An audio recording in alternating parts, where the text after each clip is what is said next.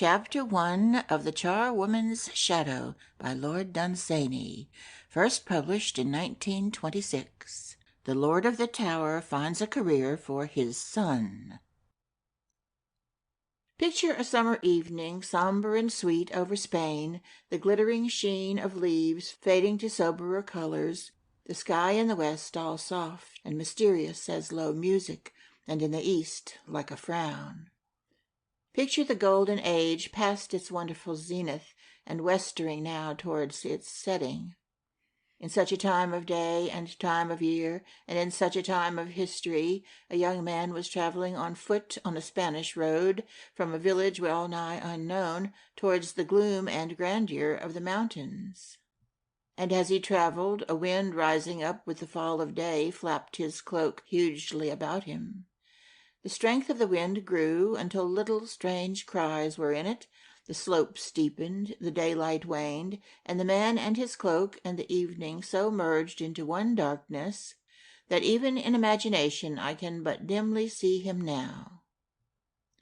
Let us therefore turn to such questions as who he was, and how he came to be faring at such an hour towards a region so rocky and lonely as that which loomed before him, while the latest stragglers among other men were nearing their houses among the sheltered fields. His name was Ramon Alonzo Matthew Mark Luke John of the Tower and Rocky Forest, and his father had lately called to him as he played at ball with his sister, beating it back and forth to each other over a deep yew hedge, and the ball had a row of feathers fixed all round it to make it fly gently and fairly, and the yew hedge ended at the white balustrade, and beyond that lay the wild rocks and the frown of the forest. His father called to him, and he entered the house out of the mellow evening, praying his sister to wait. But he talked with his father till all the light was gone, and they played at ball no more. And in such a manner as this spoke the Lord of the Tower and the Rocky Forest to his son when they were seated before the logs in the room where the boar spears hung. Whether to hunt the boar or the stag be sweeter, I know not. Methinks the boar, but only the blessed saints know which is truly the sweeter. And yet there are other considerations besides these, and the world were happier were it not so, yet it is ever thus. And the boy nodded his head, for he knew what it was of which his father would speak, that it was of lucre, which hath much to do with worldly affairs. And the good fathers had warned him of it, and indeed of this very thing his father told. For however vile and dross-like, he said, gold be in itself, and I do not ask you to doubt the ill repute you have learned of it in the school on the high hill, yet is it necessary in curious ways to many things that are good, as certain foulness nourish the roots of the vine. For Emmanuel and Mark are of such a kind that they will have their regular payment, year in and year out, for such work as they do with the horses, nor is Peter any better in the garden, and it is indeed the same in the dairy. And then there was the teaching that you received from the good fathers on their high hill. Much of this dross went also there, though the work itself was a blessed one. And now it is necessary to put yet more of this gold in a box, and to have it ready against some day when a dowry will be needed for your sister, for she is already past 15. And the rocky structure of our soil being unsuited to husbandry, gold is not easily wrung from it, and there is little of a worldly nature to be won from the forest, and to me it seems that as sin increases on earth, the need for gold grows greater. For myself, if the getting of gold be an art, as some have said, I am past the time for learning a new art, and if it be a sin, my sins are over. Yet you, my son, may haply gather this great necessity for us, or this evil, whatever it be. And if it be a sin, what is one more sin to youth? Not much, I fear. And the youth crossed himself. And follow not the way of the sword, continued his father, in no whit diverted from his discourse. For the lawyers ever defeated with their pens, as hath been said of old, but follow the art, and you shall deal in a matter at whose mention lawyers pale." "The black art?" exclaimed Ramon Alonso. "There is but one art," said his father, "and it shall all the more advantage you to follow it, in that there hath been of late but little magic in Spain, and even in this forest there are not, but on rarest evenings, such mysteries nor such menace as I myself can remember, and no dragon hath been seen since my grandfather's days." "The black art?" said Ramon Alonso. "But how shall I tell of this to Father Joseph?" And his father rubbed his chin awhile before he spoke again. "'Twere hard indeed," he said, "to tell so good a man. Yet are we in sore need of gold, and God forbid in his mercy that one of us should ever follow a trade." "Amen," said his son, and the fervor with which the boy had said "Amen" heartened his father to hope he would do his bidding, and cheered him on the way with his discourse, which he continued as follows. "There is dwelling in the mountains, a day's walk beyond Aragona, whose spires we see, a magician known to my father. For once my father, hunting a stag in his youth, went far into the mountains, as goodly a stag as ever rejoiced a hunter, though once I killed one as good, but never better. I killed mine in the year of the great snowfall, the year before you were born. It had come down from the mountains. But my father hunted his up from the valley, where it had been feeding all night at the edges of gardens. It went home to the mountains, and in dense woods on the slope my father killed it at evening. And then the most curious man he had ever known came down the rocks, walking gently, wearing a black silk cloak, to where he was skinning the stag, with his tired hounds sitting round him, and asked my father if he studied magic. And my father said that hunting the stag and the boar were the only studies he knew. And well indeed he studied them, and he taught me, but not all he knew, for no man can learn so much. And then he told the magician something of how to hunt boars, and the magician was pleased, for men shunned him much, and seldom spoke from their hearts of the things they loved, before his portentous cloak and his strange wise eye. And my father warmed to the tales as he told of the thing he had studied, and the stars came twinkling out above the magician, and the gloom was enormous in the ominous wood, and still my father told of the ways of the boars, for there was never fear in my father. And the magician asked my father if there was any favor he would have of him, and my father said yes, for he had ever wondered at the art of writing, and he asked the magician if he would write for him. And this the magician did, withdrawing a cork from a horn that hung from his girdle, and that was filled with ink, and taking a goose quill, and writing there in the wood upon the little scroll that he took from a satchel. And they parted in the wood, and my father remembered that day all his years, as much for what he had seen the magician do as for the splendid horns he had won that day. And when the writing came to be read, it was seen that it was a letter of friendship or welcome to my father, or to whomever he should send with that scroll to the house in the wood. Now my father cared only to hunt the boar and the stag, and had no need of magic, and I have had nothing to do with parchments nor writings. But I can find the scroll at this moment among the tusks of boars that my father laid by, and you shall have the scroll, and go to the wood, and say to that magician, I am the grandson of him that taught you of the taking of boars nigh 80 years agone." "But will he yet live?" asked Ramon. "He were no magician else," replied his father. And the boy sat silent then, regretting the thoughtlessness that his hasty words had revealed. "With the mystery of writing, which you will doubtless study there, I have myself some acquaintance, having sufficiently studied the matter some while since, to be able to practice it should the occasion ever arise. But of all the mysteries that he hath the skill to teach you, the one to study most diligently is that one which concerns the making of gold." "Yes, yes," he said, silencing with a wave or two of his hand some hasty youthful objection that he saw on the boy's lips. "I wot well the sin that is inherent in gold. Yet methinks there is some primal curse upon it, put there by Satan before it was laid in earth, which may not cling to the gold that philosophers make." And youth and haste again urged another question.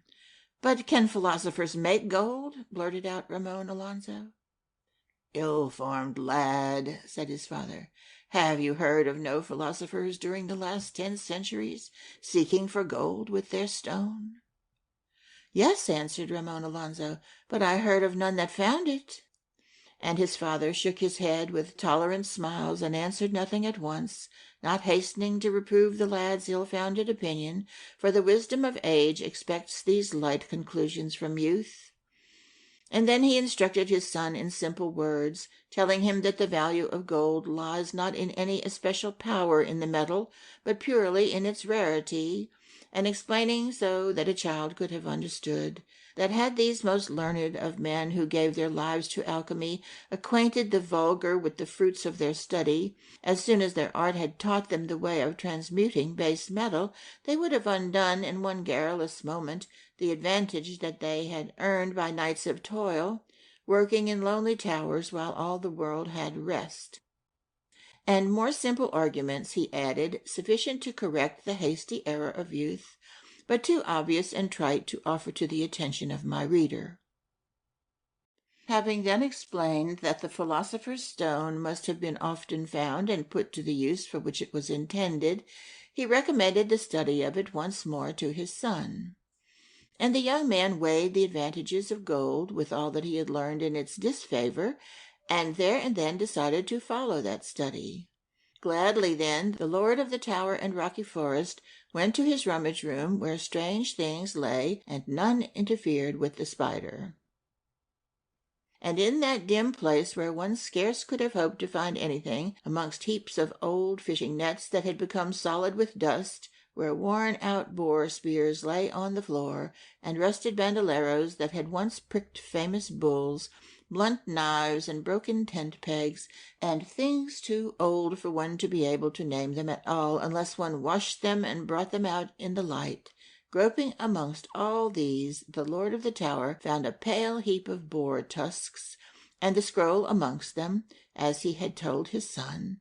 Then he left the place to the spider. And returning with the scroll to his son, he brought also a coffer out of another room, a small stout box of oak and massive silver, well guarded by a great lock, all lined within with satin.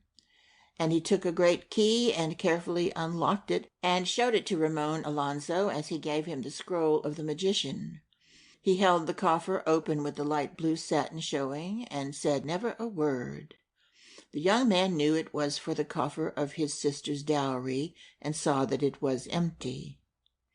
And by the time his father had closed the box again, and carefully locked it and placed the key in safety, the boy's young thoughts had roamed away to beyond Aragona, to the man with the black silk cloak, and his house in the wood, where base metals would have to suffer wonderful changes before good thick pieces of dross should chink deep on that satin lining. And where young thoughts have roamed, there soon follow lads or maidens. And then they talked of the way beyond Aragona, and the path that led to the wood, and the father leaned in his chair in comfort and ease, for it wearied him to speak of things that are hard to understand, and especially the getting of money, and he had thought of this matter for days before he had spoken of it, and it had never seemed sure to him that the money would come at all, but now it seemed clear, and he rested. And leaning back in his chair, he told the way to his son, which was easy as far as the wood, and after that he could ask the way of such men as he met, and if he met none he was likely near to the house, for men avoided it much. A while they talked of things of little moment, small matters, pleasant to both, till the father remembered that more than this was seemly, and reminded his son of all such things as he himself knew that concerned the decorum and gravity of the study of magic. Indeed, he knew little of this ancient study, but had once seen a conjurer produce a rabbit alive from under an empty sombrero, years ago, outside a village in which he had sought to purchase a cow, and it was this that he meant when he spoke of the slight acquaintance he had himself had with magic. For the rest, he spoke of the hoar traditions of magic, which were as antique then as now, for then as now they went back past the first gates of history, and ran far on the wide plains of legend and into the dimness of time. To such traditions, he said, a grave decorum were fitting. And the young man nodded his head, his face full of a fitting decorum. And the father remembered his own youth and wondered. They parted then, the lord of the tower and rocky forest going to find his lady, the young man still in his chair before the fire, pondering his journey and his future calling. These thoughts were too swift to follow. Pursuing instead the slow steps of his father, we find him come to a room in which already discernible shadows were cast by a want of gold. With its ancient sentinel chairs that seemed posted there to check lounging, and its treasure of tapestries hung to hide ruined panels, or wherever the draughts blew most from untended rat-holes, that threatened room would scarce convey to our minds, could we see it across the centuries, any hint of impending need. And yet those shadows were there, moving softly as in slow dances with the solemn folds of the tapestry, or rising to welcome draughts in their secret manner, or lurking by the huge carved feet of the chairs, and always knowing with shadow knowledge, and whispering with shadow talk, and hinting and prophesying and fearing that a need was nearing the tower to trouble its years. And here the lord of the tower found his lady, whose hair was whitening above a face unperturbed by the passing of time or anything that time brings. If great passions had shaken her mind, or wandering imaginations often troubled it, they had passed across that plump and placid face with no more traces than the storms and the ships leave on the yellow sand of a sunny cove. And he said to her, I have spoken with Ramon Alonso, and have arranged everything with him. He is to leave us soon to work with a learned man that lives beyond Aragona, and will win for us the gold that we require, and afterwards some more for himself. More than this he did not say upon the matter, for it was not his way, nor was it then the custom in Spain to speak of business to ladies. And the lady rejoiced at this, for she had long tried to make her husband see that need that was sending its shadows to creep through the tower, telling every nook of its coming.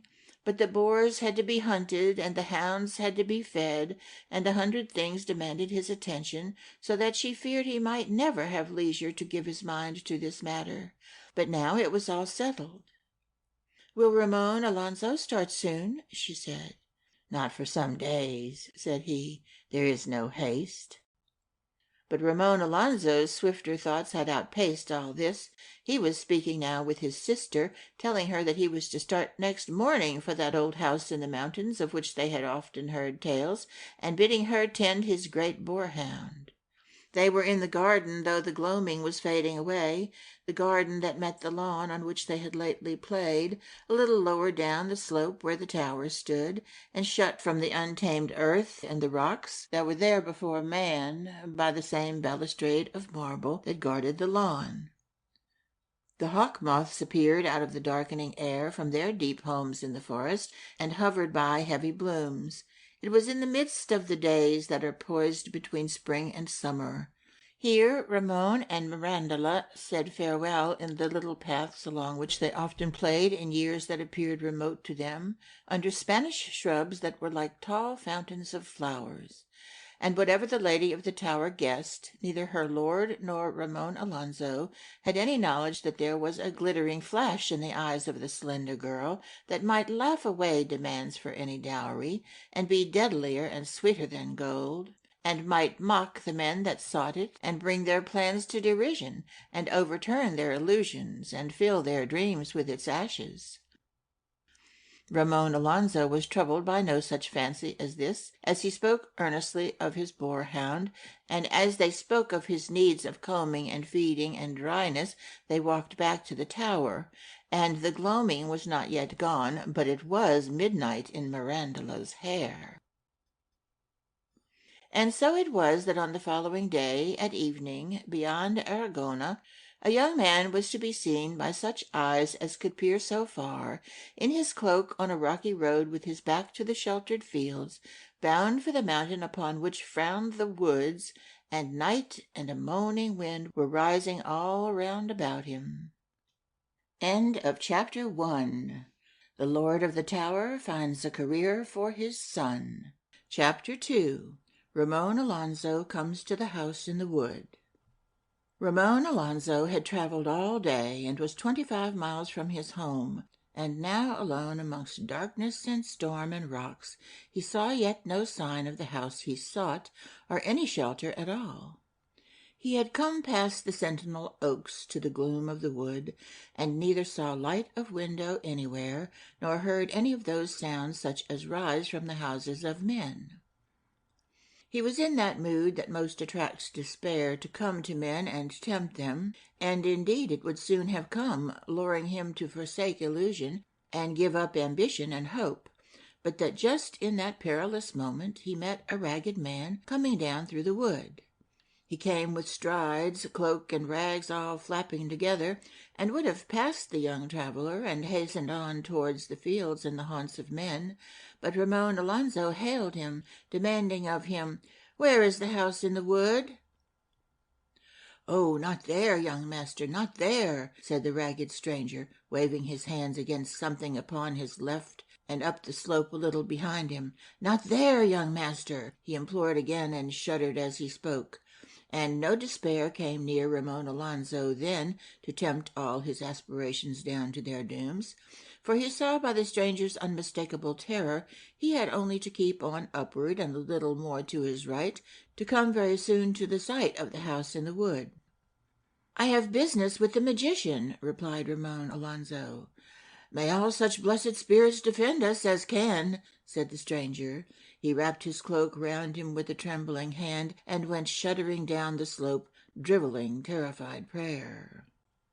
"A fair night to you, Signor," called out Ramon Alonzo. "Clearly not far," he added, thinking aloud. And once more he heard struggling feebly against the eerie voice of the wind those plaintive words imploring, "Not there, young master, not there," and pressing on in the direction against which those feeble hands had waved so earnestly, he had gone some while against wind and slope and branches when a feeling came dankly upon him, as though exuded from the deep moss all around him, that he came no nearer to the house in the wood. He halted then and called out loud in the darkness, "If there be any magician in this wood, let him appear." He waited, and the wind sang on triumphantly, singing of spaces unconcerned with man, blue fields of the wind's roving, dark gardens amongst the stars. He waited there, and no magician came. So he sat on a boulder that was all deep with moss, and leaned back on it, and looked into the wood, and saw nothing there but blackness and outlines of oak boles. There he pondered how to come to his journey's end. And then it came to him that this was no common journey to be guided by the rules of ordinary wayfaring, but having a magician as its destination, and in an ominous wood, it were better guided by spell or magic or omen, and he meditated upon how he should come by a spell. And as he thought of spells, he remembered the scroll he bore, with the ink of the magician upon it, written 80 years agone. Now Ramon Alonzo's studies had not extended so far as the art of writing. The good fathers in their school on the high hill near his home had taught him orally all that is needful to know, and much more he had learned for himself, but not by reading.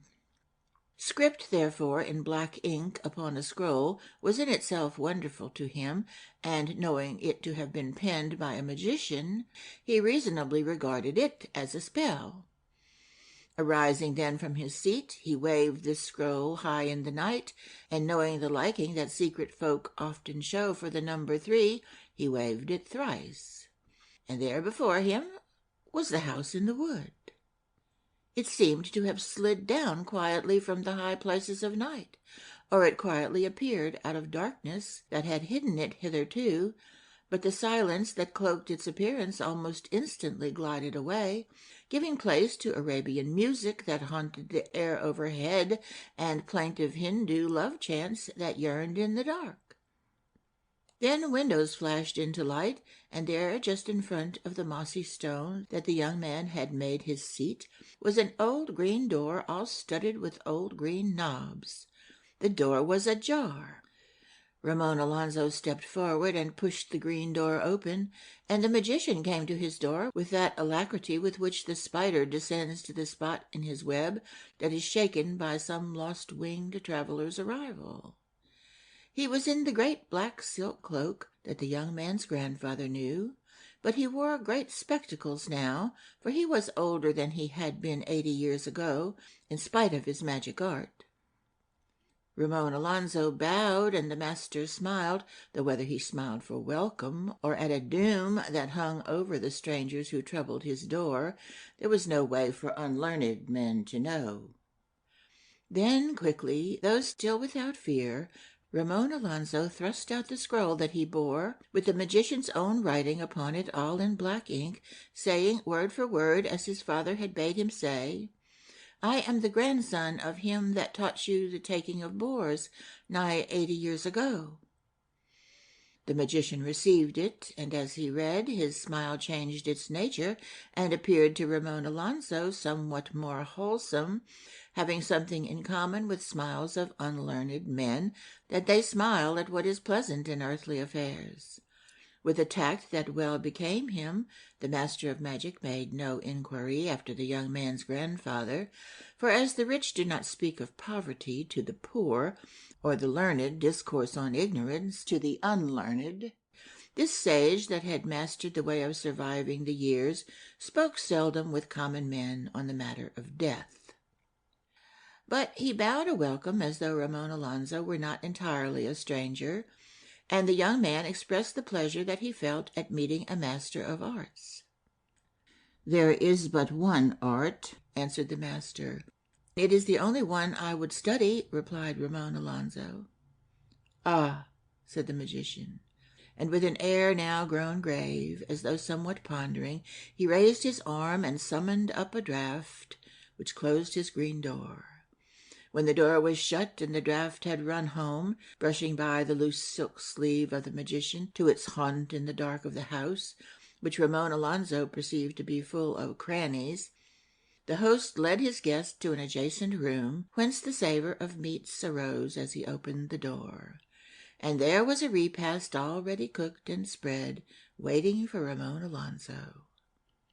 By what arts those meats were kept smoking upon that table, ready for any stranger that should come in from the wood, ready perhaps since the days of the young man's grandfather, I tell not to this age, for it is far too well acquainted already with the preservation of meat.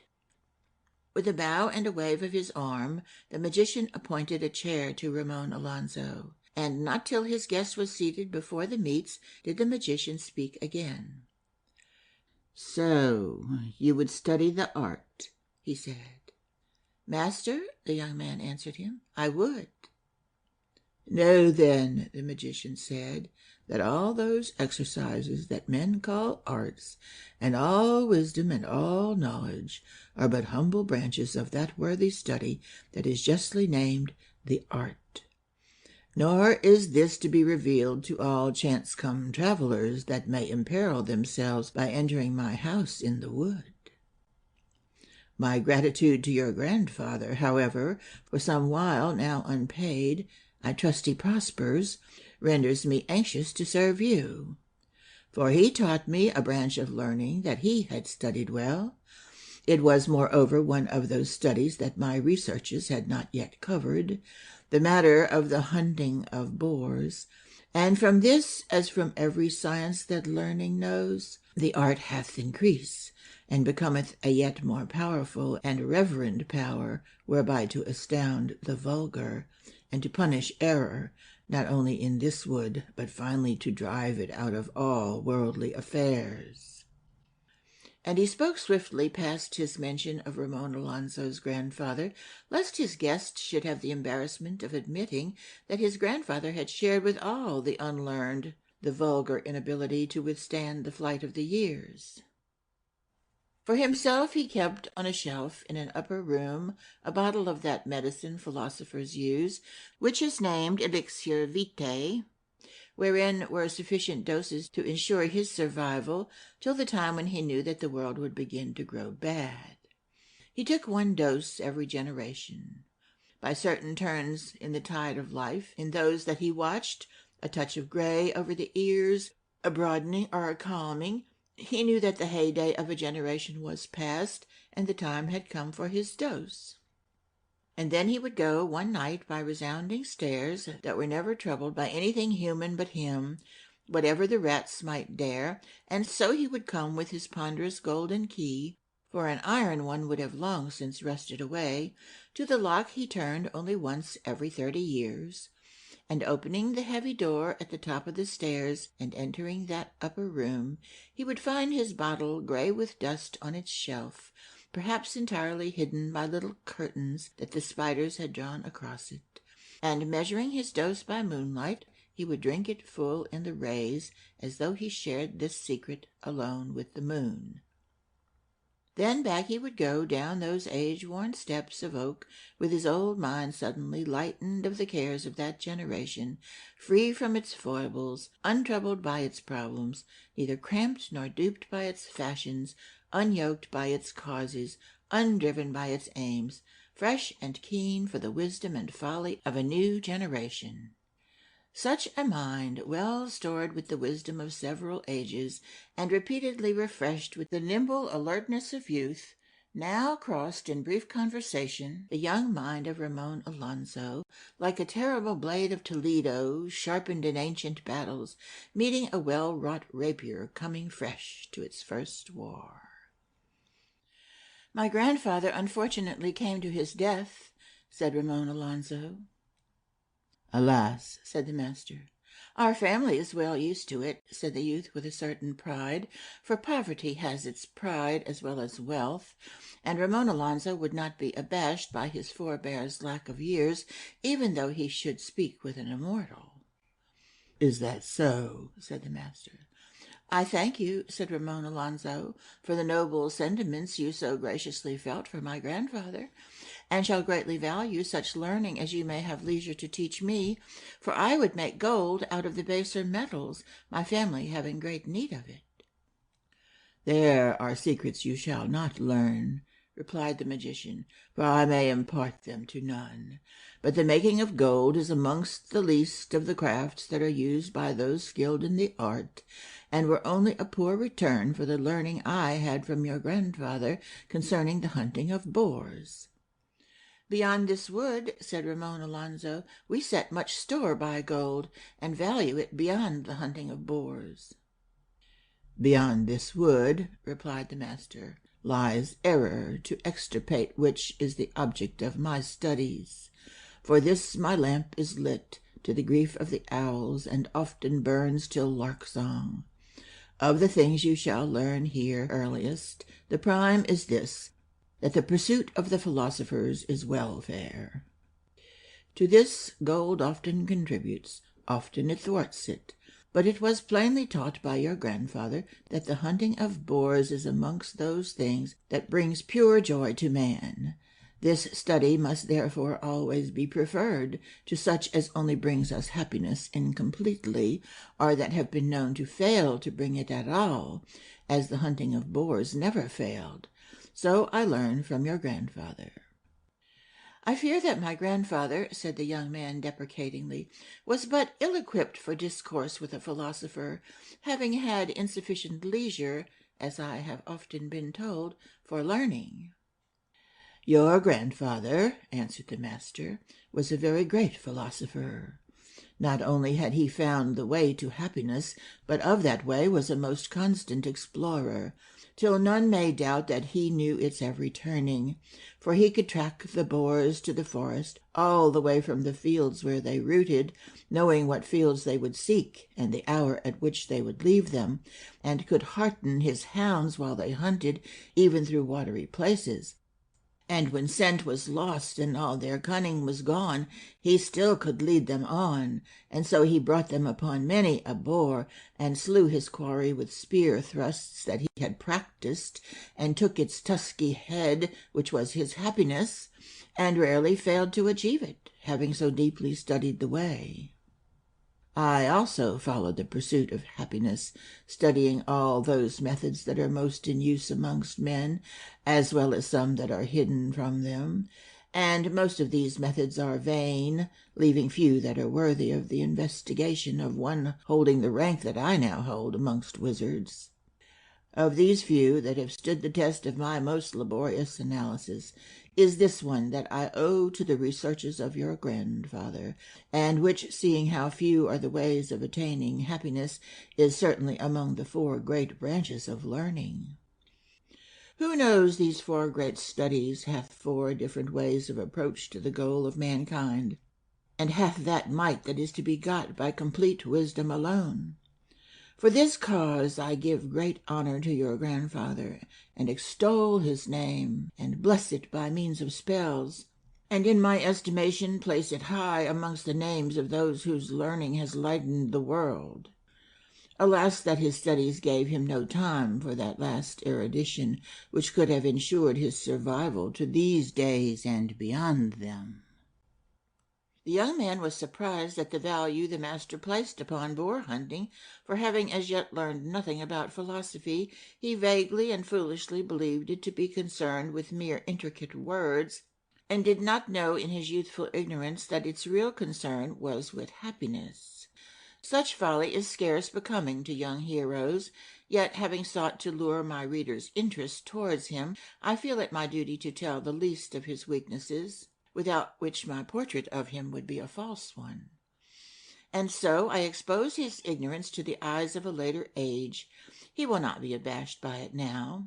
But seated beside the meat at that magic table, he felt the triviality of his schoolboy's scraps of learning before every particle that the magician chose to reveal from his lore. And with all the intensity that trifles can summon up in youth, he regretted his disparagement of his grandfather, not on account of his own reverence for him, but because he now perceived him to have been one that the master held in honor. To cover his confusion, he poured himself out some wine from a beaker at his right hand, partly bronze, partly glass, the bronze and glass being intermingled by magic, and having filled his cup, a clear hollowed crystal, he hastily drank it before he spoke again. And the wine was a magic wine, with a taste of flowers, yet of flowers unknown to earth, and a flavor of spices, yet of spices ungathered in any isle Spain knew, and it had in it a memory and a music, and came to the blood like one that was closely kin, and yet of a kinship from ages and ages ago. And all of a sudden the young man saw his folly in deeming that philosophy prefers the way to the end, and so for a moment he saw his grandfather's wisdom. But that wonderful wine's inspiration died swiftly away, and his thoughts were concerned again with the making of gold. The magician had silently watched him drink that magic vintage. "It comes not from these vineyards," he said, and he waved his arm so wide that he seemed to indicate no vineyard of Spain, nor the neighboring kingdom of Portugal, nor France, nor Africa, nor the German lands, Italy, Greece, nor the islands.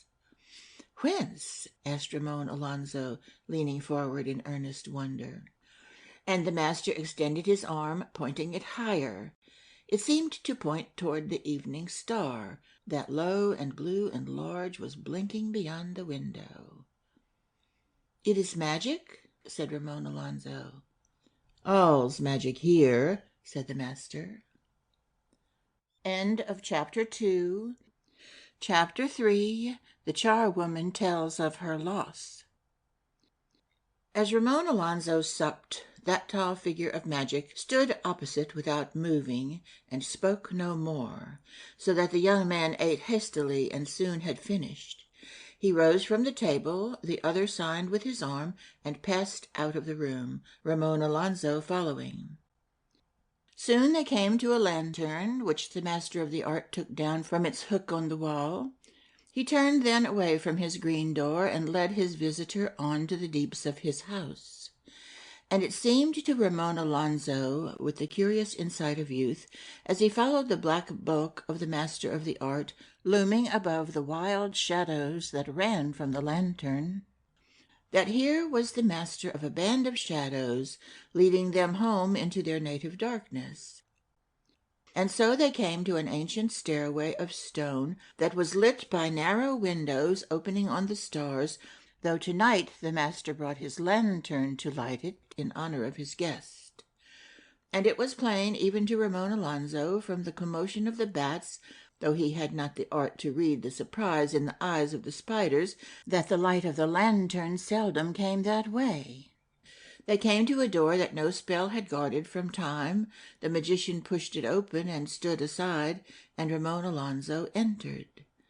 At first he only saw the huge bulk of the bed, but as the lantern was lifted into the room, he saw the ruinous panels along the wall, and then the light fell on the bedclothes, and he could see that blankets and sheets mouldered all in one heap together, and a cobweb covered them over. Some rush mats lay on the floor, but something seemed to have eaten most of the rushes. Over the window a draught flapped remnants of curtains, but the moth must have been in those curtains for ages and ages. The master spoke with an air of explanation, almost perhaps of apology. "Old age comes to all," he said. Then he withdrew. Left alone with the starlight, to which the work of the moth allowed an ample access, Ramon Alonzo considered his host.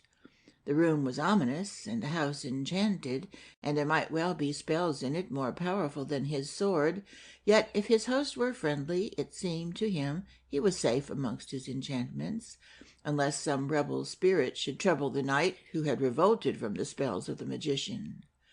He generously accepted the master's explanation of the state of the room, shrewdly considering him to be a man so absorbed in the perpetuity of his art that he gave no attention to material things, so trusting to his host's expressions of goodwill and of gratitude to his grandfather. He lay down on the bed to sleep, untroubled by fear of spells or spirits of evil, but he took off none of his clothes, for against the risk of damp he felt there was none to guard him. Either he slept or was in that borderland where earth is dimmed by a haze from the land of sleep, and dreams cast shadows yet on the shores of earth before they glide afar, when he heard slow steps come up the stairway of stone, and presently there was a knock, to which he answered, and a crone appeared in the door, holding the lantern that the magician had lately carried. Age had withered her beyond pity, for whatever pity there be for sickness and hurts, youth feels little pity for age, having never known it, and the aged have little pity to give to their fellows, because pity is withering in them with many another emotion, like the last of the flowers drooping all together as winter nears the garden. She stood there feeble and wasted, an ancient hag. And before the young man spoke, she quavered to him, with an earnest intentness, the fervor of which not even her age could dim, stretching out a withered right hand to him as she spoke, the left hand holding the lantern. "Young master, give him nothing. Give him nothing, whatever he asks. His prices are too high, young master, too high, too high." "I have little money to give," said Ramon Alonzo.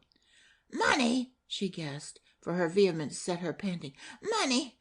That is naught. That's a toy. That's a mousetrap. Money indeed! But his prices are too high. He asks more than money." More than money, said Ramon Alonso. What then? Look, she cried lamentably, and twirled the lantern around her. The young man saw first her face, and a look on it like the look on the face of one revealing a mortal wound, and then as she swung the lantern around, he suddenly saw that the woman had no shadow. What? No shadow? He blurted out, sitting suddenly up on his heap of cobwebs and sheets. Never again, she said. Never again. It lay over the fields once. It used to make the grass such a tender green. It never dimmed the buttercups. It did no harm to anything. Butterflies may have been scared of it, and once a dragonfly, but it did them never a harm. I've known it protect anemones a while from the heat of the noonday sun, which had otherwise withered them sooner. In the early morning it would stretch away beyond the garden, right out to the wild. Poor innocent shadow that loved the grey dew. And in the evening it would grow bold and strong and run right down the slopes of hills where I walked singing, and would come to the edges of the bosky tangled places till a little more and its head would have been out of sight. I've known the fairies then dance out from their sheltered arbors in the deeps of briar and thorn and play with its curls. And for all its rovings and lurkings and love of mystery, it never left me of its own accord, never. It was I that forsook it, poor shadow that followed me home. For I've been out with it when the evenings were eerie and all the valleys haunted, and my shadow must have met with such companions as were far more akin to it than my gross body could be, and nearer to it than my heels, folk that would give it news direct from the kingdom of shadows, and gossip of the dark side of the moon, and would whisper things that I could never have taught it. Yet it always came home with me, and at night by candlelight in our cottage in Aragona it used to dance for me as I went to bed, all over the walls and ceilings, poor innocent shadow. And if I left a low candle to burn away, he never tired of dancing for me as long as I sat up and watched. Often he out-tired the candle, for the more wearily the candle flickered, the more nimbly he leaped. And then he would lie and rest in any corner with the common shadows of humble trivial things. But if I struck a light to rise before dawn, or even if I should light my candle at midnight, he was always there at once, erect on the wall, ready to follow me wherever I went, and to bear me that companionship as I went among men and women, which I valued, alas, so little when I had it, and without which now I know, too late I have learned, there is no welcome for one, no pity, no sufferance amongst mankind. No pity? Said Ramon Alonso, moved deeply to pity himself by the old crone's sorrow, though unable to credit that her loss could matter so much as she said. No pity, no sufferance, she said. The children run from me screaming. Those that are large enough to throw stones at me, and their elders come out with sticks when they hear them scream. At evening they all grow angrier. They come out with their long, big, faithful shadows, if I dare go near the village, and stand just beyond the strip where my shadow should be, and jeer at me and upbraid, and there is no pity. And all the while they jeer, there's not one that loves his shadow as I love mine. They do not gaze at their shadows, or even turn to look at them. Ah, how I should gaze at mine if it could come back, poor shadow. I should go to a quiet place, alone in the open country, and there I should sit on the moss with my back to the sun, and watch my shadow all day. I should not want to eat or drink or think. I should only watch my shadow. I should mark its gentle movement that it makes in time with the sun. I should watch till I saw it grow, And then I would hold up my hand and move every finger and each joint of my arm and see the shadow answering. And I should nod to it and bow to it and curtsy, and I would dance to my shadow alone. And all this I would do again and again all day. I would watch the color that every flower took, and each different kind of grass when my shadow touched them. And this is not telling you 1/100th part of it. It is this to love one's shadow. And what do they know of shadows? What do they care whether their shadows lie on green grass or rock? What do they know what colors the flowers turn when their shadows go amongst them? And they won't let me live with them, speak with them, or pass them by, because forsooth I have been unkind to my shadow.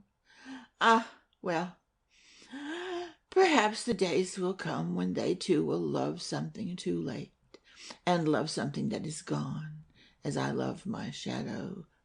Cold days and long days, those. "How did you lose it?" asked Ramon Alonzo, all wonder and pity. "He took it," she said. "He took it. He took it away and put it in his box. What did I know of the need one has of a shadow? That they would not speak to me, would not let me live? They never told me they set such store in their shadows, nor do they. The young man's generous feelings were moved by this wrong as though it had been his own. "I will go there with my sword," he exclaimed, "and they shall speak with you courteously." For the first time that night the old woman smiled. She knew that jealousy united with fear could not be made to forgive such a loss as hers. She had not known at first that it was jealousy, but had learnt it at length by her lonely ponderings.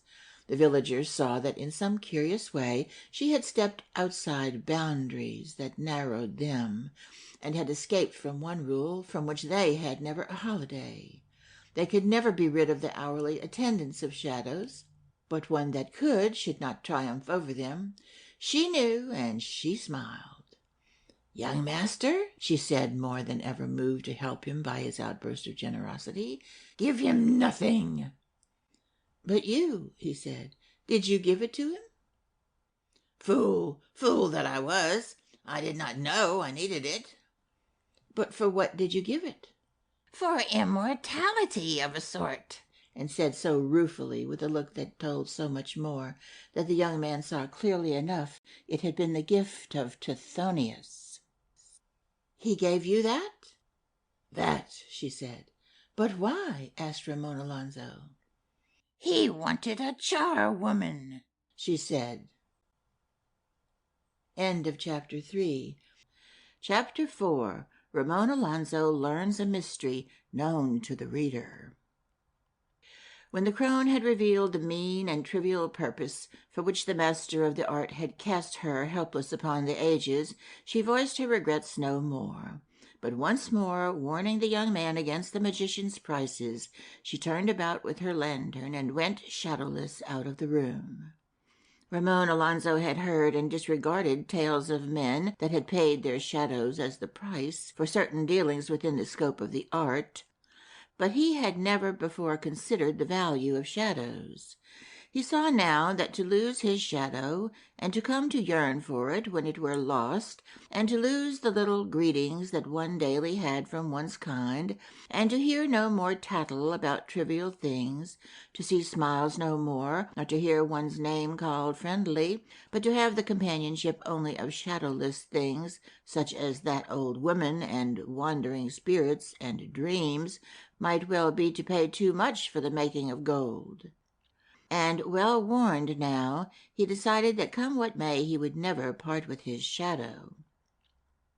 In his gratitude he determined to ask the magician for some respite for the poor old woman from scrubbing his floors through the ages. And then his thoughts went back to his main purpose, to what metals were suited best for transmutation, and whether he could turn them into gold himself if the magician's price were too high. Other men had done it, why not he? and led towards absurdity by this delightful hope, his thoughts grew wilder and wilder till they were dreams. The sun, coming through the upper branches of trees, fell on that spidery bed and woke Ramon Alonzo. He perceived then a great gathering of huge oaks, seemingly more ancient than the rest of the forest, and the house was in the midst of them. It was a secret spot. He saw now that there was in his room a second window, but the little twigs had so pressed their leaves against it that no light entered there but a dim greenness. It was like hundreds of outturned hands protesting against that house. By such light as came through the southeastern window, he tidied himself, brushing off with his hands such cobwebs as he could. He did not draw back the curtains, deeming that if he took hold of a portion of one it would come away from the rest, nor did enough material remain to obstruct much of the light that came in through the trees. Then, being dressed already, he opened his door and descended the stairs of stone.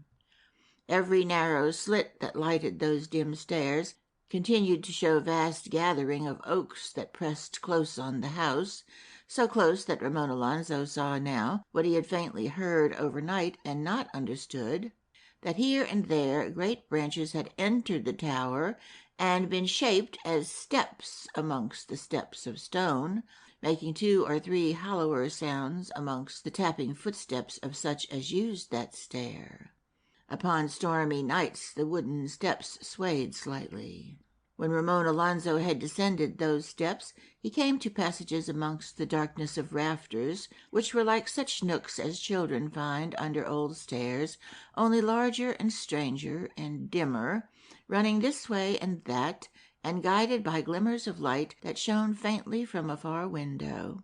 He came at length to the hall, at whose other end was the old green door to the forest. And there, in his black silk cloak in the midst of the hall, the magician awaited him. He was standing motionless, and as soon as the young man saw him, the master of the art said, "I trust you slept in comfort," for his studies allowed him leisure for courtesies such as these, but were too profound to permit of such intercourse with common material things as lifting the cobwebs to see the state of the bedclothes that had mouldered so long upon his visitor's bed. As for the charwoman, she had sorrows enough watching the ages beating upon her frame to trouble what a mere 30 or 40 years might do to the sheets and blankets. "I slept admirably, Signor," Ramon Alonzo said, with a grace in his bow that is sometimes only learnt, just as the joints and muscles have grown too stiff to achieve it. "I rejoice," said the magician. "Master," said Ramon Alonzo, "would you deign to show me some unconsidered fragment of your wisdom? Some saw having naught to do with the deeper mysteries, some trifle, some trick of learning, perhaps the mere making of gold out of other dross, that I may learn to study now, and so in time be wise?" "For this," said the magician, pointing the way with a gesture, "let us go to the room that is sacred to the art. Its very dust is made of books I have studied, and is indeed more redolent of lore than any dust in this wood. And if echoes die not at all, as some have taught, though others urge finality for all things, the spiders in its corners, whose ears are attuned to sounds that are lost to ours, hear still the echoes of my earlier musings, whereby I unravelled mysteries that are not for the ears of man. There we will speak upon the graver matters." He led, and the young man followed, and again he was amongst beams of age-darkened oak, and twisty corridors leading into the gloom, which the shape of the magician before him rendered unnaturally blacker. They came to a black door studded with wooden knobs, upon which the magician rapped, and the door opened. They entered, and Ramon Alonzo perceived at once that it was a magician's workroom, not only by the ordinary appliances or instruments of magic, but by the several sheets of gloom that seemed to come down from the roof through the midst of the air across the natural dimness of the room. The appliances of magic were there in abundance, stuffed crocodiles lying as thick as on lonely mud banks in Africa, dried herbs resembling plants that blossom in wonted fields, yet wearing a look that never was on any flowers of ours, great twinkling jewels out of the heads of toads, huge folios written by masters that had followed the art in China, small parchments with spells upon them in Persian, Indian, or Arabic, the horn of a unicorn that had slain its master, rare spices, condiments, and the philosopher's stone. These Ramon Alonso saw first as he came through the doorway, though what their purposes were he scarcely wondered, and these were the things that always came to his memory whenever in after years he recalled that sinister room. As his eyes became accustomed to the dimness, more and more of the wares and tools of the magical art came looming out of the dusk, while the magician strode to a high-backed chair at a lectern, on which a great book lay open, showing columns of Chinese manuscript. In the high-backed chair the magician seated himself before the Cathayan book, and taking up a pen from an unknown wing, he looked at Ramon Alonso. "Now," he said, as though he came newly to the subject, or brought to it new acumen from having sat in that chair, "what branch of the art do you desire to follow?" "The making of gold," responded Ramon Alonso. "The formula of all material things have been worked out," said the magician, "and they have all been found to be vanity. Amongst the first whose formula failed before these investigations, revealing mere vanity, was gold.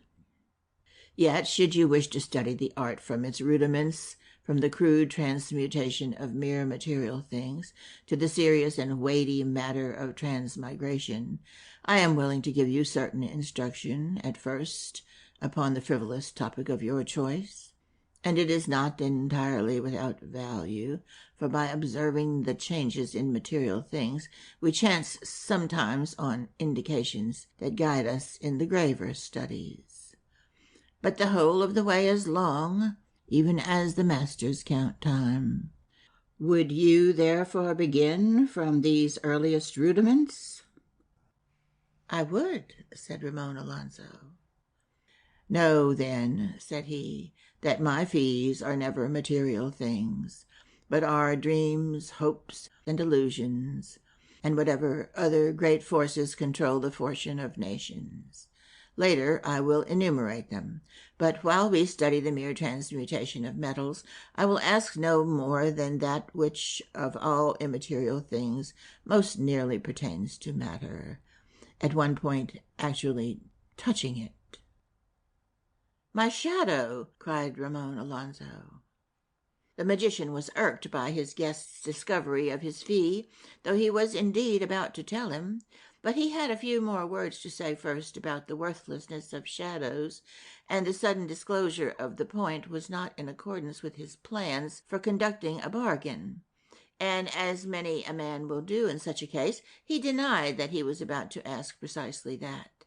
He soon, however, came round to it again, saying, "And even so, it were little enough to ask for my fee, which might well be larger were it not for my gratitude to your grandfather, for a shadow, of necessity, shares the doom that overtakes matter, and is commoner far than faith, if all were known, and is of the least account of all immaterial things."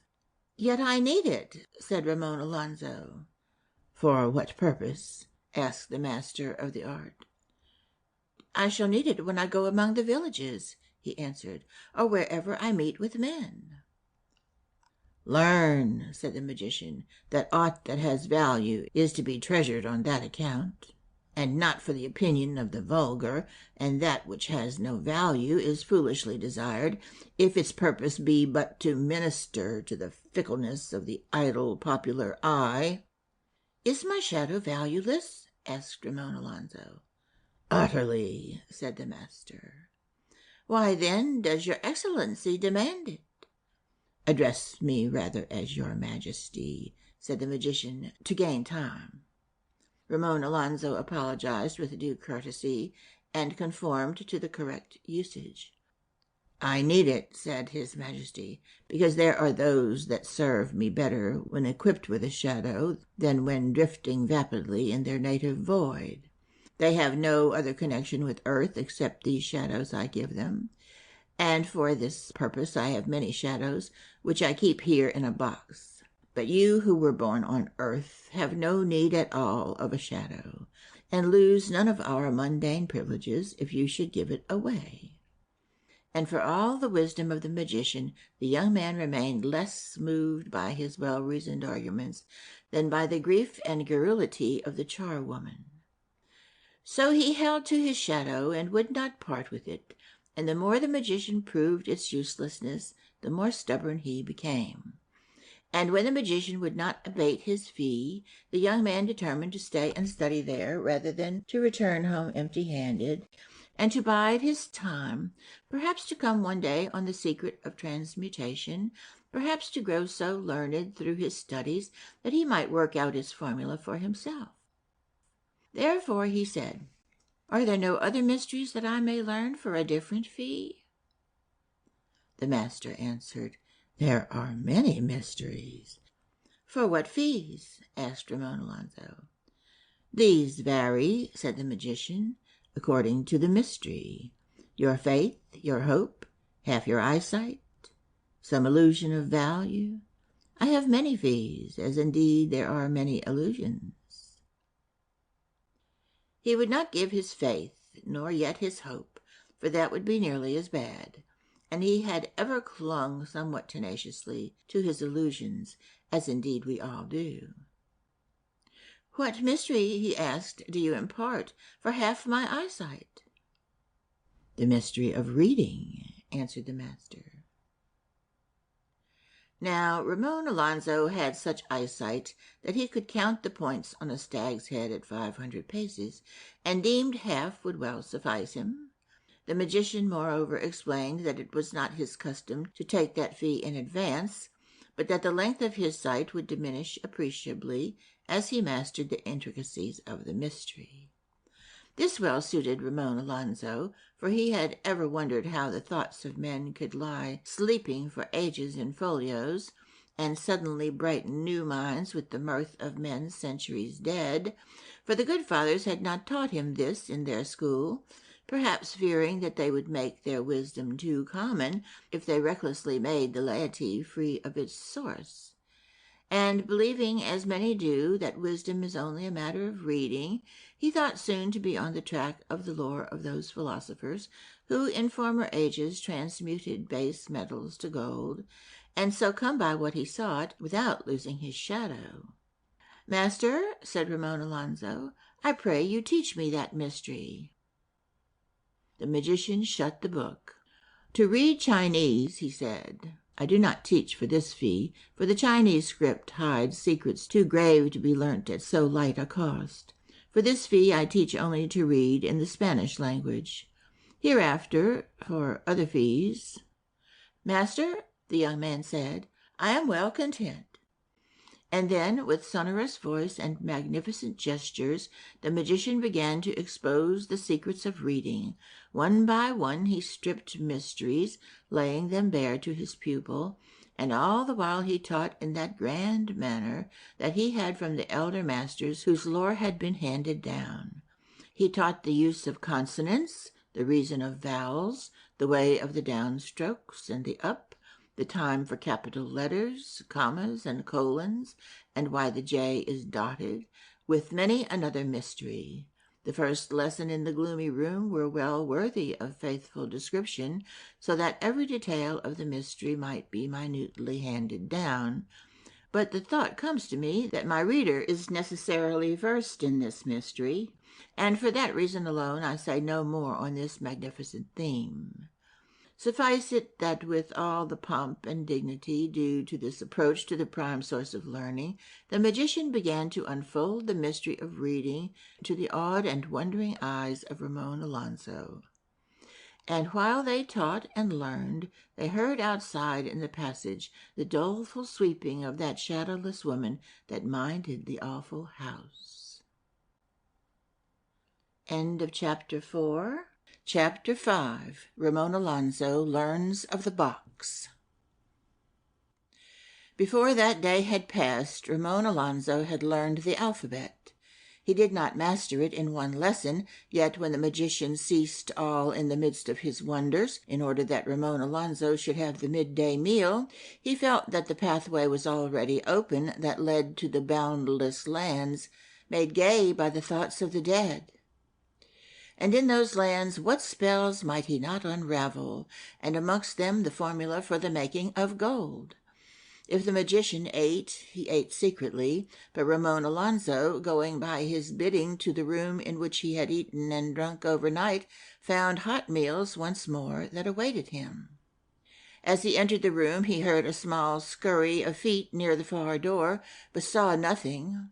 He ate, then, guided by an impulse of youth, which is always curious until it is sure it knows everything, he began to roam through the darknesses of the house in order to find who it was that served those meals. And the further he went, the lower the corridors ran, till he had to bend low to avoid huge dark beams above him. Sometimes he came on towering doors in the darkness and opened them, and found great chambers wanly lit by such daylight as came through the leaves of the forest, which everywhere were pressed against the windows. In these chambers were tapestried chairs set out for a great assemblage, with ancient glories carved upon their frames, and dim magnificences, but the cobwebs went from chair to chair and covered all of them over, and descending in huge draperies from the roof, cloaked and festooned the splendors that jutted out from the wall. He went from door to door, but found no kitchen, and all his quest was silent but for the sound of his own feet. At last, as he turned back by the wandering corridors, he heard in the distance before him the work of the charwoman. She had ceased her sweeping and was scrubbing on stone. He walked to the sound of the scrubbing, and so found her, the only living thing that he had met since he left the magician. She was in a passage scrubbing at one stone, upon which, as Ramon Alonso could see, she had often worked before, for it was all worn with scrubbing. There was blood on the stone, but though years of scrubbing had hollowed it, the blood had gone deeper than the hollowing, so deep that Ramon Alonso asked her why she toiled at it. "It was innocent blood," she answered. The young man did not even ask for that story, the house was so full of wonder. He asked instead what he had sought to find. "Who serves the dinner?" "Imps," she said. "Imps?" said Ramon Alonso. "Imps he catches in the wood," she said, looking up from her work on the floor. "How does he catch them?" he asked. "I know not," she said.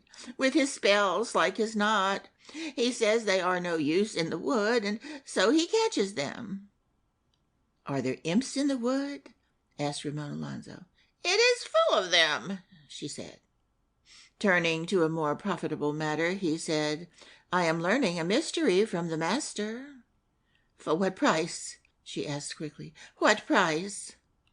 "Only half my eyesight," he told her. "Oh, your bright eyes!" she sighed. "I can see so far," he said, that is a little matter. One must needs pay something for learning." But she only looked wistfully at his eyes. "When I have learned that mystery I can find others for myself," he said cheerfully. "You know those jars of dust on his shelf with their names in writing upon them? I shall be able to read what dust they are." And he would have told her many of the mysteries that seemed to lie open to him, but she interrupted him when he spoke of the jars, saying, "I know nothing of that room. He has put a spell against me across the lintel, so that I may not enter." "Why?" he asked, remembering the cobwebs and the great need of tidying. "He has my shadow," she said, "in a box in that room." "Your shadow?" he said, perturbed by the grief in her voice. "Aye," she said, "and he'll have yours there, too." "Not he," said Ramon Alonso. "And the light of your eyes," she said sorrowfully. But Ramon Alonzo, who already knew half the alphabet, was far more concerned with the unraveling of new wonders than he was with any price he should have to pay, and he turned from the charwoman's talk with a certain impatience to be once more engaged upon serious things. She sighed and went on with her work on the blood-stained stone. When Ramon Alonzo returned to the room that no charwoman ever entered, he saw the magician awaiting him, standing beside a book that made light the secrets of reading. Once more the young man toiled at the mystery, and by evening the alphabet was clear to him. That which a day before held 26 secrets for him, and was as a barrier to roving thoughts, was now as an open path for them, leading he knew not whither. To him it seemed, as he finally mastered Z, that here was the first and chiefest of mysteries, since it opened a way for the living to hear the thoughts of the dead, and enabled the living in their turn to talk to unborn generations. Yet he shrewdly foreboded that if the magicians should spread their power too widely, it might not be well for the world. With evening, a natural darkness blending with the gloom of the room covered up all the mysteries, and the secrets of reading hid themselves.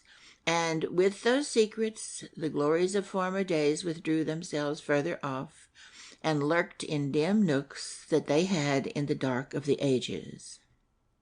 Then the master of the art bowed, and with a wide sweep of his arm, which both opened the door and indicated the way to it, he showed Ramon Alonzo out, and followed and closed the door as magically as he had opened it. They came then once more to the room where the baked meats waited, and once more Ramon Alonzo was seated alone.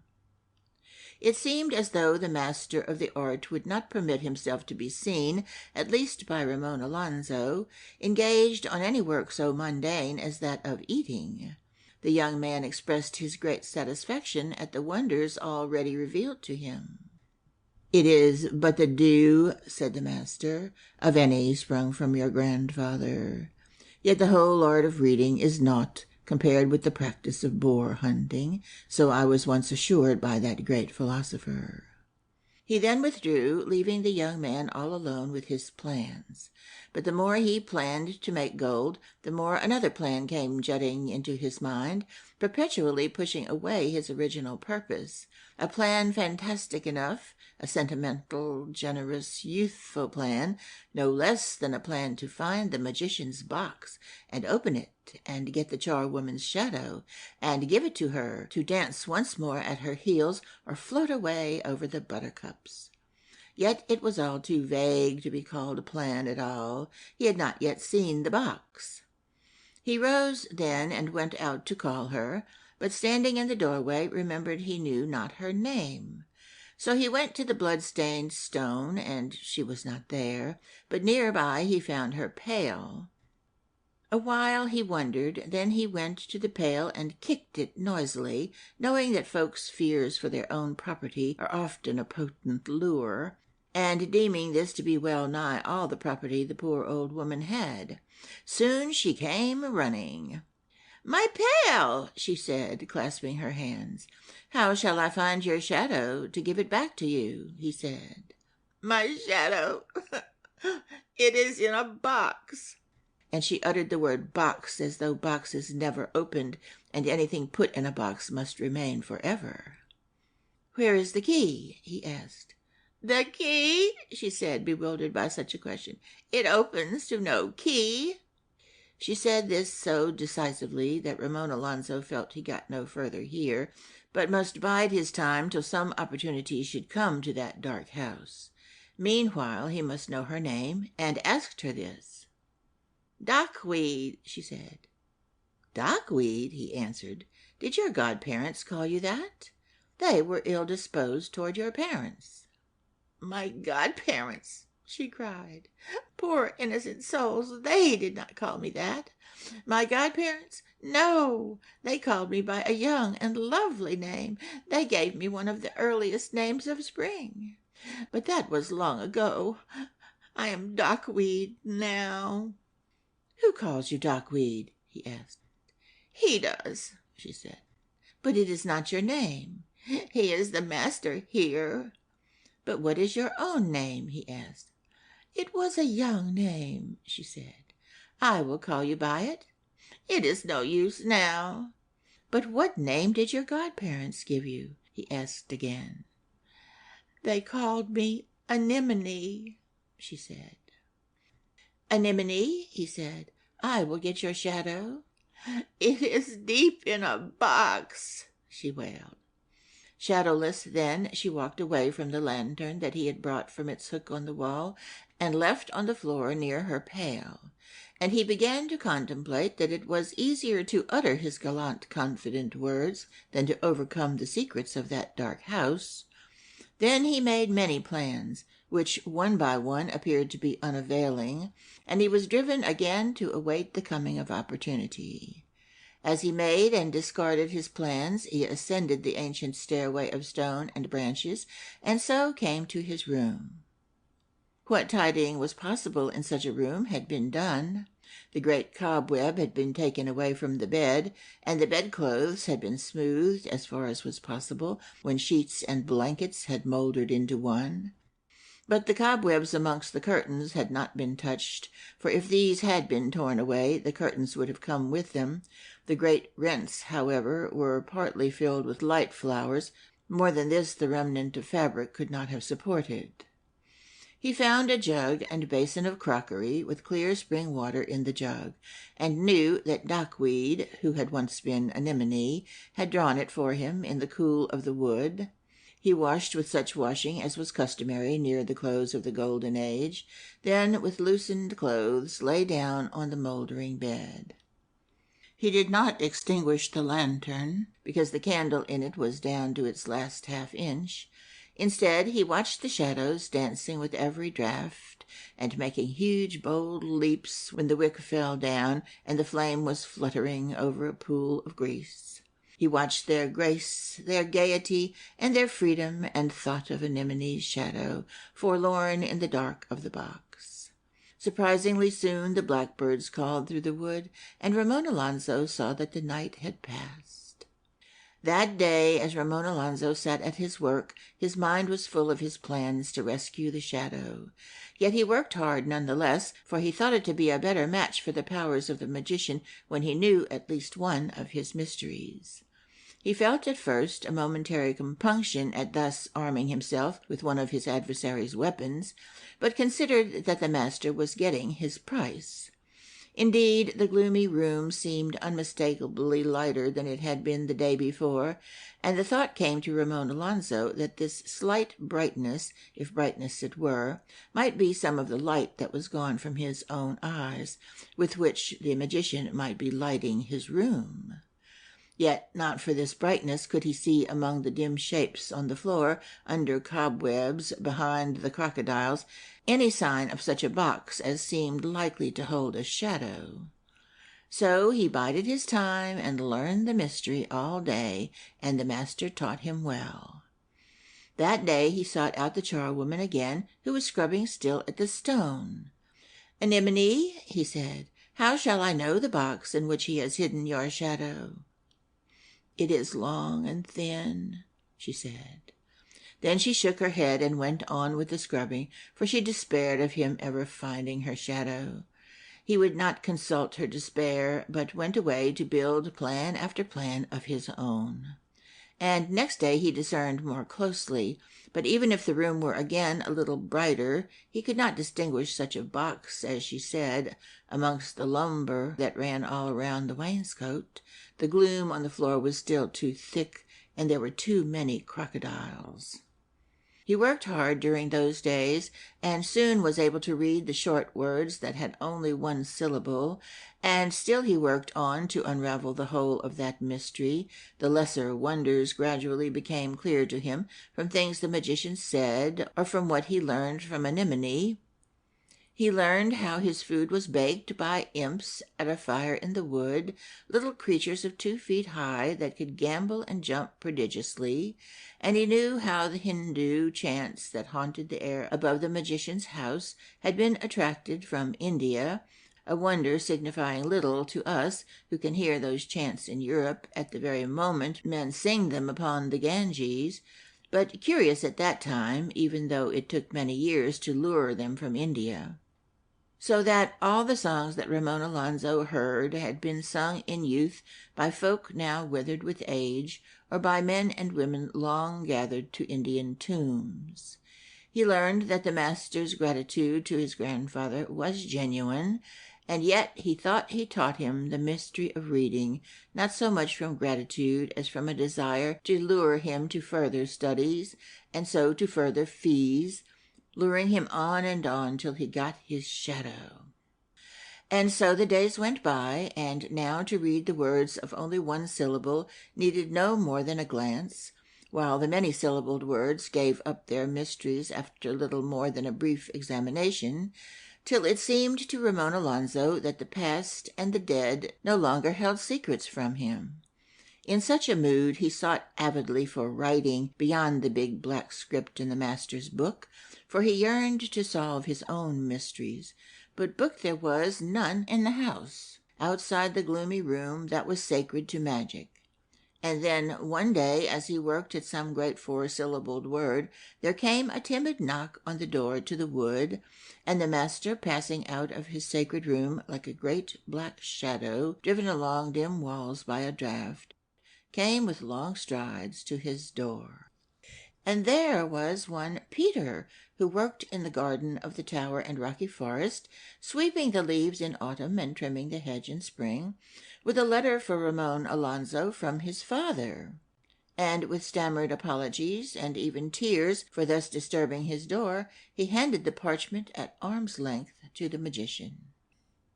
End of Chapter 5. Chapter 6. There is talk of Golvarez. To the tower beside the forest rumor came seldom, for it was the last house that stood in the open lands. On the one side the forest cut it off entirely from converse with other folk, on the other only the strongest rumors that blew over the fields of men ever came so far as the tower. But many rumors from over the fields were reaching the tower now, and every one of them brought the name of Golvarez. Golvarez was a small squire of meagre lands, 12 miles away from the tower, where he dwelt in a rude castle and kept 2 men at arms. They knew his name at the tower, and knew that his pigs came sometimes to market at Aragona, and that their price was good, for the pigs of Golvarez were noted. But now they heard that the Duke of Shadow Valley, being upon a journey, would rest a night at his castle at Golvarez. Nor did this rumor fade, as such often did that came so far over the fields, but others came to verify it. They told how the Duke had sent messengers to Golvarez, praying him to receive him in 10 days' time, when he would pass that way on his homeward journey. This was that very potent Magnifico, the 2nd Duke of Shadow Valley, of whose illustrious father some tale was told in the Chronicles of Rodriguez. He ruled over all those leafy lands that of late were held by his father, and had amongst many honors the perpetual right to stop any bullfight in Spain whilst he went to his seat, if it should be his pleasure to arrive late. And this he did by merely holding up his left hand after one of his men-at-arms had sounded a call upon a small trumpet. So rare a privilege he exercised seldom, but it was his undoubted right, and that of his heirs after him forever. The news that so serene a prince was to visit Golvarez spread over the countryside as fast as gossips could tell it, and came like the final ripple of a spent flood, lapping at its last field, to the walls of the tower that stood by the rocky forest. "Gonsalvo," said the lady of the tower, addressing her lord, "it is surely time that Signor Golvarez married." "Golvarez?" he said. "He is past 35, she answered. "But his castle is small and dark," said he, "and much of it bare rock. Who would live there with him?" "The Duke of Shadow Valley," she said, "is to stay with him on a visit." And so said everyone who spoke of Golvarez, and many spoke of him now who had thought little about him hitherto. The lord of the tower and rocky forest reflected one silent moment. "But he is a greedy man," he said, "and will demand a dowry such as a man cannot give." "It is not for us to punish his greed," she said. "Those who cannot pay his dowry must go without him." "But the coffer," he explained, "that I have set apart for Miranda's dowry is empty. I saw it only lately." "Ramon Alonzo will fill it for us," she answered, with as much faith in her husband's scheme as he himself had had when it was new to him. And her hopefulness set him pondering as to whether all was wholly well with his scheme. And in the end of his pondering, although he said nothing to her, he decided that the time was come to renew his exhortations to his son. For this purpose he sent Peter from the garden with a message to a certain Father Joseph, who dwelt not far away, asking him to come to the tower. For he needed Father Joseph in order to write a letter to Ramon Alonzo, not deeming this to be a suitable occasion on which to employ his own skill with the pen, the art of which he had learned a long while ago. And before Father Joseph came, he called Mirandula, and spoke with her in the same room as that in which he had had the long talk with his son, the room on the walls of which he hung his boar spears. "Mirandula," he said, "you must surely one day marry, and are now well past 15, and it not seldom happens that those that marry not when they may come soon to a time when none will marry them, so that they are spinsters all their days. What now think you of our neighbor Gulvarez, whom some have called handsome?" A look like one of those flashes from storms too far for thunder lit for one moment in Mirandula's eyes. Then she smiled again. "Gulvarez?" she said to her father. "Yes," he said. "He tends a little perhaps towards avarice," for he thought he had seen the look in his daughter's eyes. "But there are many worse sins than that, many worse, if it be a sin at all, which is by no means clear. But I will ask Father Joseph about that for you. I will ask him at once. For myself, I believe it to be no sin, but a fault. But we shall ask, we shall ask." "As you will," she said. "You like him, then?" said her father. "He is not ill to look on. 2 women not long since have called him handsome. And he is a friend of the Duke of Shadow Valley." "I like him not yet," she said, "but haply, if he come—" "Yes," said he shall come to visit us." "If he come with his friend," said she. "We cannot ask that," he said in gentle reproof. "He could not bring the Duke to visit us." "Then he is not his friend," said Mirandula. Thus lightly was brushed away the claim of Gulvarez, to the excited interest of all the neighborhood. The lord of the tower held up his hand to check her hasty utterance while he thought of appropriate words with which to reprove her error. And when he found no suitable words at all with which to show his daughter she was mistaken, and yet felt the need to speak, he said that he would consult Gulvarez on this, which he did not intend to say.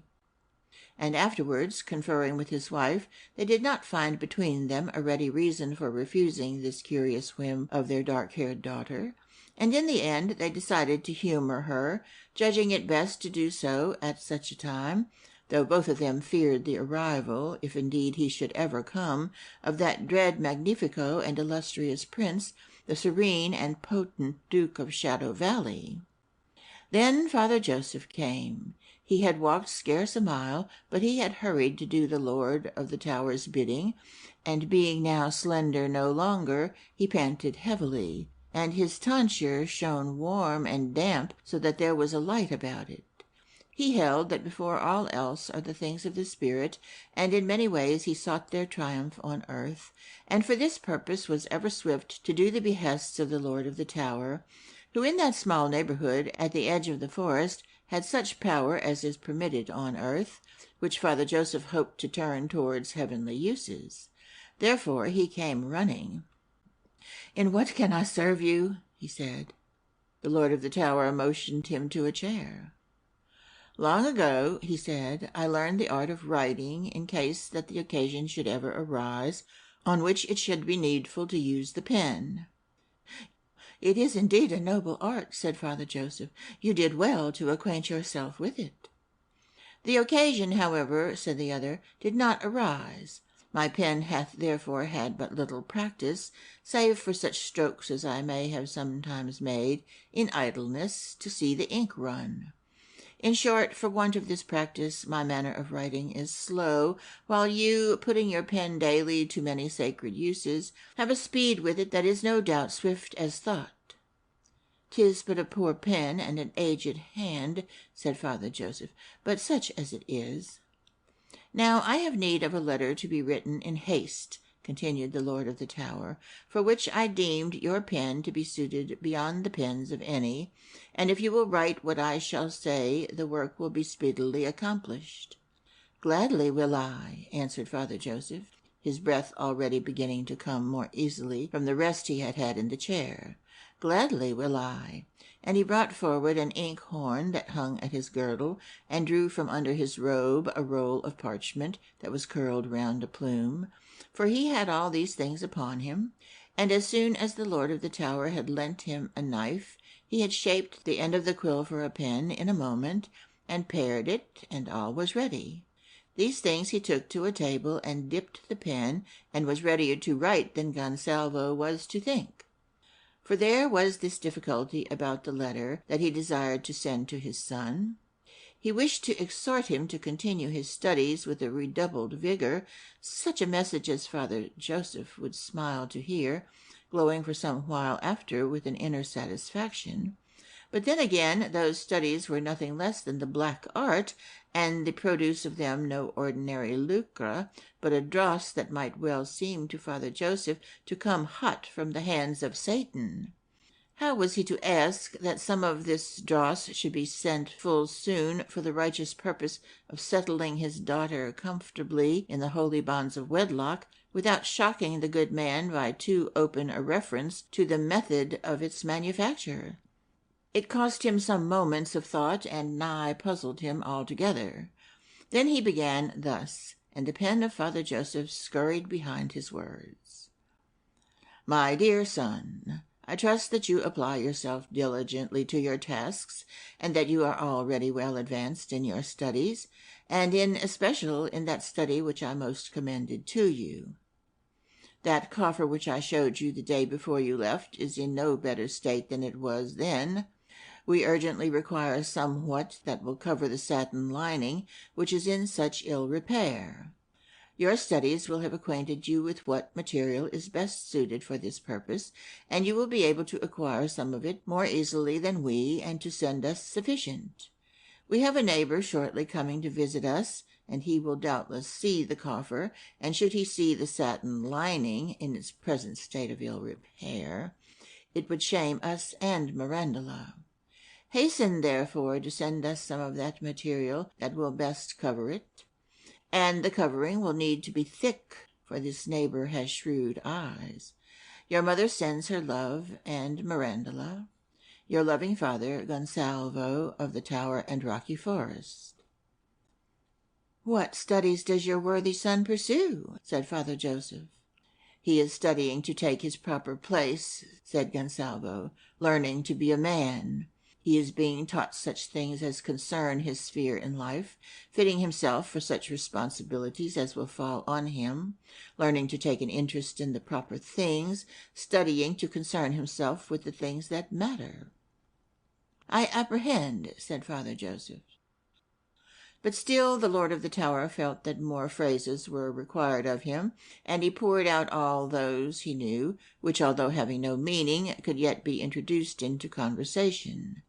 There were far fewer of them then than there are now, so that he soon came to an end of them. But then he quoted proverbs and popular sayings, and such circumlocution as had come down to him after serving various needs in former ages.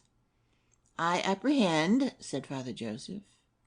Then the Lord of the Tower took the parchment and sealed it up with his seal, and Father Joseph sat there rubicund, affable, blinking, a study for anything rather than thought. Yet years of familiarity with incomplete confessions had given him a knack with the loose ends of parts of stories that enabled him to unravel them almost without thinking.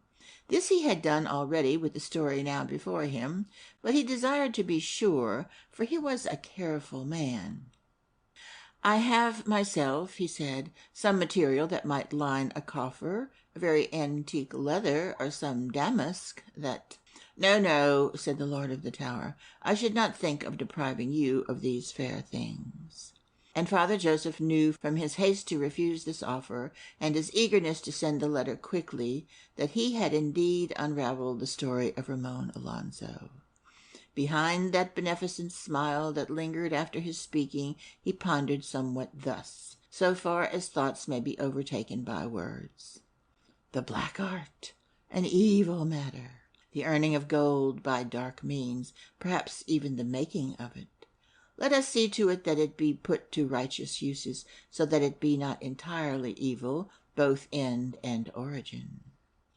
And he began to plan uses for some of the gold that Ramon Alonzo should so sinfully earn, blessed and holy uses, so that not all should be evil about this wicked work, but that good should manifestly arise from it, like the flower blooming in April above the dark of the thorn, and the powers of darkness should see and be brought to shameful conclusion.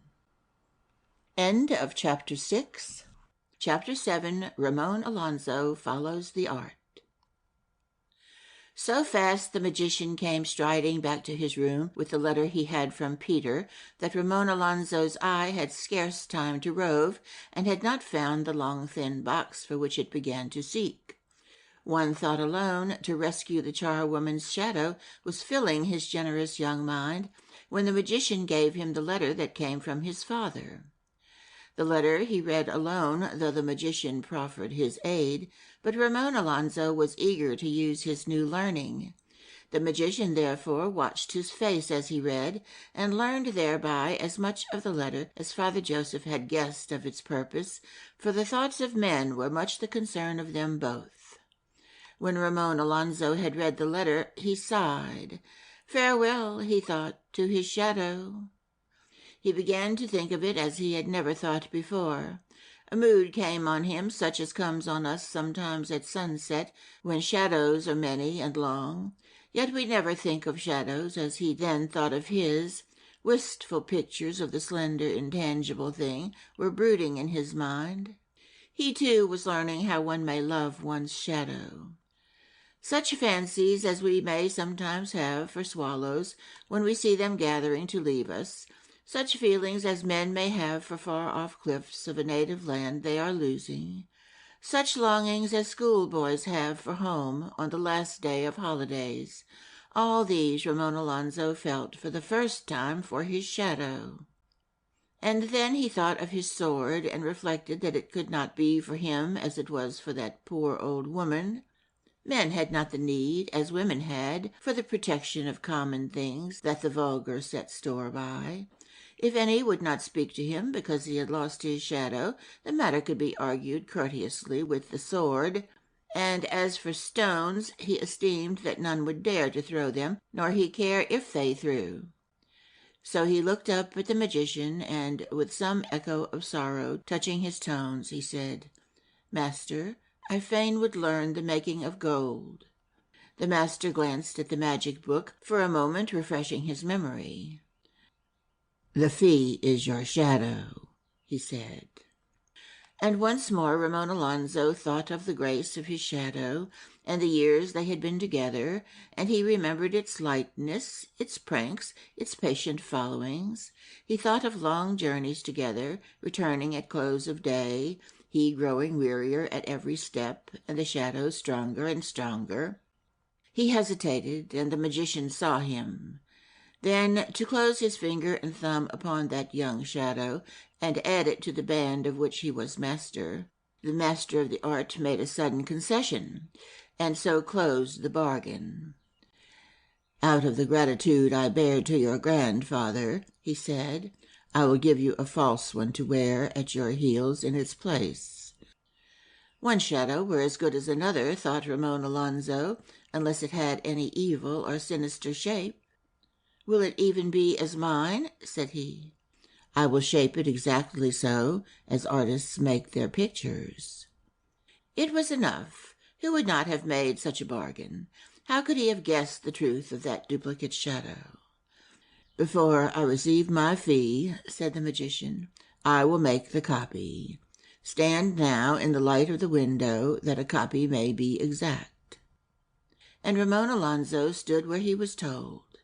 Then the master, with eyes intent on the young man's shadow, cut a copy from out of the gloom that hung in the air, using a blade that he held between finger and thumb, too tiny for earthly uses, while with his left hand, by tense signs and beckonings, he held Ramon Alonzo rigid, so that his shadow might make no stir. Then he cut from the gloom a shadow so like to the human one that when he carefully laid it out on the floor, side by side with the true one, none could have guessed which was which, except that the new one's heels as yet were attached to nothing mortal. A space of light, like the shape of Ramon Alonzo, hung for a while in the dark of the air from which the shadow was cut. Then the gloom fell gradually in on it. "See," said the magician, pointing to the two shadows, and the young man turned his head. Certainly no one that wished to part with his shadow could have desired a better copy. "The likeness," said Ramon Alonzo, "is admirable." Then the magician went to the young man's heels and severed his shadow with the same curious instrument with which he had cut the other out of the gloom, and holding it tight in one hand, he picked up the copy in the other and placed it nearer, and as soon as the false shadow came near Ramon Alonzo's heels, it ran to them. He moved from his place, and the false shadow moved with him. There was no appreciable change. And yet he had paid his fee to the magician, and was about to receive that learning that had been the goal of so many philosophers. And now the magician, still holding the shadow tight, leaned over a crocodile, and after a moment's rummaging, picked up a long, thin box from the dark of the cobwebs. By its great length and narrowness and lightness, for the magician lifted it easily with one hand, Ramon Alonzo knew it for the shadow box. It was padlocked, but in the padlock was no keyhole. He watched the master go to his lectern and put down the box and turn over several pages of the great Cathayan book. He saw upon which page his eye rested, a page with one spell upon it in 3 black Cathayan characters. Then the master closed the book and set a spell to the padlock, but in so low a voice that Ramon Alonzo heard never a word. The padlock opened, the master raised the lid, and in went his shadow. For a moment the young man saw in the box a mass of wriggling grayness, then the lid shut down and the keyless padlock snapped. Then the master took down from a shelf the philosopher's stone, an object no larger than a small bird, and of texture and color similar to what we call fire-clay, but of a slightly yellower tint. Its shape resembled the shape of the lumps of pumice we use. This he took to his lectern and put down beside the book, but before lecturing upon its use, he explained to Ramon Alonzo that many had sought it, as the world knew, and many had found it, as the world knew not. With this the philosophers made gold by touching certain metals, upon which he would afterward discourse in a certain manner which he would later explain. And when they had done with the gold, they usually buried it in the extremes of Africa, or in the continent that there was to the south, or in other places beyond the possessions of Spain, so that the object of their experiments should not corrupt men. Then he discoursed on the power of gold to corrupt the unlearned, but this Ramon Alonzo had already studied in the school of the good fathers, so he let his thoughts roam far from the gloomy house, whither his body had not gone since he first had entered it so many days ago. He thought of the village of Aragona, its flowers, its merry houses, the trees with their deep-leaved branches bending over its happy lanes, and its simple mortal people following their earthly callings, so that soon he had planned to see the world again, with its sunlight, movement, and voices, of which he had only known for some days now, through the black letters of books. As the magician ended his lecture on the corrupting power of gold, the young man, through force of habit, murmured Amen. The magician stepped sideways and made, swift as a parry, a sign to guard himself that was not the sign of the cross. And then Ramon Alonso felt again that confusion that had troubled him once when he inadvertently swore, while the Bishop of Salamanca rode near on his mule. The bishop had not heard him, and all had been well. The brief silence was broken by the master of the art, who said, "Tomorrow I will discourse on those metals whose structure most nearly resembling the structure of gold are therefore most adaptable to the changes of transmutation." "Master," said Ramon Alonso, "I pray you give me a half a holiday." "For what purpose?" "To see the world," said Ramon Alonso, "as far as Aragona." "There is nothing," replied the magician, "to be learned in the world that is not taught in this house. Moreover, there is no error in this wood, but fare beyond it, and you shall meet much error, to the confusion of true learning." "All error that I meet beyond the wood I hope to correct by your teaching," said Ramon Alonso. The ancient mind of the magician, perpetually refreshed through the ages, and stored with wisdom that few have time to acquire, perceived the ring of mere flattery in this statement, and yet he was not immune from this earthly seduction. He let Ramon Alonso go. "Go in the morning," he said, "and be back before the sun is westering." Ramon Alonso rejoiced, but the magician only cared that he had got the young man's shadow. For his power was chiefly over shadowy things, and he lusted for shadows as others lust for the substance, having learned by ages of learning the utter vanity of substantial things. And he counted the secret of gold well yielded up in exchange for a shadow, for he knew how men set their hearts and hopes on gold, and how it failed them, and wot well that these hopes could not be built on a shadow. And Ramon Alonso went, light of heart, to find the charwoman, to let her see how little, as he supposed, he had lost by giving away his shadow. The magician returned to his box and took all his shadows out, and enjoyed amongst them awhile that absolute power that ancient monarchs had, who had no laws to control them or hostile neighbors to fear. And while the magician was reveling in his power in the quiet and gloom of his room, Ramon Alonso, guided by his more human sympathies, was telling the charwoman that he had seen the shadow box and knew where it lay in the cobwebs behind a crocodile, and hoped somehow to coax it open and rescue her shadow. While she sighed and shook her head, he walked often up and down before a window so that she saw the shadow, and could see she never suspected the price he had paid for the sight he had had of the shadow box. And he, as he saw that perfect copy running so nimbly behind him, believed with the blindness of youth that he had paid nothing. End of Chapter 7. Chapter 8. Ramon Alonso shares the idleness of the maidens of Aragona. Next morning Ramon Alonso descended blithely the steps of timber and stone, and soon he was listening to the magician's lecture, with his thoughts away in the village of Aragona. The magician explained that there was but one element, of which all material things were composed, but that the fragments of this element that made all matter were variously and diversely knit together. When these elemental fragments were closely associated, he explained that their bulk was heavy and often smooth. When more loosely knit, the material they formed was lighter and of a rougher surface. To change, therefore, the mere arrangement of its fragments was to change one metal to another, at least in the estimation of the vulgar, who knew not that there was but one element, and that no true change was possible, all matter being only the varying aspects of an element eternally unchangeable. Even water was made of it, and even air. Hence, said the master of the art, we see the superiority of spiritual things, which are of a vast multiplicity, while matter is but one. Moreover, spirits have much control over matter, while matter has neither the will, nor knowledge, nor power to affect one spirit, even though it may chance, upon a journey, to come close to a whole world. And the magician continued his theme, so that never was the cause of the spirit so ably pleaded, nor matter so humbled, nor all its pretensions more completely exposed.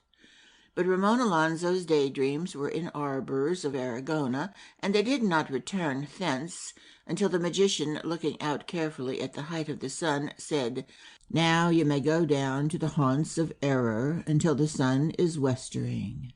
And now this lesson concludes. Be sure that you have learned a greater wisdom in learning the oneness of matter than is to be found in the changing of its manifestation out of its leaden form to that form which is held in greater esteem by the vulgar. Once he warned the young man against lateness, who then sped blithely away, passing out through the old green door through which he had come only once, and seeming to see in his shadow a sprightly merriness that was as eager as he to be out in the summer morning away from the gloom of the house.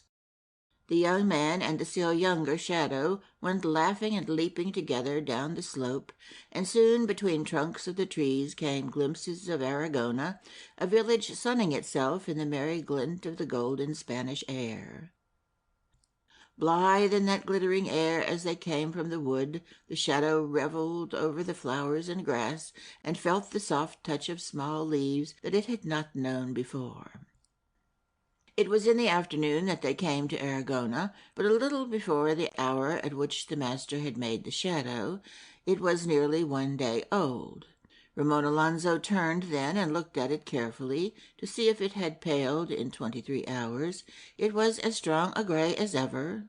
Untroubled then by any lingering anxiety, he strode manfully into the village, and his shadow strode beside him. He glanced at it once or twice to see that it was still there, until, finally reassured, he forgot it entirely. And soon he saw a gathering of maidens who had come out to be married together, lest there should be a hush in the little street while all the men were working in the fields. They laughed when they saw him come by the way from the wood, for so few came that way. He halted a little way from them and doffed his hat, and the blue plume floated from it, large and long, and they all laughed again. "Who are you?" said one, and laughed to hear herself speak out thus to a stranger. "Don Ramon Alonso of the Tower and Rocky Forest," he answered simply. "That's over there," said one, "but you come from the wood." "I am studying there with a learned man," he said. "The saints defend us!" cried another. "There's no learned man in the wood." "You know the wood, señorita?" he asked. "The saints forbid," she said. "None goes to the wood. There may be aught there, but there's no learned man." And at a look of alarm that he saw on their faces, he added, "His house is beyond the wood, upon the other side." And the fear went from their faces, and they were merry again. Long after, he confessed to Father Joseph that he had made this statement that fell short of the truth, or to be exact, went over it, and Father Joseph put the matter away with a wave of the hand and the words, "A geographical error." He had heavy work to do that day, giving absolution for traffic with the black art. And then one or two called out to him, "What do you study?" "The different branches of learning," said Ramon Alonso. And then they all cried out such questions as, "What is 3 times 27? What is 9 times 90? Can you divide 180 by 7? "That is arithmetic," answered Ramon Alonso, and they were a little awed by his learning, though they did not cease to laugh.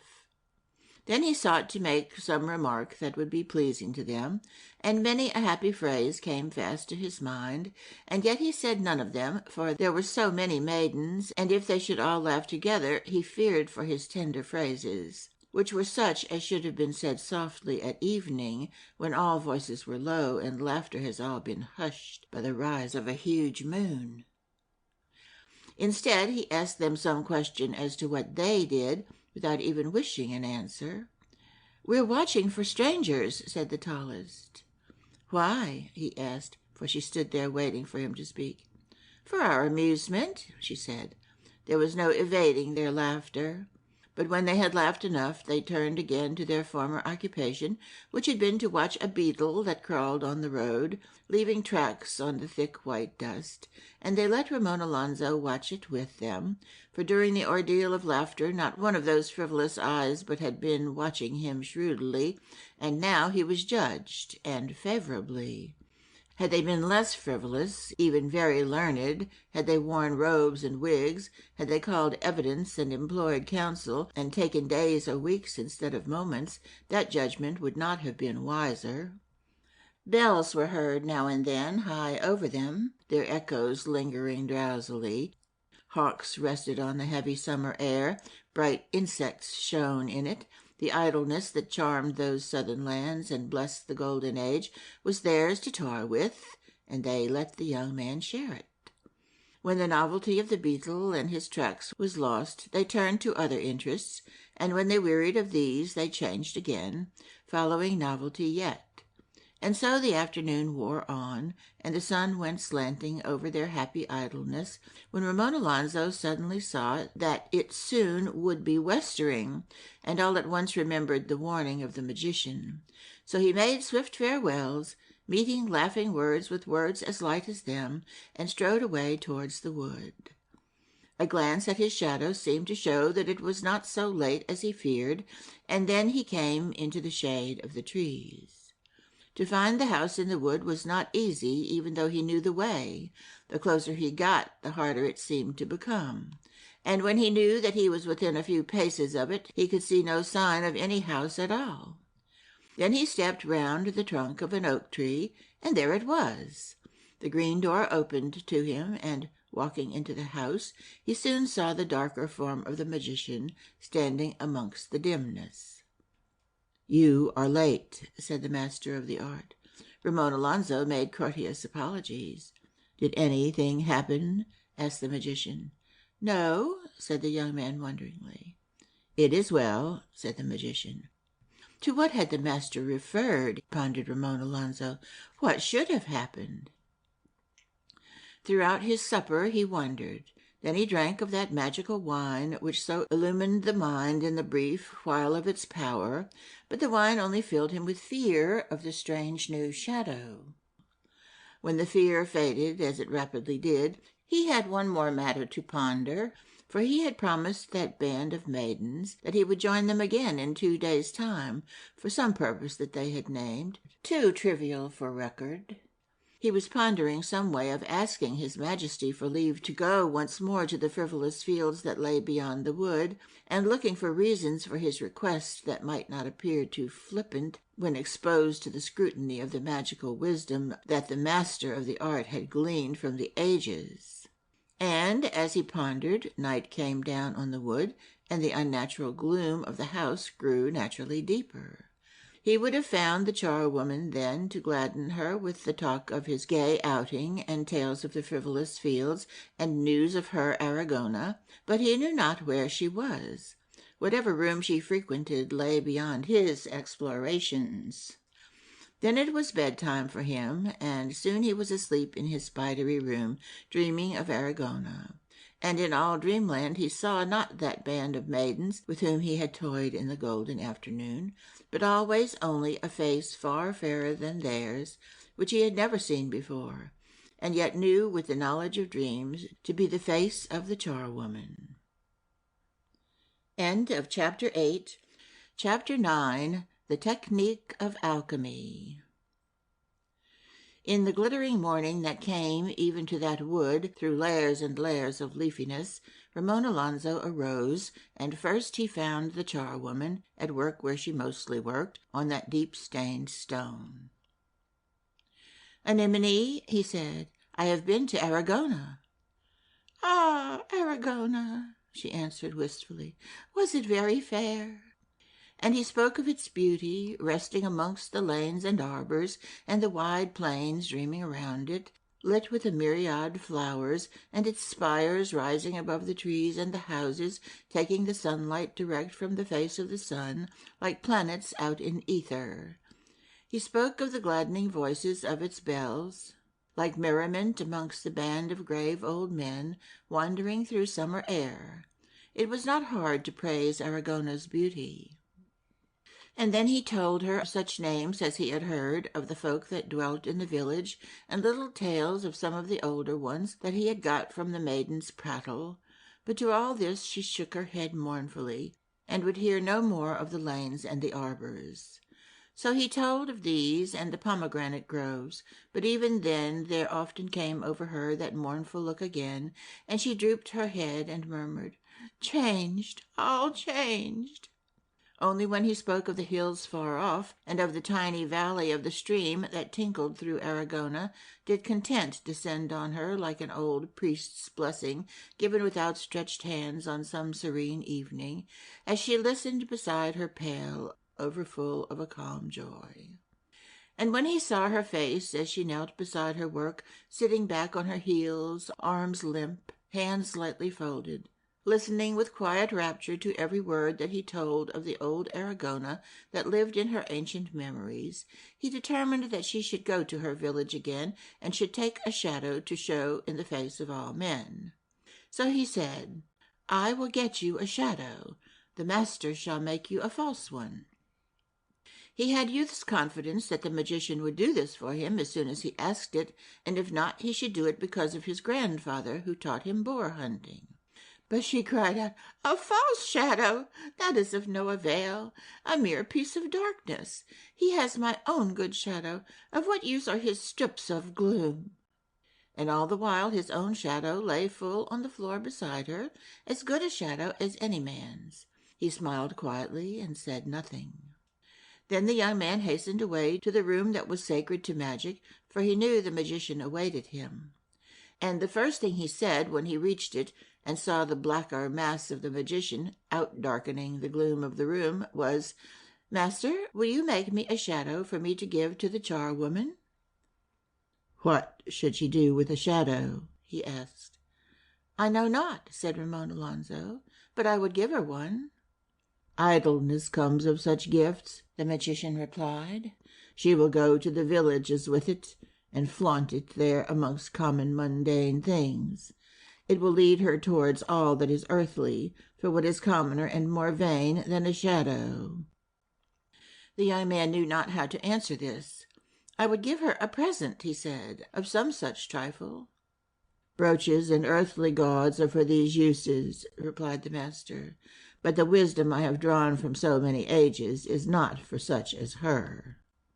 "I pray you give it to me," said Ramon Alonso, "for the sake of what my grandfather taught you of boar hunting." "The teaching that I had from that great philosopher," said the magician, "is not to be mentioned beside the vanity of the charwoman's shadow. Yet, since you have invoked that potent, honored name, I will make the shadow you seek. Bid her therefore come and stand before my door, that I may copy her shadow, even as artists do." At once Ramon Alonso left the room that was sacred to magic to bring the good news to the charwoman, and found her still at that stone.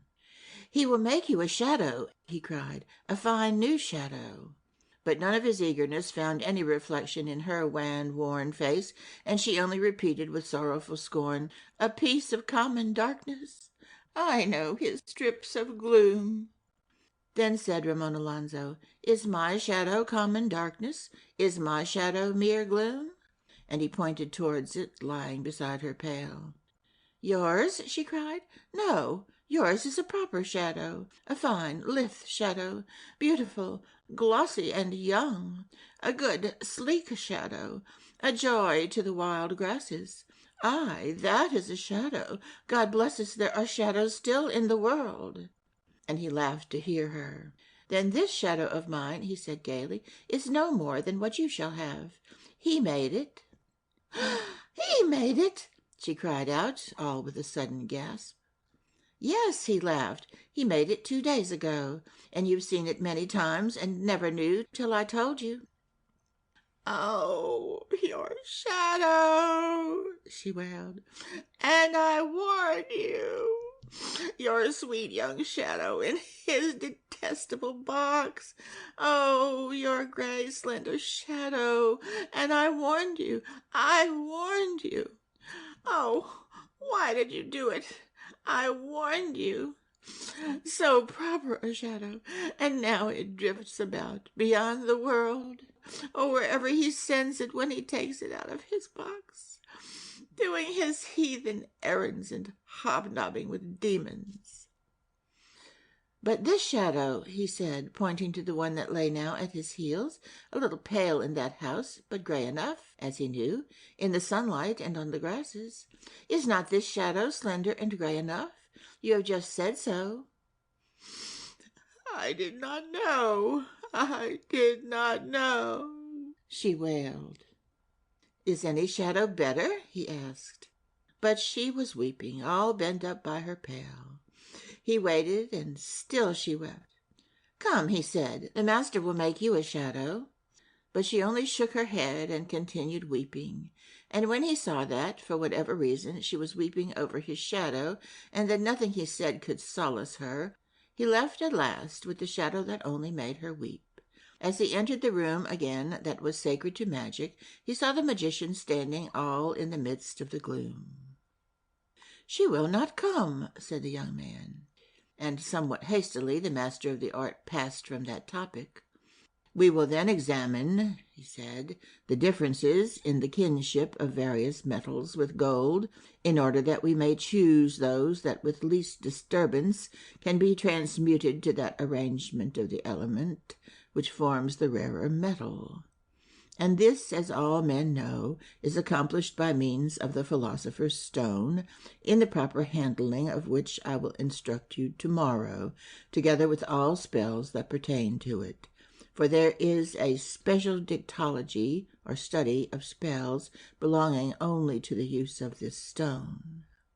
He then lay on his lectern, in view of Ramon Alonso, several angular pieces of metals of different kinds, of a convenient size for handling. About these he lectured with all that volume of knowledge that, in his long time on earth, he had learned concerning the rocks that compose our planet. The arrangement of the element, he said, is most near in lead to that which it takes in forming the structure of gold. And this arrangement, the fitting together of particle into particle, is easy to be expounded, were it not for one thing, and but for one thing, lead were transmuted to gold with facility. This one thing is color. For in the final arrangement of the particles, when all else is understood, there is a certain aspect of them which produceth color, that of all mundane things is the least to be comprehended. Color? Said Ramon Alonso, his roving youthful fancy called back to that gloomy room by hearing the master attribute a wonder to color, with which he had been familiar all the years of his life. Aye, said the master, the outward manifestation of all material things that come to our knowledge, and yet the nature of it has baffled, and is still baffling, the studies of the most learned amongst mankind. For this reason alone there are those that have discarded the study of matter, caring little to struggle with the difficulty in so trivial a business as to seek for the meaning and use of material things. To other branches of study, whatever their difficulty, we are lured by the chance of prizes beyond estimation. These, however, concern you not, having chosen the humble study whose lore we now consider. Color, then, depends upon the arrangement of the element in its most subtle form. Were there only one color, we should esteem that it was the natural manner in which light affected surfaces. Yet are there four, and these must therefore depend on a variation of surface profoundly intricate. Now, it is the nature of gold that wherever and however it be cut, or powdered, or melted, or broken, the surface presented is yellow. And the delicate arrangement of particles that in other metals presents other colors than this needs to be overcome. For without this, transmutation is not accomplished. And but for this color, the changing of lead into gold were amongst the easiest of all the traffickings men have with material things. And if the vulgar would accept as gold what is truly gold in its essence, although it be black, the business were easy enough. But it has been ascertained that in regard to this they are stubborn. Then, taking up a piece of iron pyrites, he explained how, by mingling various metals together, the student could acquire the color of one, the hardness or softness of another, and so blend them that the weight of the whole mass should be what was desired, and it should be in all respects most suited to undergo these changes that were to be caused by the use of the philosopher's stone. The lecture that he delivered that day, with all the metals before him, upon the preparations for transmutation, has probably seldom been surpassed, for he had for the material of his discourse the wisdom of those ages that had preceded him, while a few centuries later the study of the philosopher's stone fell much into desuetude. Yet who shall estimate the relative excellence of lectures on transmutation, seeing that they have ever been given in gloom and secrecy to classes of ones and twos? And Ramon Alonso listened docilely, not, as might have been thought, because to learn transmutation was the object of his sojourn in that dim house, but because he awaited a favorable opportunity, an amiable mood in the magician, when he might ask for leave once more to return to the fields of frivolity. And not till evening came, and the magician banished him from his sacred room, in order that, as Ramon Alonso knew, he might play some secret game with his captive shadows, did the young man learn, with shrewd intuitions of youth, that he cared far more for the fee that he had in his box than for any learning he might impart as his part of the bargain. He did not look for Anemone that evening, for he saw that the sight of his shadow troubled her, believing her overwrought by the loss of her own, and deciding to renew the magician's offer in a few days, when she was calmer. That she should have a shadow again he was determined, and walk without hurt or taunt in her Aragona. As he went to his room that night up the stairway of stone, with the candle all blobs of tallow and ragged wick spluttering within the lantern, he had an idea for a moment on one of the steps that there was something wrong with his shadow, but he looked again, holding the lantern steadier, and the idea or the fear passed. End of Chapter 9. Chapter 10. The Exposure of the False Shadow. The work of the morning was to learn the correct application of the smooth philosopher's stone to the surfaces of metals that had already been so blended that they approached in texture and color to the texture and color of gold, and were thus already prepared to receive the changes to be given their element by the touch of the stone. Without this preparation, the magician warned his pupil, the change to the element is too violent, and has in former times not merely wrecked, but entirely transmuted the houses of certain philosophers, whereby the world has lost such store of learning as may in no wise be estimated. Nor is it well to attempt the change of the element in too great a bulk at one time, as men have done when too greatly drawn by the lure of material things, seeking to change whole mountains, which, far from bringing them gold, has been the cause of volcanoes. Now, the application of the philosopher's stone is made in this manner. Having chosen suitable metals to avoid too enormous a change, in such bulk as will cause no calamity, pass this stone over the surface with the exact rhythm that there is in the spell you use. There are many spells as there are many metals, and he brought from a box in 2 handfuls a bundle of small scrolls. Ramon Alonso, who had believed that he was about to be shown the secret, saw then, as the magician slowly sorted the scrolls, that there was still much to be taught.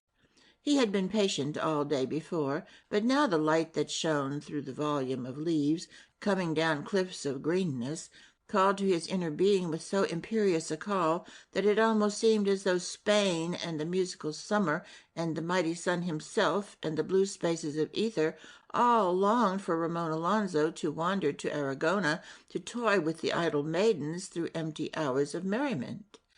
And a bird called out of the wood, and Ramon Alonso felt that he must go. "Master," he said, "may I go once more to the fields of error? I have some business there not worthy for your attention, yet to myself it is pressing." The magician made a certain show of reluctance, to conceal the truth that he cared for little but his fee of the young man's shadow, and meant soon to send him away, content with the vain acquirements of transmutation, for so it seemed to the magician. And then he gave him leave, but with an earnestness far more real and a vehemence that seemed genuine, he warned his people again to be back before evening. And swift as dust on draughts that sometimes moaned in those chambers, and gay and light as the leaves, away went Ramon Alonso. And once more the golden morning was before him as he came down from the wood, and Aragona twinkled in the distance. And partly his heart was full of the frivolous laughter, and partly a wistful feeling, all grave and strange, for the spires of Aragona moved even youth to solemnity, and none knew how this was, for the spires were bright and glad. He gave one glance at his shadow to see that all was well with it, then strode over glittering grass with the shadow striding beside him, and so he came untired to the edge of the village, and saw there the band of maidens where they had promised to be. Blithe on the idle air came the merriment of their welcome, and not a levity that blew their way all in the azure morning, and not a vanity that reached their thoughts, going from mind to mind, but they welcomed and toyed with and acclaimed as new. So they passed the morning, and when the heat of the day began to increase, they loitered to a lane that had one long leafy roof, and there they sat in the shade and ate fruit that they had in baskets, and listened while each in turn recounted their idlest tales. And the meed of every tale that pleased was laughter, and not a learned conceit nor studious fancy was allowed to intrude in any tale they told. After the wisdom that burdened the house in the wood, and the learning with which its very gloom was laden, its ancient store of saws and sayings and formula, Ramon Alonso rejoiced at every quip that they uttered, and every peal of laughter that followed each quip, as the traveler over Sahara welcomes the pools in the mountains, and bands of butterflies that gather about them. In the heavy leafy shade they laughed or talked continually, while all around them Spain slept through the middle hours of the day. And many a tale they told of surpassing lightness, too light to cross the ages and reach this day, even if they were worthy, but lost with all the little things that founder in the long reaches of time, to be cast on the coasts of oblivion, amongst unrecorded times and children's dreams and scepters of unsuccessful emperors. But when shafts of sunlight slanted, and voices from beyond their lane showed that Spain was awakening, and the grandeur of the sun was past, and he grew genial again, then they loitered out into the light, straying towards the hills.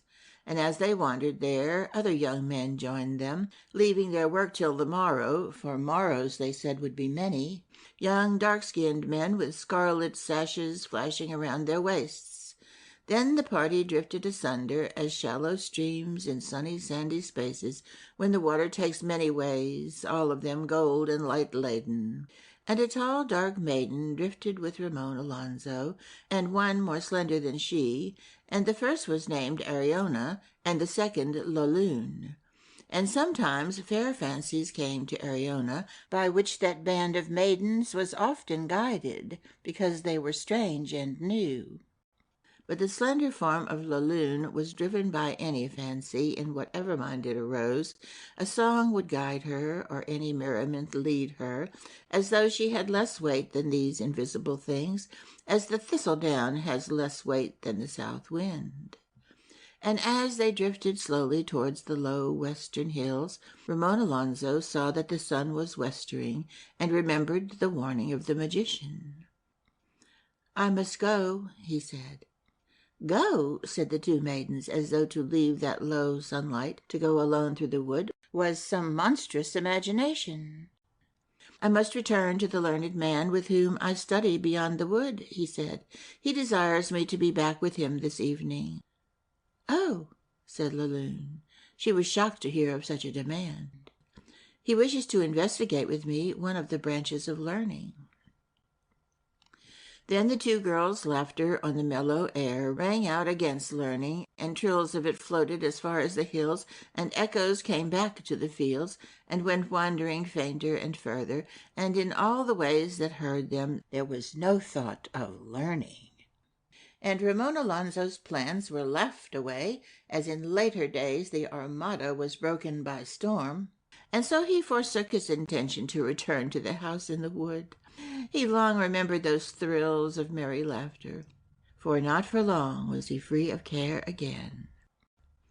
Driven then by those gusts of laughter, as small ships are by light breezes, he came with the girls to the hills when the sun was low, and drifting all aimless on, they went up the slope, prattling and laughing and straying, led by whatever fancy led Ariona. And her fancy was to see the willowy lands that lay beyond the hill, with their trees and the shadowed grass looking strange in the evening. At such a place and at such a time, she felt, whatever there was of fairy in our world would show clear hints for any girl to guess. And the further they got, the eagerer grew Laloon to find whatever it was for which Ariona was searching. And these impulses holding fair, Ramon Alonso still went on before them. And so they came to the ridge of the hill and saw the willowy lands.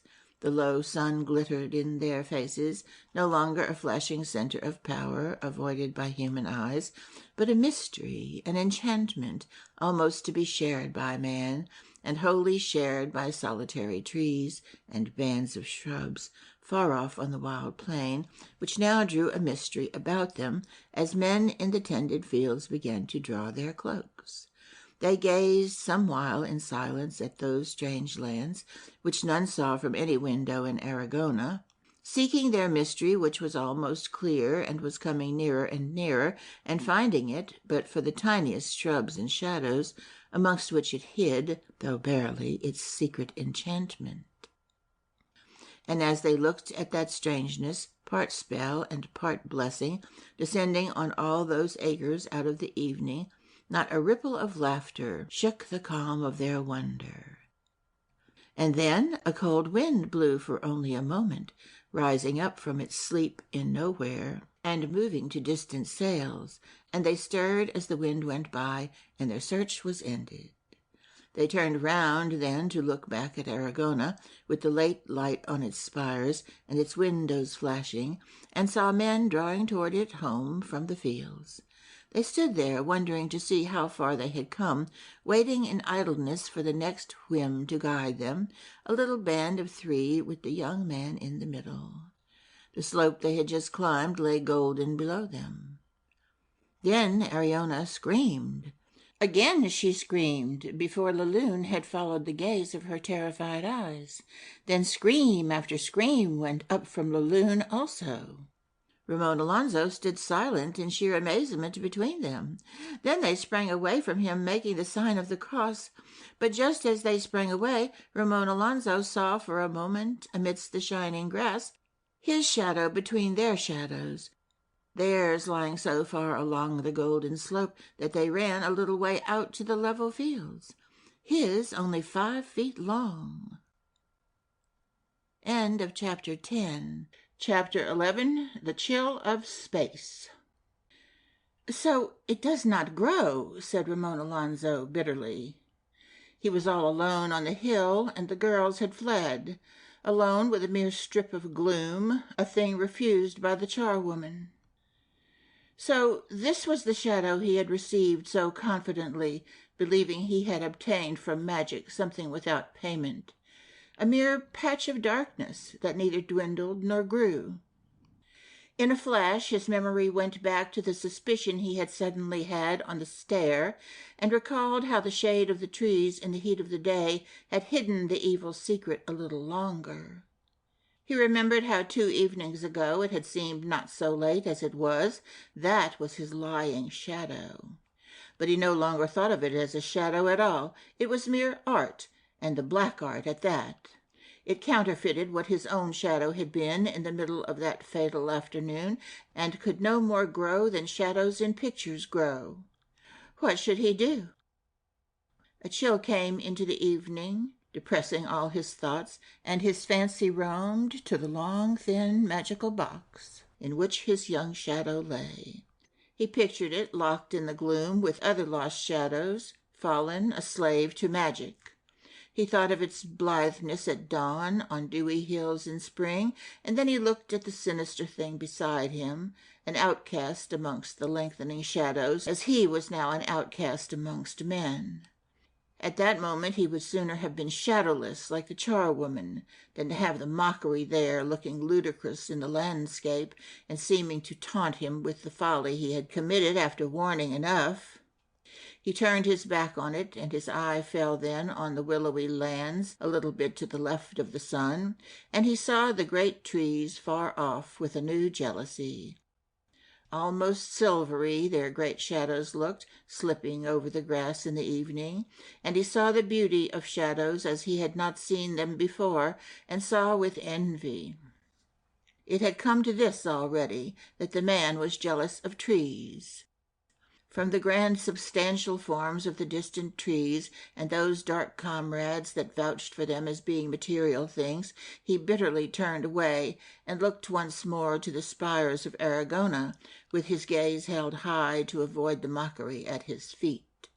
But not by lifting his gaze could he escape the thought of his folly, for now he saw Laloon and Ariona hastening home over the fields, and he knew he had lost his part in material things.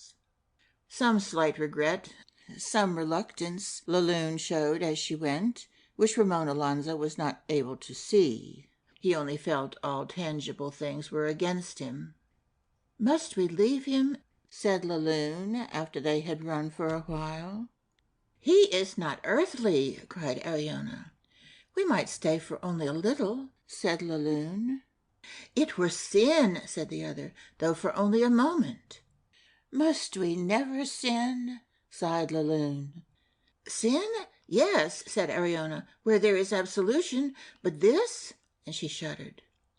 "This?" whispered Laloon, half terror, half curiosity.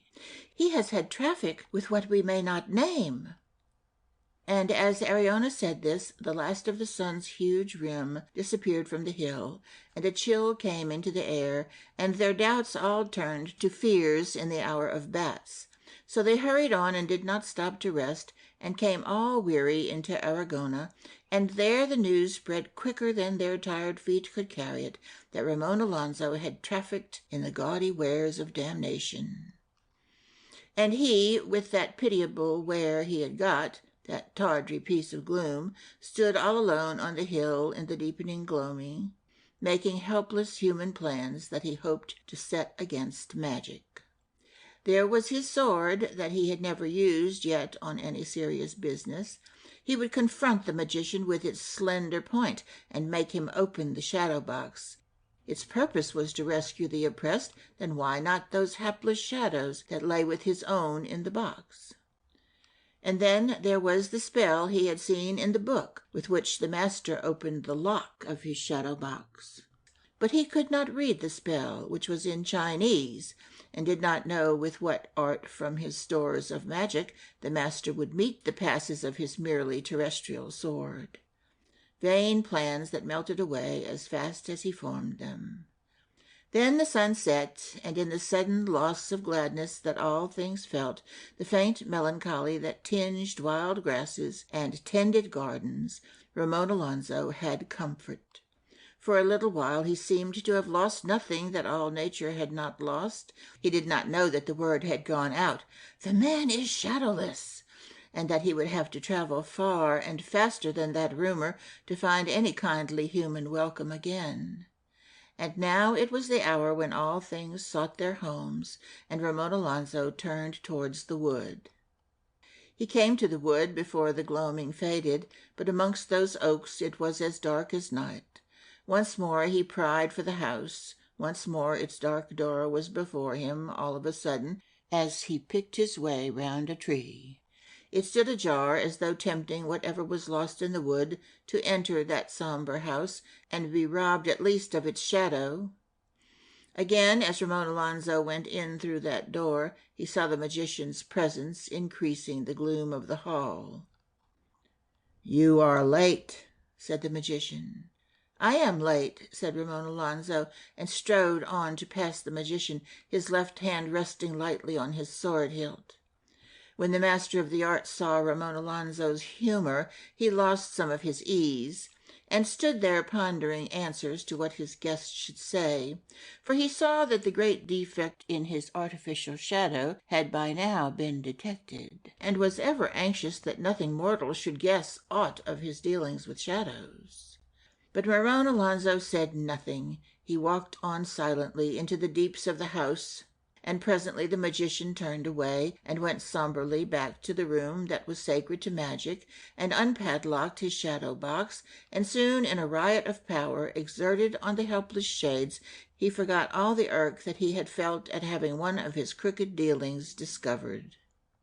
But the young man called Anemone through the house, and she heard him and came from the nook in which she was resting, and met him in one of those dark passages, and led him back to the nook.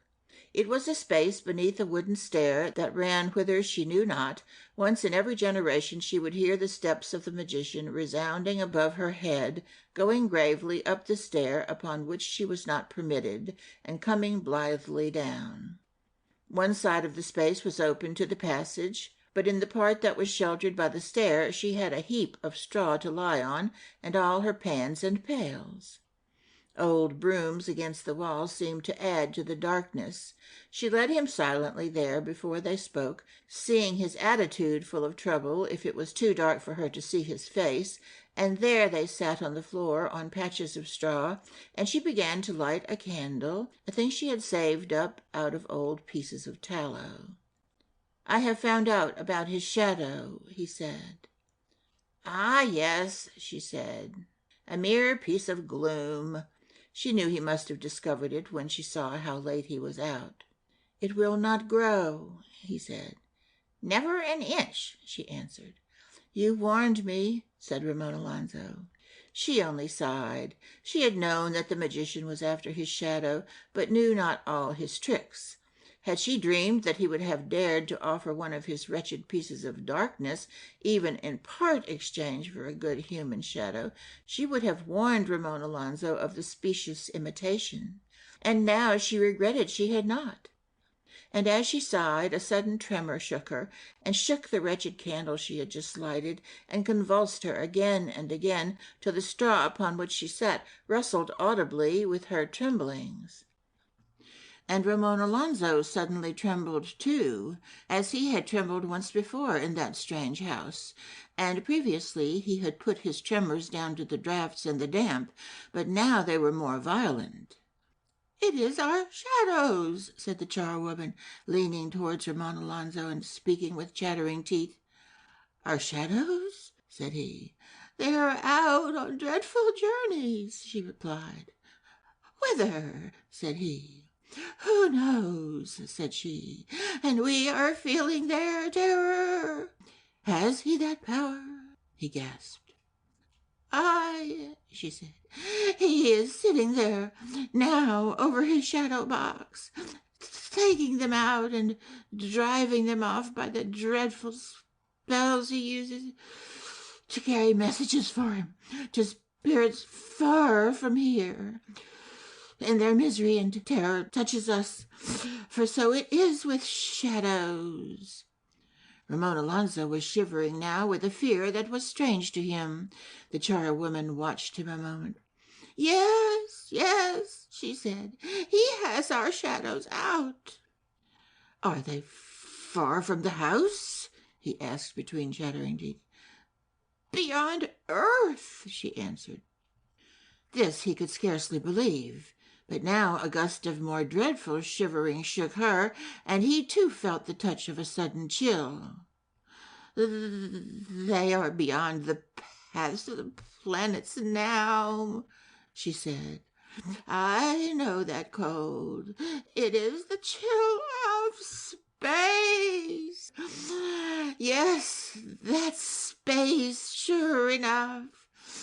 It's little warmth enough that they get from the planets, just a little from some of the larger ones. And that's something, but this is space. I know it. They're right out there now. She huddled her hands almost into the flame of the candle, but that did no good, for the shudders that come from lost shadows go deeper than skin or bones. They chill not merely the blood, but the very spirit. And the chill and the awe of space gripped also Ramon Alonzo. Why does he send them there? He whispered to her, for his voice had sunk to this. We don't know that, she said. He's too deep and sly. But he has friends out there, and he's likely sending them, poor shadows, to one of them, to bow before one of them and give it a message and dance to it and then come back to the shadow box. He'll bring it back? Asked Ramon Alonzo quickly. Oh, yes, she said. He always brings them back. He won't part with his shadows. What spirits are they? He asked. Evil spirits, she answered. And then they sat silent a while, trembling and wan, while their nerves were numbed by an unearthly cold. And if the charwoman's aged frame were more easily shaken by tremblings, yet the young heart of Ramon Alonzo seemed to feel more vividly his shadow's distress. Often the spirits pass close to earth on a journey, and he sends his shadows a little way out to greet them. But they are right beyond that now. Poor shadows, she said. Why does he send them so far? He asked. Lust of power, she said. Cruel savagery.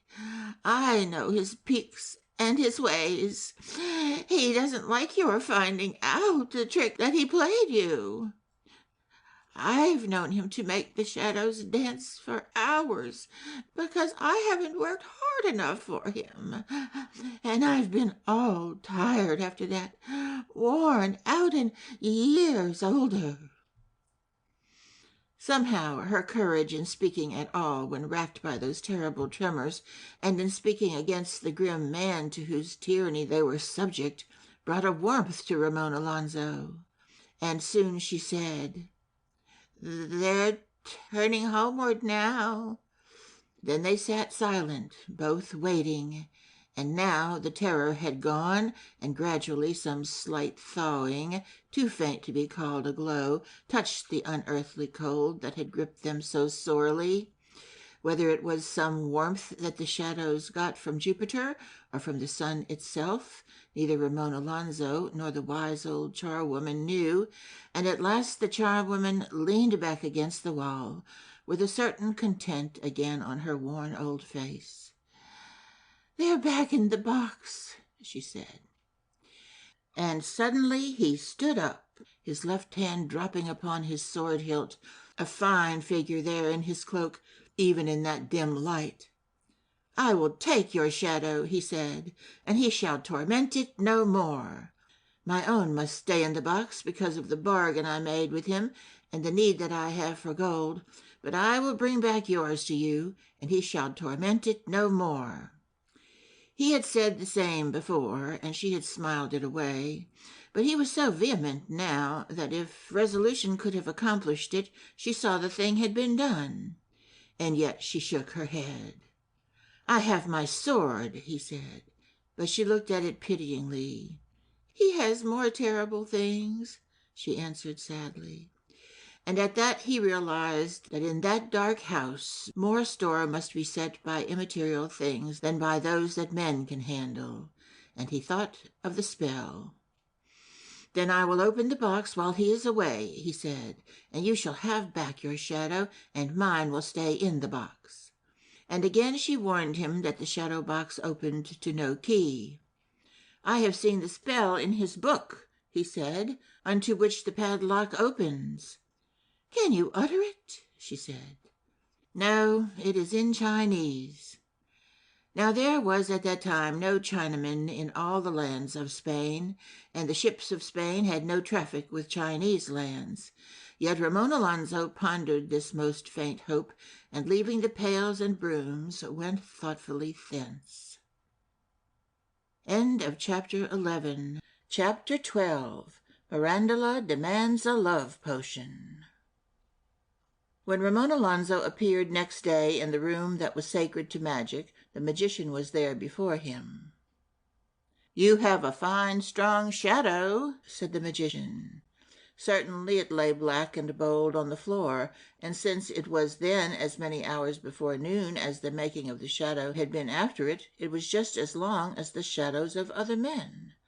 But not a word did Ramon Alonso answer. He went instead to his seat, and there sat waiting to receive more of the learning for which he had paid so much. The gold must needs be got for his sister's dowry, even at the cost of those tremors and terrors against which fortitude that endured the ills of the body seemed of so little avail. And after that, if other plans failed, he might become so wealthy with the gold he should make that he would buy back his shadow.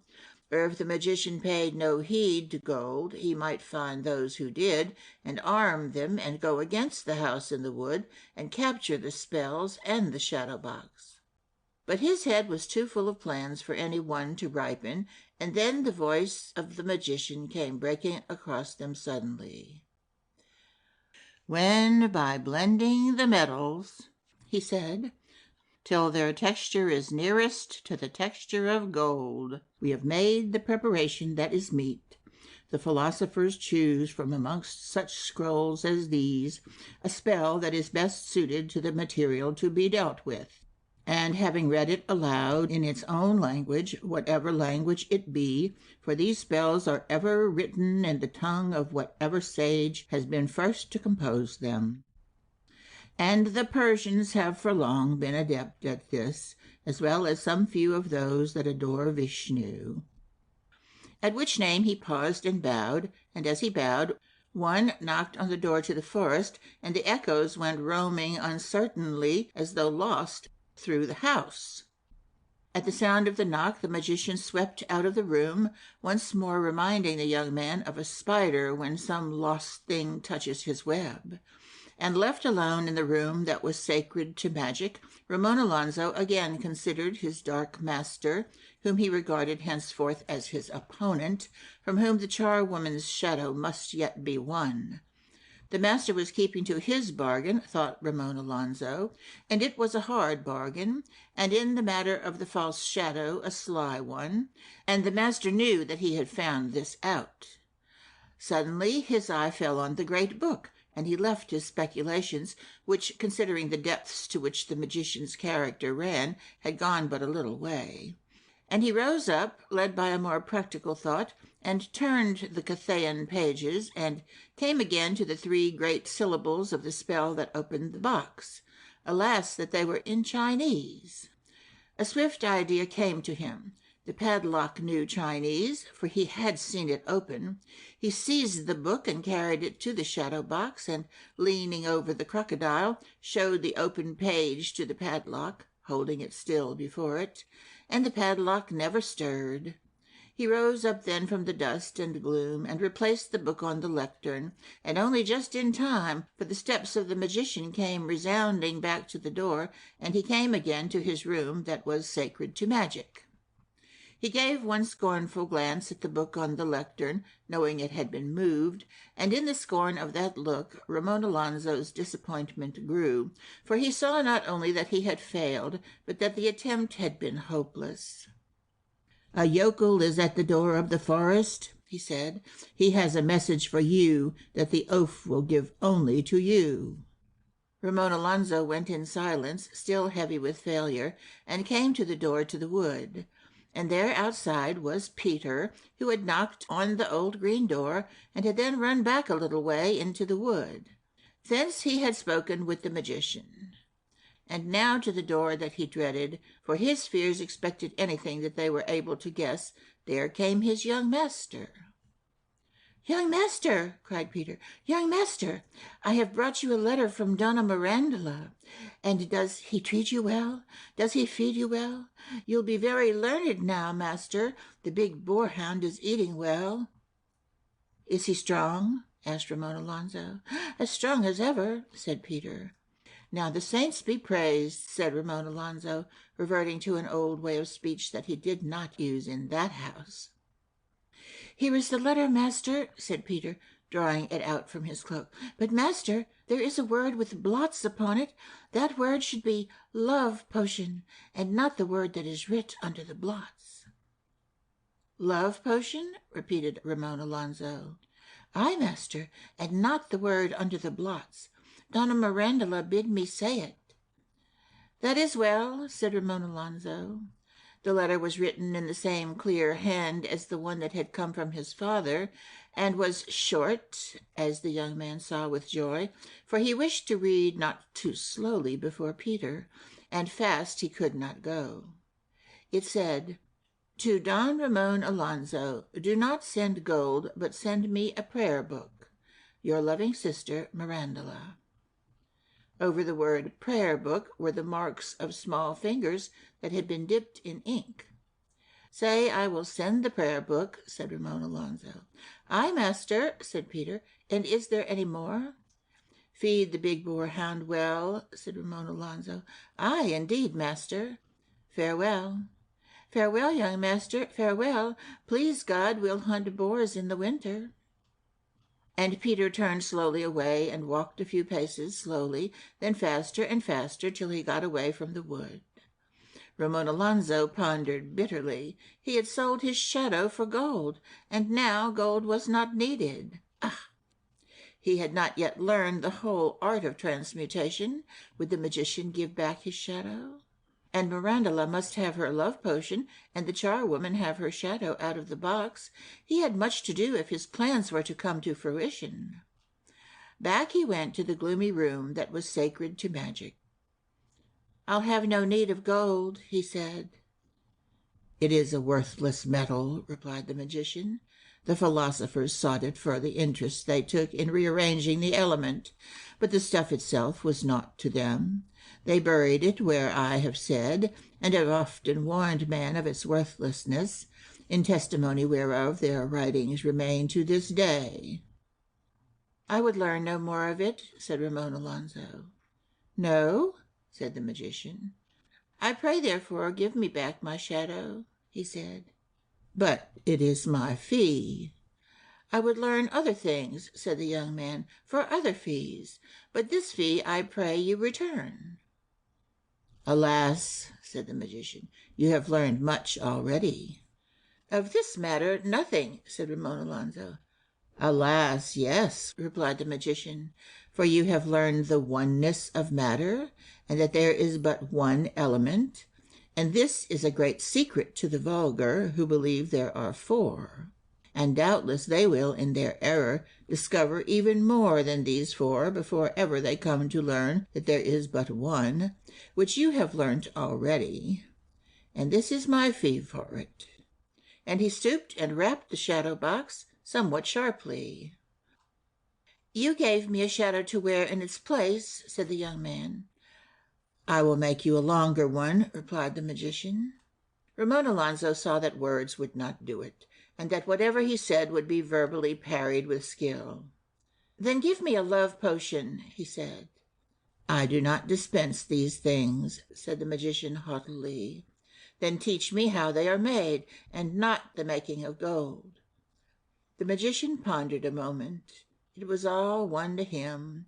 He had his fee safe in the shadow box. He despised equally gold and love, and cared not which he taught. Some etiquette he had learned from some older magician seemed to prompt him to give something for his fee. "Gladly," he answered briefly. Then Ramon Alonso sat down without a word, thinking of Mirandula. He had never inquired the reason of anything that she asked for. It was Mirandula, with eyes like a stormy evening. Thoughts passed behind those eyes such as never visited him. Mirandula knew. It is hard to say how the flash of those eyes swayed him. He never sought to know, and never questioned Mirandula's demands. By the admixture of crocodile's tears with the slime of snails, came the voice of the master, the basis of all love potions is constructed. Unto this is to be added a powder obtained by pounding the burnt plumage of nightingales, flavor with attar of roses, add a pinch of the dust of a man that has been a king, and of a woman that has been fair, 2 pinches, and mix with common dew. Do this by light only of glowworms, and saying suitable spells. Ramon Alonso, following the gestures that the master made as he spoke, saw on the shelves the ingredients that he mentioned. He saw a jar holding attar of roses beside one named Dust of Helen. He saw 2 jars side by side called Dust of Pharaoh and Dust of Ozymandias, one of them probably Rameses. He saw a vial labeled Crocodile's Tears.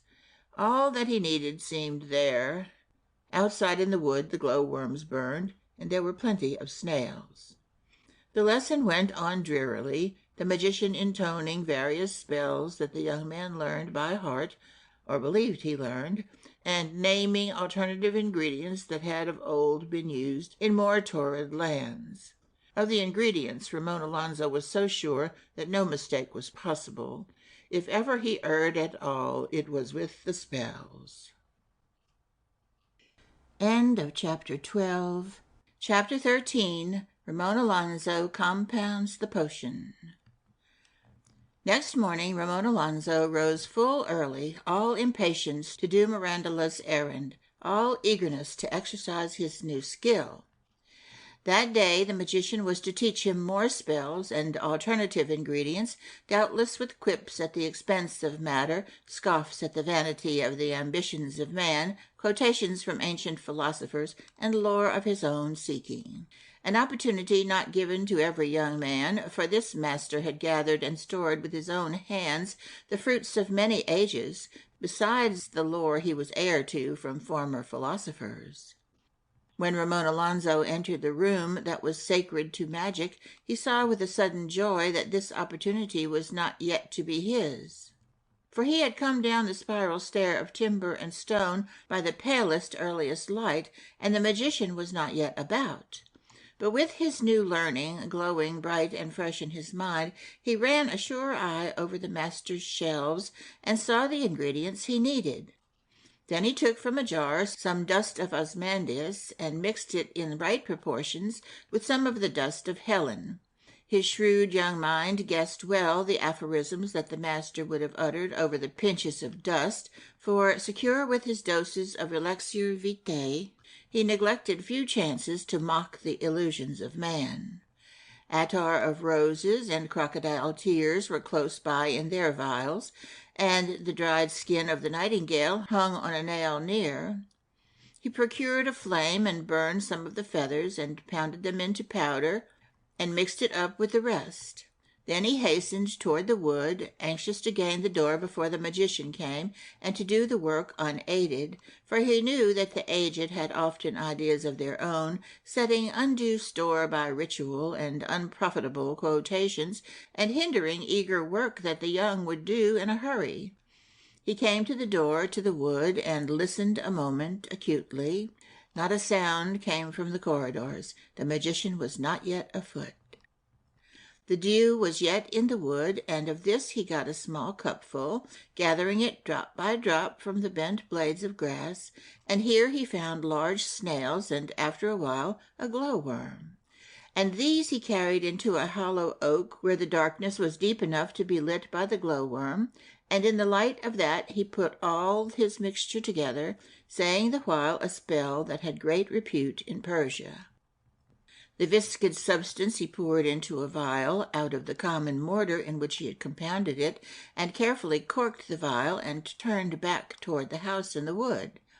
and, attracted by the croon of the curious Persian spell, or else by the scent of the love potion, small things of the wood were lured to follow him.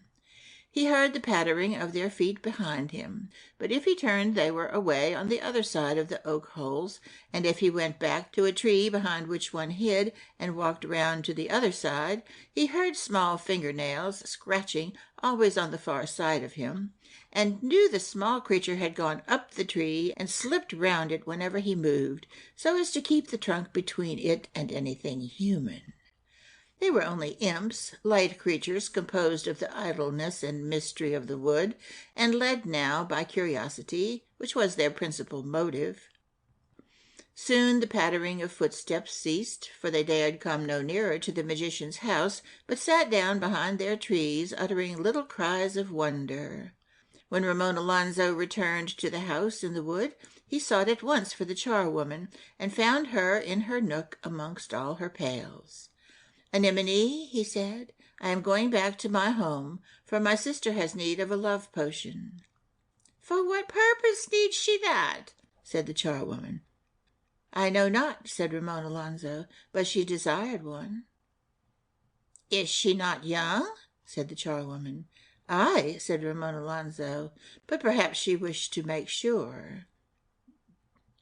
"Aye, they are sure, these potions," said the charwoman, for she knew much of magic, having minded that house for so long.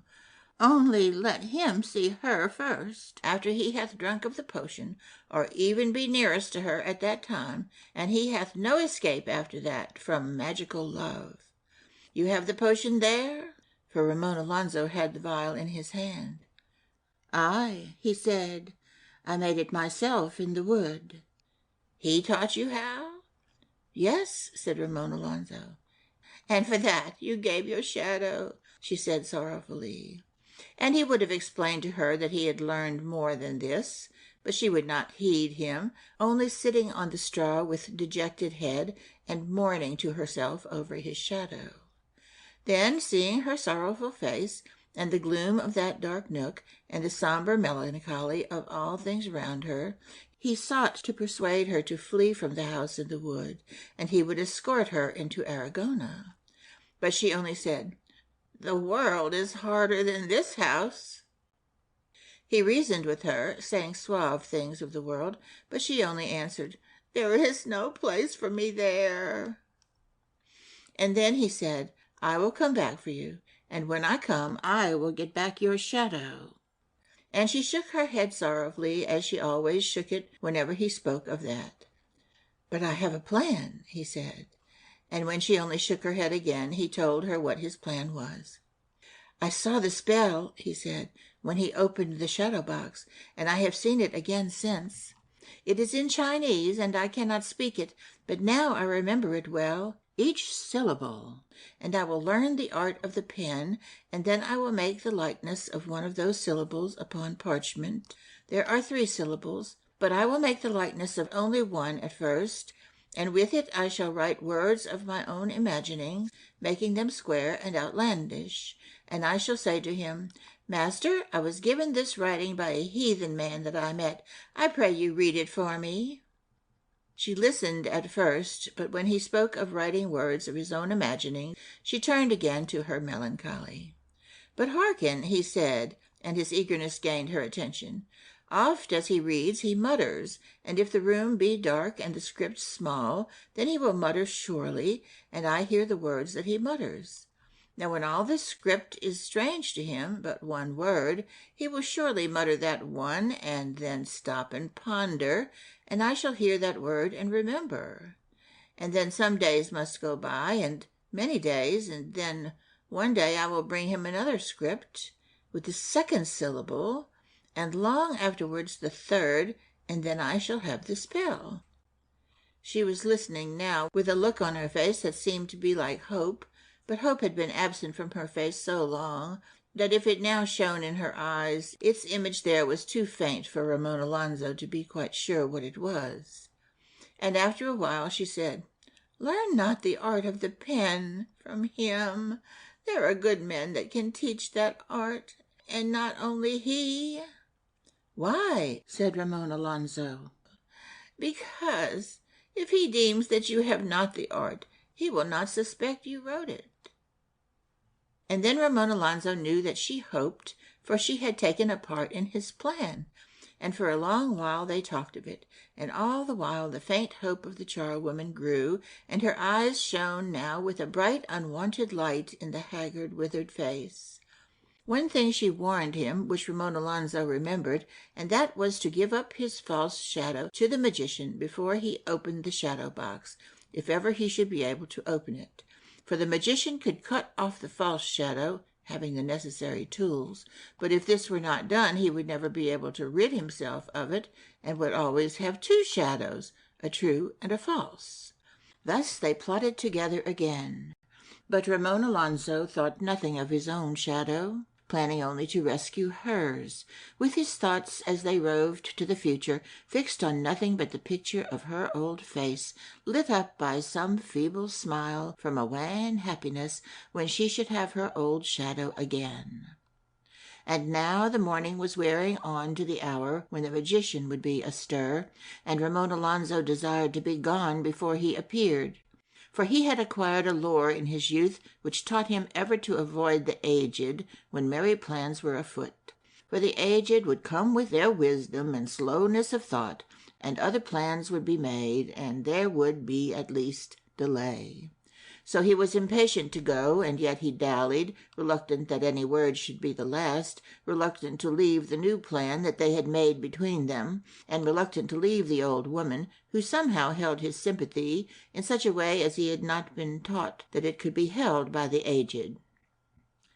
Then they spoke of trifles, as folk often do that are at a moment of parting. He told of the imps in the wood, that he had never seen them, but whose feet he had heard following. And she told him how to see an imp, which was easy, for a man can see 3 sides of a tree, and whatever comes, the imp will go to the 4th side, and there he will wait till he is sure of being able to peep around without being seen. "But throw your hat past the right side of the tree," she said, "and he will climb around at once onto the left side, and you will see the imp." Of such trifles they spoke, but fearing now to see at any moment the dark form of the master, or to hear his stride along the booming corridors, Ramon Alonso made his farewells, and one last message of good cheer he gave her, before striding away with his cloak and his sword to the wood. "When I have rescued your shadow," he said, "I will take you away from this house, and you shall be charwoman at my father's tower, and the work will be light there, and you may do it slowly, and none shall molest you, and you may rest when you will, and you shall have long to sleep." Some glance of gratitude he looked for, but a smile so strange lit her face and haunted her eyes that he went from the sombre house and into the wood, and all the way to the open lands, still wondering. End of Chapter 13. Chapter 14. The folk of Aragona strike for the faith. When Ramon Alonso came out of the wood, he saw that the shadows were already shortening. He saw then that he had delayed too long with the charwoman, and should have started while shadows were long, and so gone through the dark of the wood while his own was unnatural, and come to frequented ways while it was as other men's. And he felt ashamed of his dalliance, for had he been delayed by some radiant girl, her beauty would have so dazzled him that he could not have seen his folly. But to come under the fascination of a most aged charwoman seemed a thing so unworthy of his knightly ambitions that he hung his head as he thought of it, and yet all the while remained true to his chivalrous plan to rescue the poor old shadow. A little way he went, but soon seeing men in the distance in the fields, he thought it better not to go beyond the last of the oaks that stood outside the wood, until other men's shadows should be a little longer, and so avoid the ill-informed foolish pother that folks seemed to make when all shadows were not exactly evenly matched. Already he had come to feel a vigorous scorn for the absurd importance that others attach to shadows. For youth argues rapidly, and in a way clearly, from whatever premises it has, not often tarrying to inquire if more premises are needed. These were some of the premises from which Ramon Alonso argued. A shadow is of no possible value to anyone, nor does anyone ever suppose that it is. And if it were, the poor old woman that lost hers should have been pitied, and he himself actually possessed a shadow, and if it were too short, their own shadows had all been just as short an hour or two ago, and the same folk that called it too short in the evening would doubtless call it too long at noon. There is indeed a great deal of futility amongst the human race which we do not commonly see, for it all forms part of our illusion. But let a man be much annoyed by something that others do, so that he is separated from them and has to leave them, and looks back at what they are doing, and he will see at once all manner of whimsical absurdities that he had not noticed before. And Ramon Alonso, in the shade of his oak, waiting for the noon to go by, grew very contemptuous of the attitude that the world took up towards shadows. Nobody passed him, and if any saw him far off, they only saw him keeping a most honored observance of Spain, which is the siesta, or pause, for the heat of the day to go by. And when shadows had grown again, he left the shade that had sheltered him against the heat of the sun and the persecution of men, and walked boldly down the road, protected by as good a shadow as was to be found in attendance on any man. He had little thought to set such store by so light a protection, or to consider at all the attendance of a thing so slight and vain, but he was learning now the value that the world attaches to trifles, and there were some the neglect of which had no more toleration than sacrilege.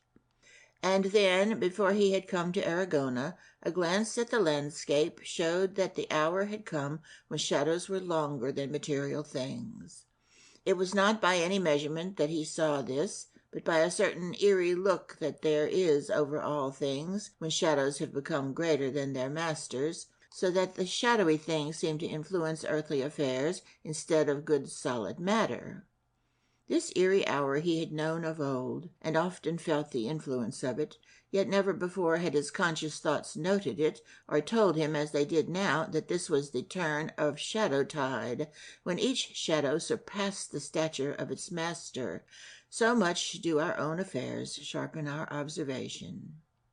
Had he gone on, perhaps none would have noticed, but there was growing fast in him the outcast's feeling, and however much he scorned the importance folks attached so vainly to shadows, he not only felt his defect, but intensely exaggerated it, until impulses came to him to slink and to hide, and he began to know the natural avoidances that are part of the habits of the forsaken and hunted. Therefore he went no nearer to Aragona than where he saw a small azalea growing a little way ahead, and there he sat down, protected by its shadow, which was only just enough to conceal his deficiency. If any noticed him, he pretended to be eating, though he had forgotten to bring any food with him. At times small clouds passed over the face of the sun, but they did not stay long enough to take him through Aragona. So he stayed in the protection of that humble growth that had what he lacked, and wished he had never to do with magic. Something was making the evening pass very slowly, and making it very cold, and Ramon Alonso did not know it was hunger.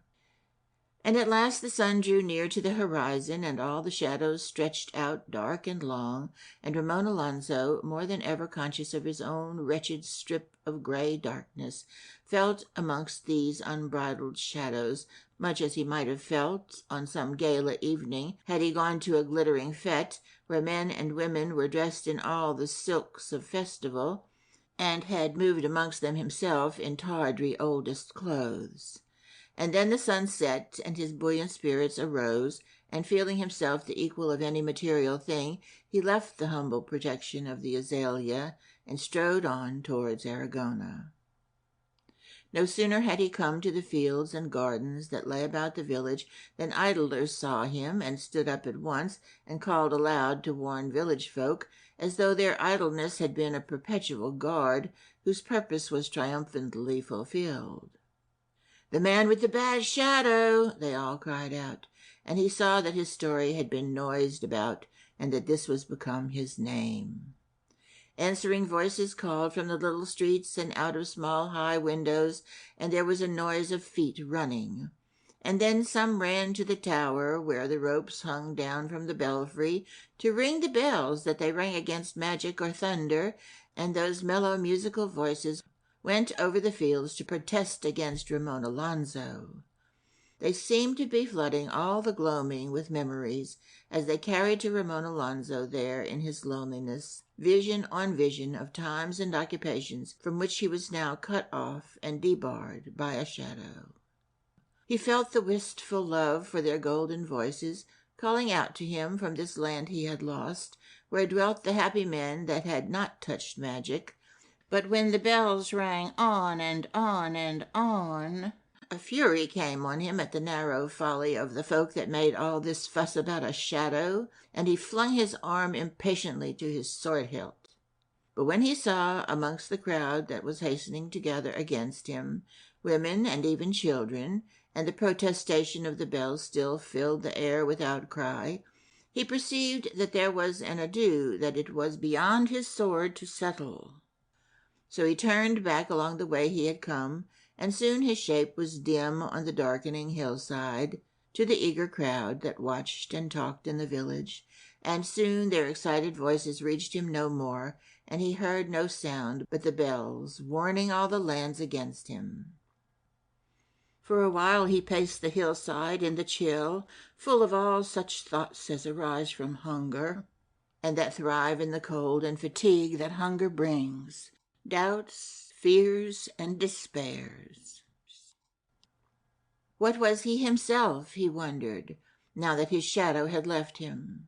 Was he any longer a material thing? And he helplessly cast his mind over all known forms of matter. Were any of them without shadows? Even water and even clouds? And what of this sinister thing with which he was associated, the magician's piece of gloom? How much was he a fellow conspirator with it? How much was it damned? And his thoughts turned thence to the dooms of the last day. How much was a shadow necessary to salvation? Would the blessed saints care for so light and insubstantial a thing? But at once came the thought that they themselves had renounced material things, and were themselves immaterial and spiritual, and might set more store by a shadow than he could ever know. And all the while, as he was walking on the darkening hillside, doubts asked him questions, and despairs hinted replies, which might neither of them ever have spoken at all, had he thought to bring some food with him in a satchel. And all the while the blue of the sky grew deeper, and moths passed over the grass with a flight unlike the flight of whatever flies by day, and little queer cries were heard that the daylight knows not.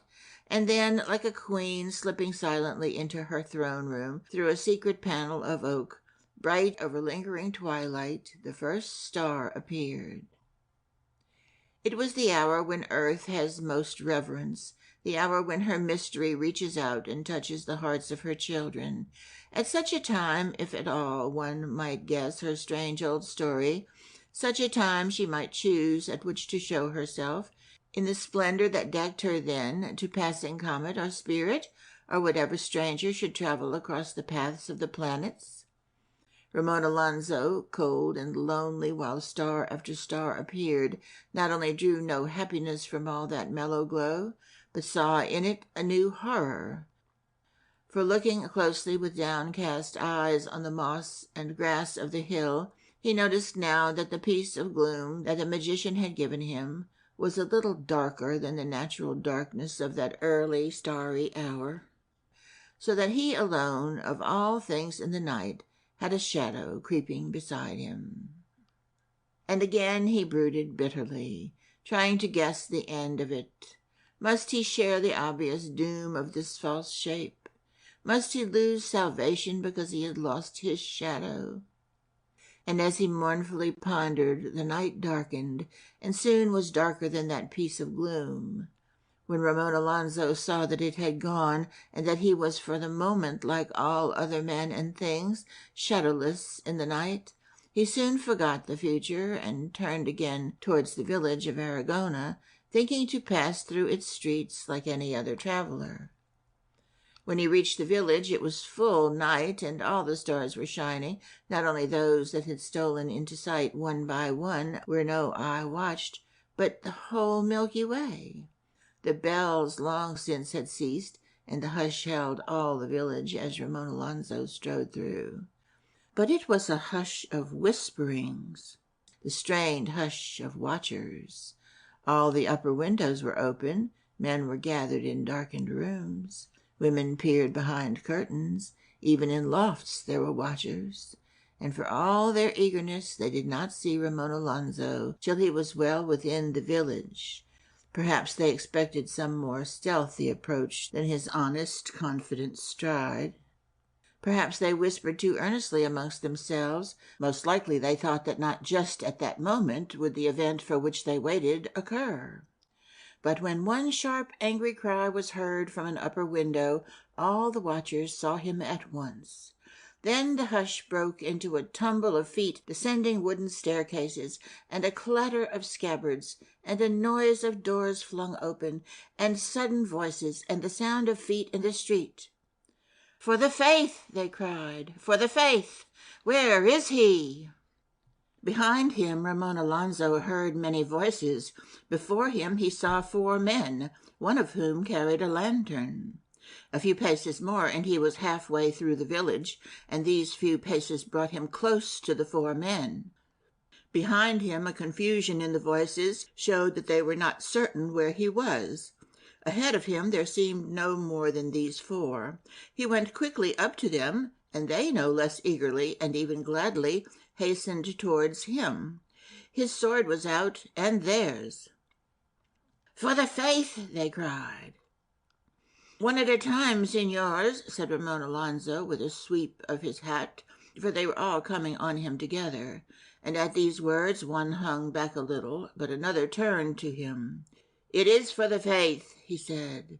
Then they all came on together, 3 upon Ramon Alonzo, while the 4th stood beside them with drawn sword, holding the lantern high. "That for Saint Michael!" cried the first to cross with Ramon Alonzo, but the stroke was well parried. "That for the archangels!" the same swordsman cried, making another blow at Ramon Alonzo. But he had taken off his cloak and folded it on his left arm, and the cloak took that blow. With his sword he parried a thrust from one of the others.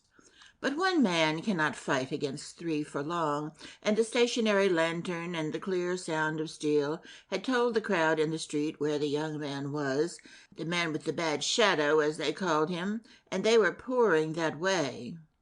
Ramon Alonzo therefore pushed past his antagonist, muffling his sword's point with his cloak, and so passing him that he was for a moment between himself and the other 2 swordsmen. Then he passed round and attacked the man with the lantern. The 4 men had their plan, and it was evidently planned that the man with the lantern should not join in the attack, but should light the others. This they had probably long talked over and settled while they waited for Ramon Alonzo. And the man with the lantern would surely have been the least skillful swordsman. But that Ramon Alonzo should attack him, they none of them had considered. As Ramon Alonzo passed round behind the backs of the 3, each of them turned and stood on guard for a moment, for it is well known to be dangerous to have an armed man behind you in the dark. In that moment Ramon Alonzo launched himself upon the man with the lantern. There was no more than a pass and a parry, and then again a thrust. "That for the Mother of St. Anne," said the man with the lantern, aiming his last stroke, and then Ramon Alonzo's point entered his ribs. The strange magical shadow spun weirdly about as Ramon Alonzo grabbed the fallen lantern, and holding it with the arm that had the cloak, his own eyes were protected by a fold of the cloth from the light that somewhat dazzled the eyes of the 3.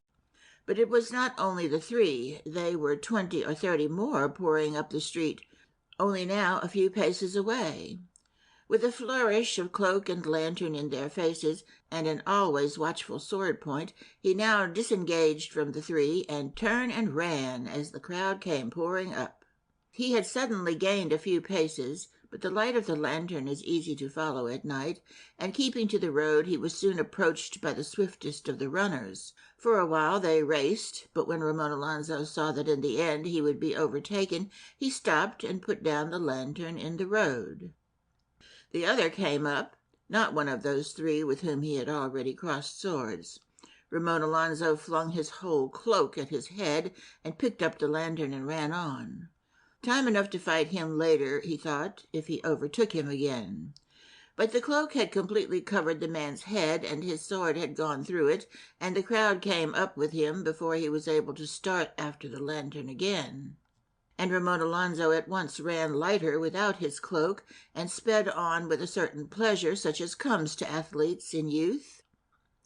The crowd now cursed the lantern that they saw bobbling on before them, confusing it with lights of hellish origin, and forgetful or ignorant that it was the respectable lantern of the good kitchen grocer of their own village. Ramon Alonso they adjured to stop, calling him by the names of certain famous devils, but he no more heeded them than would these devils have done. Only he noticed that, though they fought or pursued, as their cries indicated, for the faith, for St. Michael, or for St. Joseph, for St. Judas, not Iscariot, for all the saints, for the king, they none of them cried for a shadow. And yet that was all that the fuss was about, he reflected irritably. There are always two views, even over a trifle. He had been gaining a little ever since he dropped his cloak, but now one runner seemed to be ahead of the crowd again. He heard his feet above the sound of their shouts and their running. On his left ran a little lane among deep hedges, joining the wider road, and now was come the time to put the lantern to the purpose for which he carried it. He ran down the lane till he found a gap in the hedge on his right, and then he put the lantern high up on the hedge on his left, and stuck it there, still alight. He then crawled through the gap on his right and ran softly towards the road he had left, over a corner of a wild field. They soon came to the lantern. They did not hear him run softly over the field, but gathered round the lantern and pulled it down, and finding he was not there, they pursued in every direction, some of them going across the field to the road and following Ramon Alonso. But they had wasted too many moments and could no longer hear him running. Following that lantern had been too easy, and now that it guided them no longer, they did not immediately use their wits or their ears.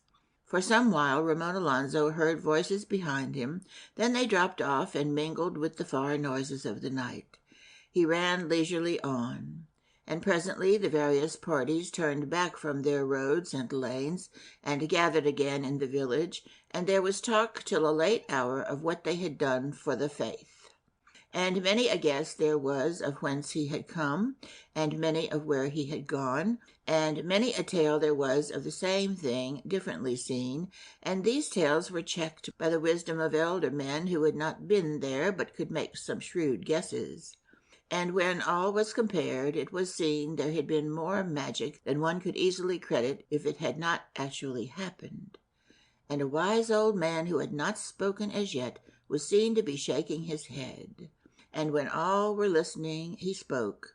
"Well, it is gone," he said. "The saints be praised." "Aye, it is gone," said they all. So they went to bed. End of chapter 14. Chapter 15. Ramon Alonso talks of technique and muddles his father. Ramon Alonso ran on in the night, then dropped to a walk, and soon he no more than sauntered along the road, whose grayness before him seemed the only light on earth. Above him the whiteness of the Milky Way seemed to suggest other roads, and his thoughts rambled a while through the maze of this idea until they were quite lost in it. Then they came back bitterly to earth. The charwoman had been right. All this ridiculous fuss about a trifle, and not a trifle that they even set any store by themselves. For who prizes his shadow? Who compares it with that of others? Who shows it? Who boasts of it? A trifle that they knew to be a trifle, the least useful thing on earth, a thing that nobody sold in the meanest shop, and that nobody would if they could, and that nobody would buy. A thing without even a sentimental value, soundless and weightless and useless. Far more than this, Ramon Alonso thought, and believed he had definitely proved to the detriment of shadows.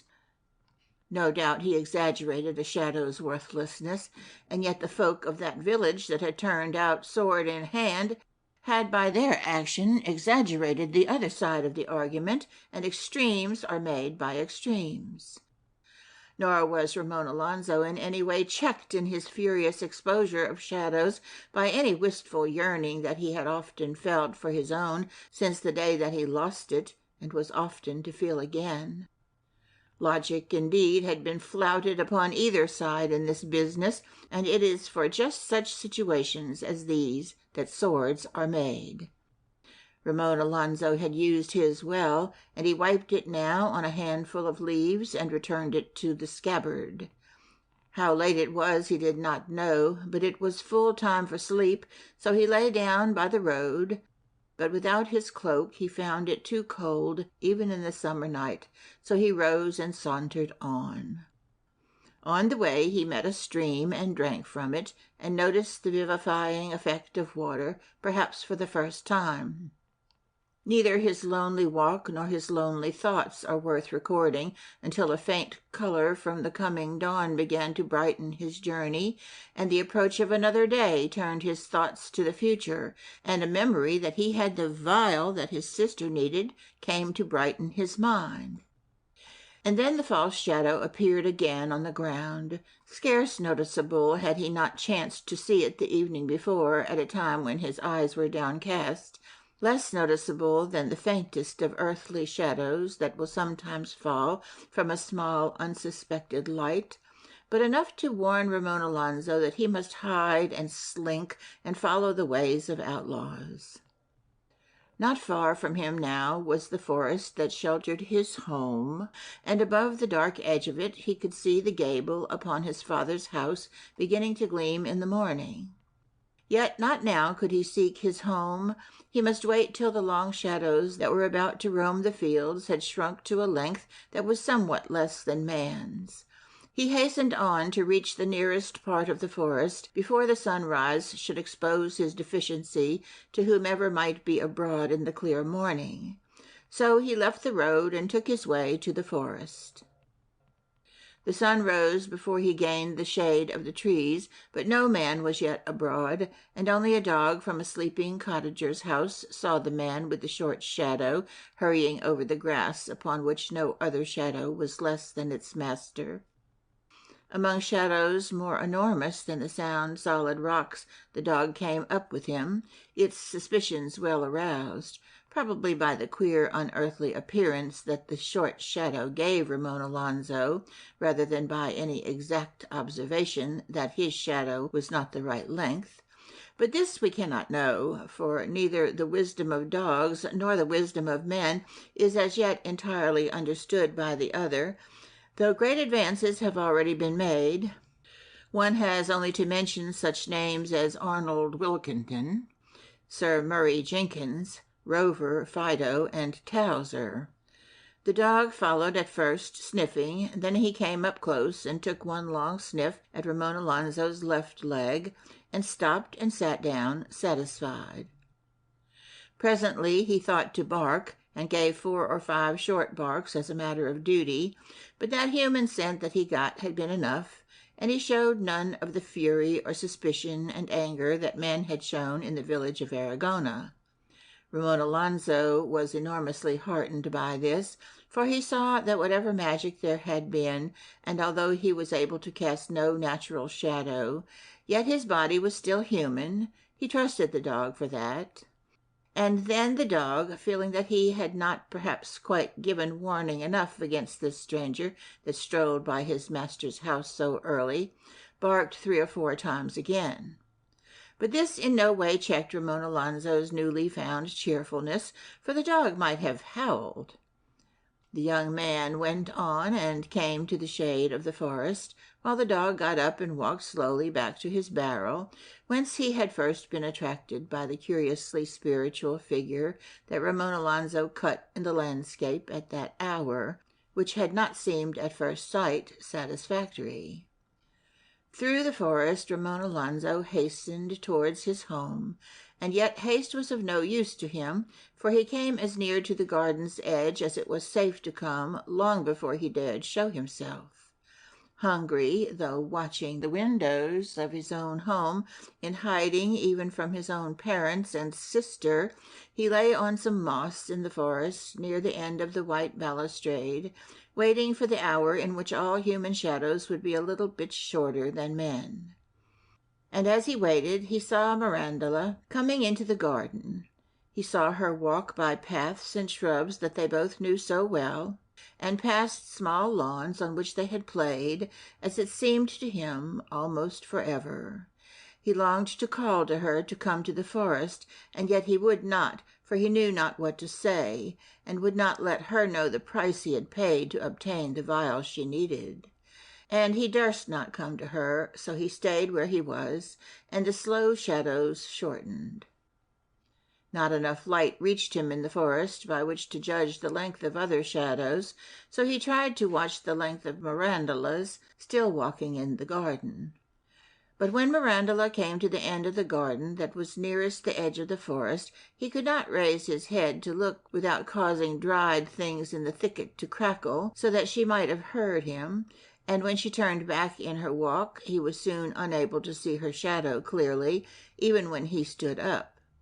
So he watched a small statue that there was on the lawn, in marble, of a nymph, such as haunted the brake no longer, as men were beginning to say, and he saw its shadow dwindle.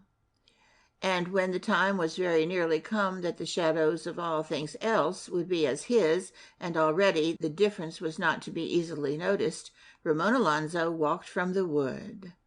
Mirandola saw him at once, coming over the open between the balustrade and the dark of the forest, and ran down one of the paths of the garden towards him. But all things are not shaped towards perfect moments, and as they ran to meet, their father and mother appeared, coming toward that part of the garden. "I have the potion," said Ramon Alonzo, and without a word Mirandola took the vial and secreted it.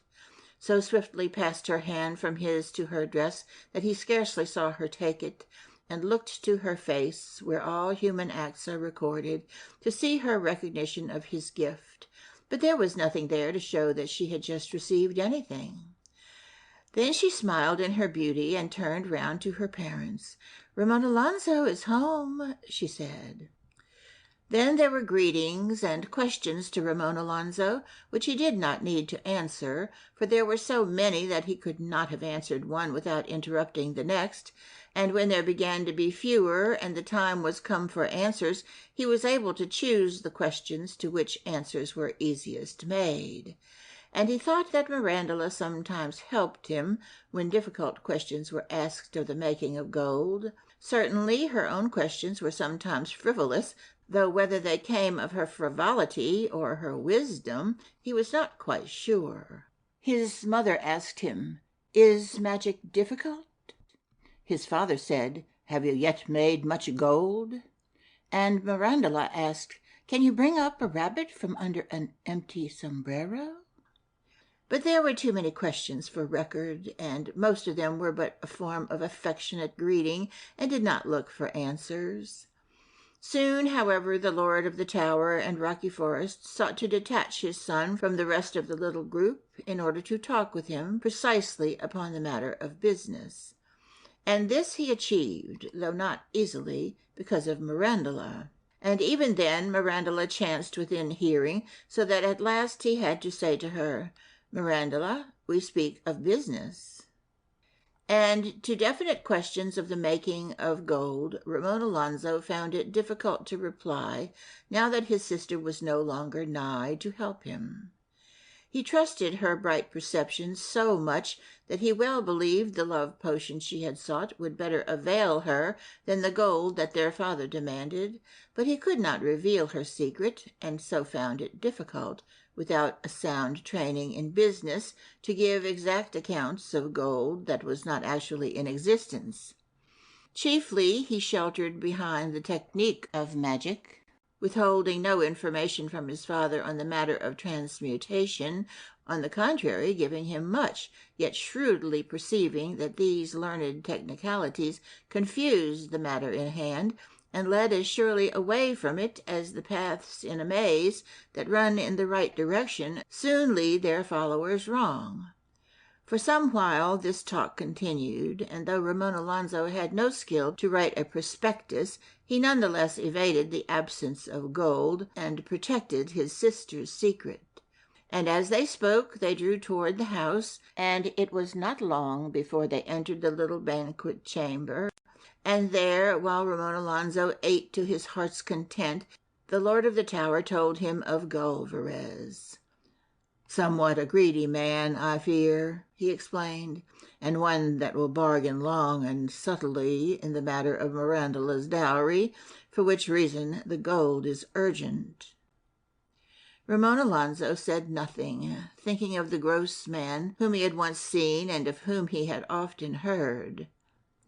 "Yet if we refuse to close with him," continued his father, "whom shall we find in these parts for Mirandola? Will one come from the forest? No, and we are not such as can go to Madrid. The worst of Gulvarez's demands will cost us less than that." And he laid his hand thoughtfully on the empty silver box that he now kept in the room with him, into which they had come from the scene of Ramon Alonzo's repast, the room where his boar spears hung. "Could we not wait a while?" said Ramon Alonzo. "No, no," said his father, smiling and shaking his head. "It is too easy to wait a while in youth. It is thus that the greatest opportunities pass.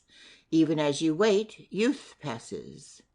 "Ah, well, well." No more said Ramon Alonzo, and his father fell to contemplating the future silently and with quiet content. And from this, the day being warm, he grew somewhat drowsy, and scarcely noticed his son, who thereupon went back again to the garden, while the state of the shadows allowed him to walk abroad without yet attracting notice. There he spoke some while with his mother, unable to get away to Mirandola, and all the while the shadows were wasting. And at last his mother turned to the cool of the house, and he made hasty farewells, pleading the urgency of work, promising to return soon, and leaving her before he had quite explained why he had come, while she warned him not to set too much store by magic, beyond what would be required to please his father. Then he went to Mirandola in another part of the garden, and the shadows grew shorter and shorter. As he spoke with Mirandola, he hastened with her to the edge of the forest to gain the protection of the oaks, whose mighty shadows he had come to envy. And as they went, he said to her, "Our father has arranged that you marry Señor Gulvarez." "He hath," she said. "Mirandola," he said, "is he not a trifle gross, Señor Gulvarez?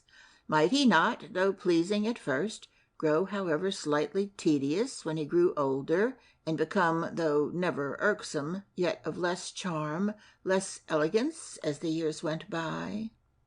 But Mirandola broke into soft peals of laughter, which long continued until they said farewell, and Ramon Alonzo walked alone through the forest. End of Chapter 15. Chapter 16. The Work of Father Joseph. Mirandola came back from the edge of the forest wondering, over wild heath to the garden. It had been her wont to know what her brother did, and even what he thought. But now he had some thought that she did not know, and it was at this that she wondered. She considered all the events that she thought might touch her brother, love first of all, and a while she thought this was his motive.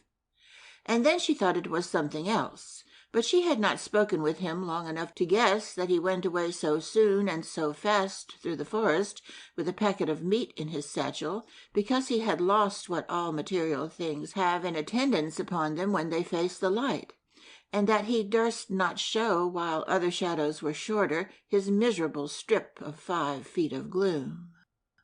She had indeed heard tales of men who had sold their shadows, and knew that her brother had daily dealings with magic, but she had not guessed the fee that the master took.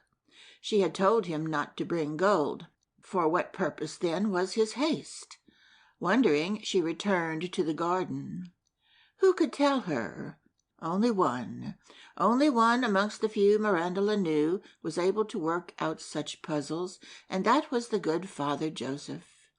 And just as she thought of him, she saw his plump shape come smiling across the garden.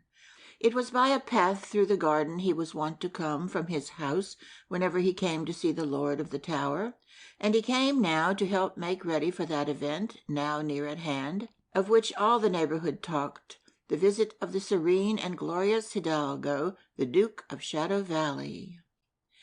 And before he entered the house to take part in the preparations upon which the Lord of the Tower had long been occupied, except for the brief interruption of Ramon Alonso's visit, Mirandela greeted him and turned him aside to another part of the garden, hoping to find from him the clue of her brother's sudden departure. That he would discern it, she had no doubt.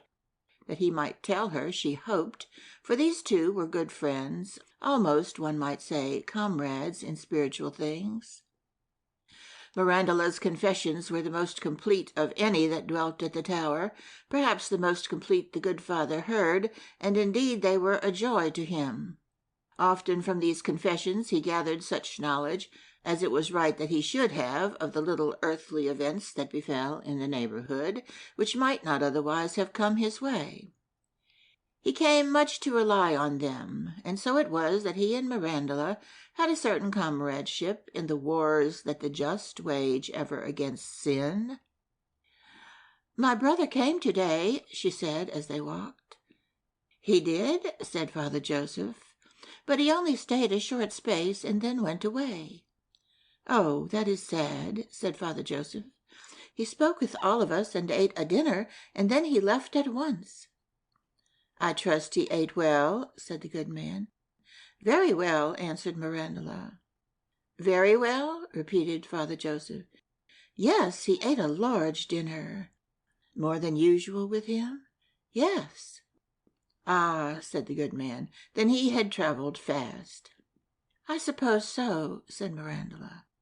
"For what purpose did he come?" asked Father Joseph. Mirandela looked at him and smiled gently. "He came to see us," she said. But Father Joseph had seen from that smile and from her eyes, before she spoke, that he would not get an answer to that question. "Very right, very proper," he said. "But he would not stay," she said.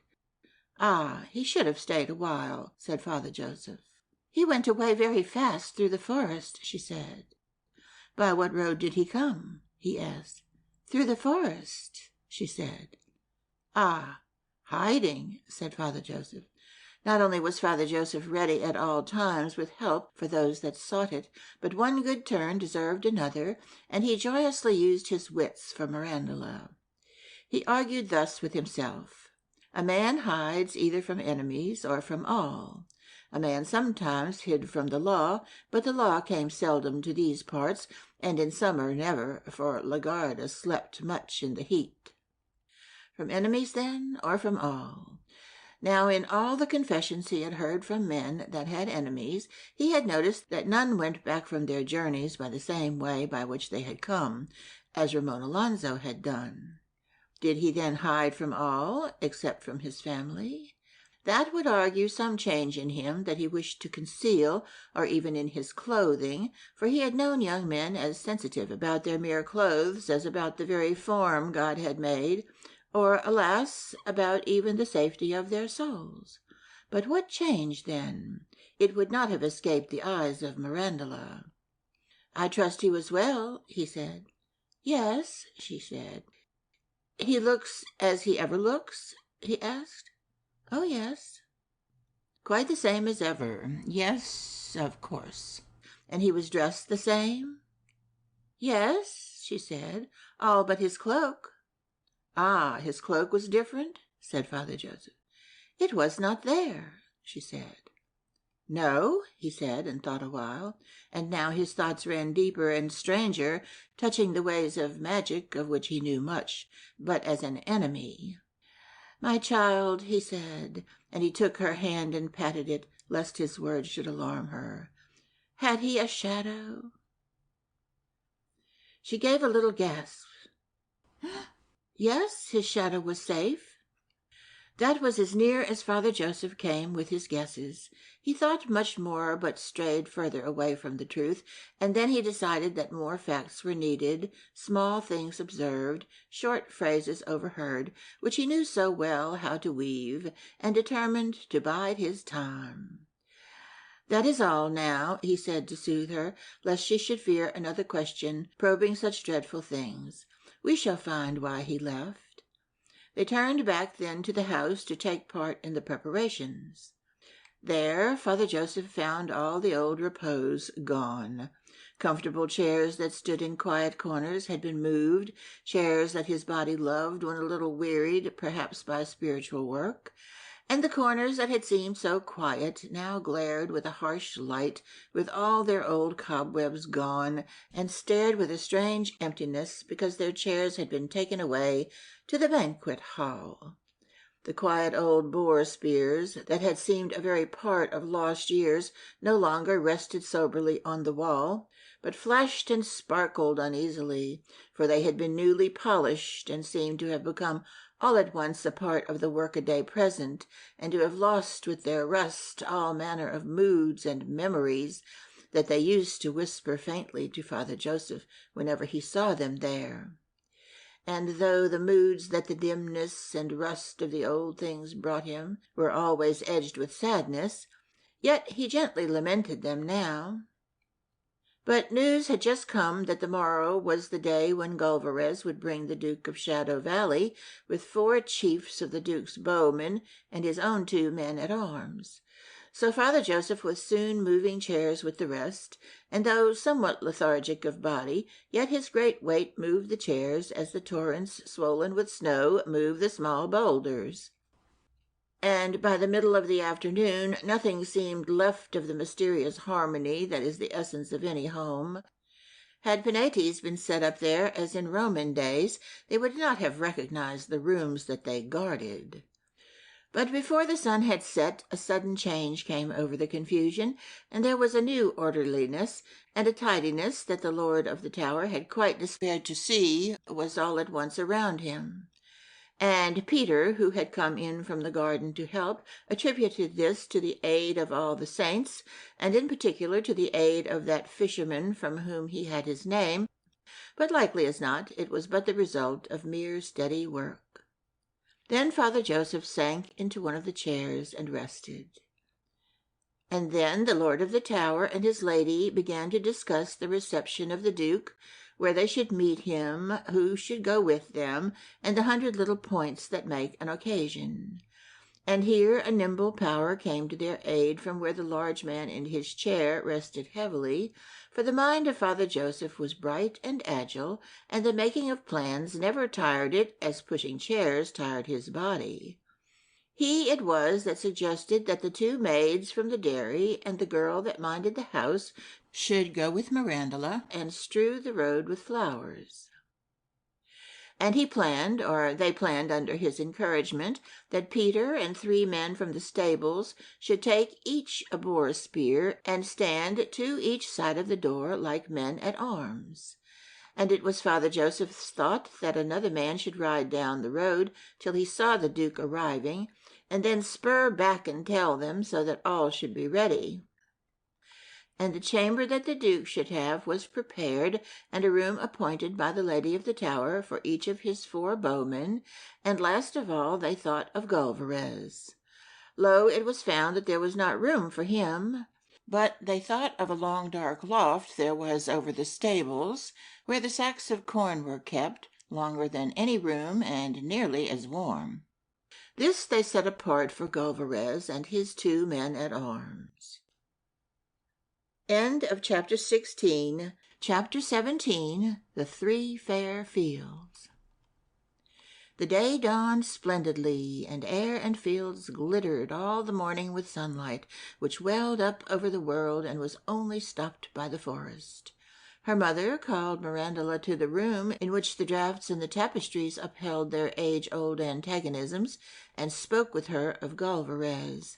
She spoke a while of his merits, and often paused, for it was her intention to answer her daughter's objections. But Mirandula made no objections at all. It was of these objections that the Lady of the Tower had been better prepared to speak than of such merits as might be attributed to Gulvarez, and when there were no objections to answer, her pauses grew longer and longer, and soon she said no more at all, but sat and looked at her daughter. And that was a sight for which many would gladly have travelled far. Yet the Lady of the Tower was puzzled as she looked, seeing no doubts in her daughter's face, no hesitations, only a quiet acquiescence, and beyond that the trace of a smile that she could not fathom. Then Mirandula went from her mother's room back to her own, with a quick glance as she went through every window she passed that looked to the road. And she took the vial that she had had from her brother from the place in which she had hidden it overnight, and once more placed it secretly in her dress. And as she passed through a corridor, leaving her room, she saw from a sunlit window the horsemen they all awaited hurrying home. At once there was a stir of feet in the tower. The 4 men with the boar spears ran to the door, and Father Joseph came out and blessed their gathering, and showed them where to stand and how to hold the spears. And all the while a certain flash in his eye showed them that blessing was not his only work. And the 3 maids ran to their baskets that were all full of wild flowers gathered by them in the dew, and Mirandula came with them carrying a basket of rose petals. As the maidens came through the door, Father Joseph blessed the baskets. Then they went slowly up the road, all 4, strewing the way with flowers. Once more Father Joseph had seen in Mirandula's face a look of wonder and awe and joy, as though something had come to her that was new and strange. What should it be but love? And yet he deemed that this was something else, but knew not what it was. It was that she carried in the vial that her brother brought her a magical thing, the first she had ever owned. As Father Joseph mused and failed to find an answer, there began to arrive the folk from neighboring cots, coming across the fields. They gathered a little way off from the door and began to talk of Gulvarez.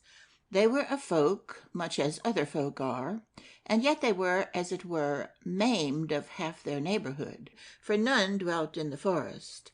It may be because of this they gossiped more eagerly of what neighbors they had. It may be that all gossip everywhere runs to its limit and is nowhere more or less. They spoke of Gulvarez, who was so strangely honored, and some said that the only cause of the visit was that his castle chanced to stand by the Duke's journey, while others say nay, arguing that in his youth there must have been some sprightly quality that Gulvarez had had, some excellence of mind or limb, for the sake of which the Duke remembered him now. How else, they said, would this exquisite hidalgo, the mirror of all that followed the chase, whether of wolf, stag, or boar, whose mind was brightly stored with the merriest songs of the happiest age Spain knew, whose form, when mounted on one of his own surpassing horses, was the form of a young centaur, how else would he tolerate the gross Gulvarez? Thus merrily flew the gossip, passing backward and forward lightly from mouth to mouth. And suddenly, where a hump of the road appeared white against the blue sky, all saw 2 horsemen. At once Father Joseph called sharply to the improvised men-at-arms in a voice unlike the one wherewith he was wont to bless. They stiffened under it, and became more like the guard they were meant to be. The Lord of the Tower and his lady came out and stood before their door. The girls went on strewing flowers, and then was seen the velvet cloak and cap of the Duke, and the great plume, and the clear, thin face, and his peerless chestnut horse aglow in the sun, and the plump figure and coarse whiskers of Gulliverez. These two were seen and recognized by all before one of the chiefs of the bowmen had yet been discerned. But two of these were nearer to the tower than anybody knew. They slipped quietly from bush to bush and went carefully over horizons. Two were far before the Duke, and two close behind him. It was the way of the bowmen. And then, a little way behind the riders, straggled Gulliverez's 2 men-at-arms. At first they had marched in front, but the horses of the Duke and Gulliverez ambled rather than walked, and the 2 men-at-arms, in their green plush and cuirasses, with the heat of the sun on the iron helmets they wore, soon fell a little behind. And now a bowman coming into sight hailed the group of gazers near the door of the tower, and they saw 2 of those green bowmen that were so seldom seen, and were so famous in fable and gossip. A little thrill of wonder ran through the crowd, and presently these 2 halted, one on each side of the road, and the Duke, beside Gulliverez, rode on between them, and came to where the girls were scattering flowers. As soon as Gulliverez perceived Mirandola, he bared his head and smiled at her. It was a huge grimace. Mirandola curtsied to him. Perhaps she smiled, but it was not easy always to trace exactly every expression that passed over her face, and then she gravely continued strewing the rose-petals. Then the Duke doffed his hat of dark blue velvet, and the great plume of a brighter blue curved through the summer air, and a glance of the Duke's blue eyes met a flash from the darker ones of Mirandola. So passed the Duke and Gulliverez by Mirandola, riding over the flowers and rose-petals, and not a word was said. She had seen the eyes of the Duke and the teeth of Gulliverez, and both men saw her beauty, and so that instant passed. There came a wavering cheer from the group of gazing neighbors, a shout of anger from Father Joseph at some clumsiness of the improvised guard, and the Lord of the Tower and his lady were welcoming the Duke as he dismounted on flowers. The neighbors, clustering a little closer, appraised the Duke's great blue cloak, the jewels in his sword hilt, his easy seat upon that splendid horse, a certain indolence redeemed by grace, the strong gait of his walk, his face, his youth. Aye, they praised his youth, as though any man could deserve credit for that. But there was such a way with him, so pleasant a grace, that they gave praise out of their thoughtless hearts to everything that formed it. Then the horses were led away by the men of Gulliverez, and host and hostess and guests and Mirandola all passed into the tower. The Lord of the Tower walked with the Duke, exchanging courtesies with him. His lady walked with Gulliverez after them, and Mirandola followed behind. And so they came through the hall and towards the banquet chamber, the host watching opportunity all the way, and not until they arrived where the banquet was ready, and the maids that had strewn the wild flowers had brought a silver bowl to wash the hands of the Duke in scented water, did the Lord of the Tower note and take his opportunity. He went then to Gulliverez, past Mirandola, speaking low to her as he passed. "You shall see him presently," he said to her. "Yes, presently," said the lady of the Tower, just hearing, or if not, divining what her lord had said to his daughter. Both thought she smiled obediently. And to Gulliverez he said, "I have a pretty tusk that I would show you before we banquet, a boar we took last season." Gulliverez well understood, for there had been a bargain, not in clear words, and without seals or parchment, inscribed only upon those 2 men's understanding, that if he brought the Duke to visit the Lord of the Tower, the hand of Mirandola should go to Gulliverez. And the time was come to ratify it. Gladly then Gulliverez went away with his host.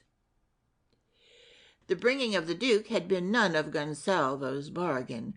He had come to a time of life when events and occasions seemed but to disturb the placidity of the years. It had been forced on him by some whim of Mirandola. They came to the room that the host most often used, in which there were indeed boars' tusks to show, but this both men soon forgot. "I have begun to think somewhat of late," said the Lord of the Tower, "concerning my daughter's future." "Indeed?" said Gulliver. "Somewhat," replied his host. No more instants passed than are needed for a heavy mind to move, and then Gulliver said, "I take, then, this opportunity to express my ready willingness to marry your daughter, should this have your approval. I trust that my castle may be an abode not unworthy of one of your honored house." Gladly, then, the Lord of the Tower expressed his approval in phrases not unfitted to that occasion. Many such phrases he uttered, fair, courteous, and flowery, and still invented more, though the arts of perfect speech were some years behind him now. But he feared the next words of Gulliver's, and seemed to wish to delay them. Perhaps he blindly hoped to stave them off altogether. "You will doubtless," said Gulliver, "give her a dowry in keeping with the lustre of your name." "I shall indeed give her a dowry," said Gonsalvo. "Indeed, the coffer that I set aside for this very purpose is here," and he laid his hand on the coffer of oak and silver. Gulliver lifted the box a few inches with one large hand that could span the box and hold it, and put it down again. The Lord of the Tower waited for him to speak, but Gulliver said nothing. It seemed to the owner of the box that it would have been better had Gulliver deprecated it than that he should have thus weighed it in silence. And as Gulliver did not speak, his host continued. "It is not as if I had not the coffer," he said. "It is here. I have set it aside. But it has not been convenient to plenish it lately, or indeed as yet to put anything in it at all." Still Gulliver said nothing. "The coffer is there," said Gonsalvo. Gulliver nodded. "I had intended to fill it later," Gonsalvo continued, "if it should not be ready by the day of the wedding, and one day to send it after Mirandula." Gulliver was slowly and heavily shaking his head. It seemed to the Lord of the Tower that the stubbly growth of Gulliver's chestnut whiskers almost shone as he shook his head, as the skin of a horse when he is in good fettle. "That would be too late?" said Gonsalvo. "Somewhat," replied Gulliver. Gonsalvo sighed. It must, then, be 3 fair fields, the pastures that lay at evening under the shade of the forest. Perhaps 2, but no, Gulliver would ask for all 3, and how could he find a husband for Mirandula if he rejected Gulliver's demands? Time was when he could have done so, for he had known somewhat of the world once, but the world had changed. "My son Ramon Alonzo," he said, "is studying to learn a livelihood from which we have great hopes." Never a word from Gulliver helped him out, merely a look of interest that compelled him to go on. "In case he should be delayed," he continued, "in assisting me to set aside the dowry that I should wish to offer, my 2 fields, should be given until the money was sent." "2 fields?" said Gulliver. "Nay, nay," said his host, "all 3. "Ah," said Gulliver. "So we shall be agreed," said Gonsalvo. "How much money, Signor, are you pleased to give on that day that it shall be convenient?" 300 crowns of the golden age," replied the Lord of the Tower. Gulliver smiled and shook his head as though in meditation. 500, said the Lord of the Tower. "My respect for your illustrious house," said Gulliver, "and my friendship for you, Signor, that I deem myself honored to have, holds me silent." 500, said the host with awe in his voice, for it was a great sum. Gulliver waved something away with his hand in the emptiness of the air. "Let us speak no more, Signor," he said. "Our 2 hearts have agreed. It is a great honor, and I am dumb before it." The Lord of the Tower sighed. He had known whenever he thought that he should do no better than this, and yet he had thought seldom, but hoped instead. Now it was over, and the 3 fields gone. They never seemed fairer than now. "Come," he said, "we must return to Mirandola." So back they went, and jauntily walked Gulliver, though in no wise built or planned for walking jauntily. But a spirit, whether of greed or love or triumph, was exalted within him, and was lifting his steps. Once more, as they returned to the banquet chambers, his whiskers seemed to shine. "Hi-ho," thought the Lord of the Tower, "my 3 sweet fields." And there was Mirandola standing near her mother, her left hand to her dress, about the girdle, as though armed. And a look was on her face that Father Joseph could not interpret, for he had come into the room and was watching her. It was as though she were about to enter a contest, and stood proud before an armed and doughty antagonist. Her mother and the Duke were already seated. The maids were pouring wine into chalices from a goblet that stood on a small table apart. The host and Gulliver seated themselves, and then Father Joseph. Then the 4 chiefs of the bowmen came in and took seats lower down the table. Father Joseph said grace, and still that look in the eyes of Mirandola. Then Mirandola went over to the maids that stood at the table apart, and took from them one of the chalices, and carried it to Gulliver. Her father and mother smiled at her mistake, for she should have carried it to the Duke first, but their smiles broadened into smiles of merry understanding, as each caught the other's eye. Gulliver would have strutted had he been standing. Had he been a peacock, he would have spread his tail feathers and rattled them. As it was, smirks and smiles expressed all this and more. He was about to speak, but Mirandola left him to fetch another chalice. So far as Father Joseph was concerned, it was unnecessary for Gulliver to say anything, for the priest knew every thought that passed through his mind, but he had not yet fathomed the mood of Mirandola. Then, returning, she offered a chalice to the Duke, and went back and stood by her mother. "Be seated, child, by Señor Gulliver," said her mother, but Mirandola still stood there a while. Gulliver, though flustered with pride because he had been given the wine by Mirandola first, yet dared not drink it before his august friend drank. Now they both drank together. Still Mirandola stood beside her mother, between her and the Duke. A moment she watched him with those eyes that never saw less than keenly. Then she turned from a glance of the Duke's blue eyes, and answered her mother tardily, as though just returned from far dreams. "Yes, mother," she said, and went to the chair beside Señor Gulliver. And now wine was carried by the maids to Father Joseph and the 4 chiefs of the bowmen, whereafter they placed the goblet before their master. And meats were set before all, and talk arose, and men's hearts were warmed, and they spoke of hunts that had been, and the taking of ancient boars. But silent and with a strange look sat the Duke of Shadow Valley. End of Chapter 17. Chapter 18. The Love Potion. The look on the face of the Duke of Shadow Valley was gradually growing stranger. The outlines of his face were wearying.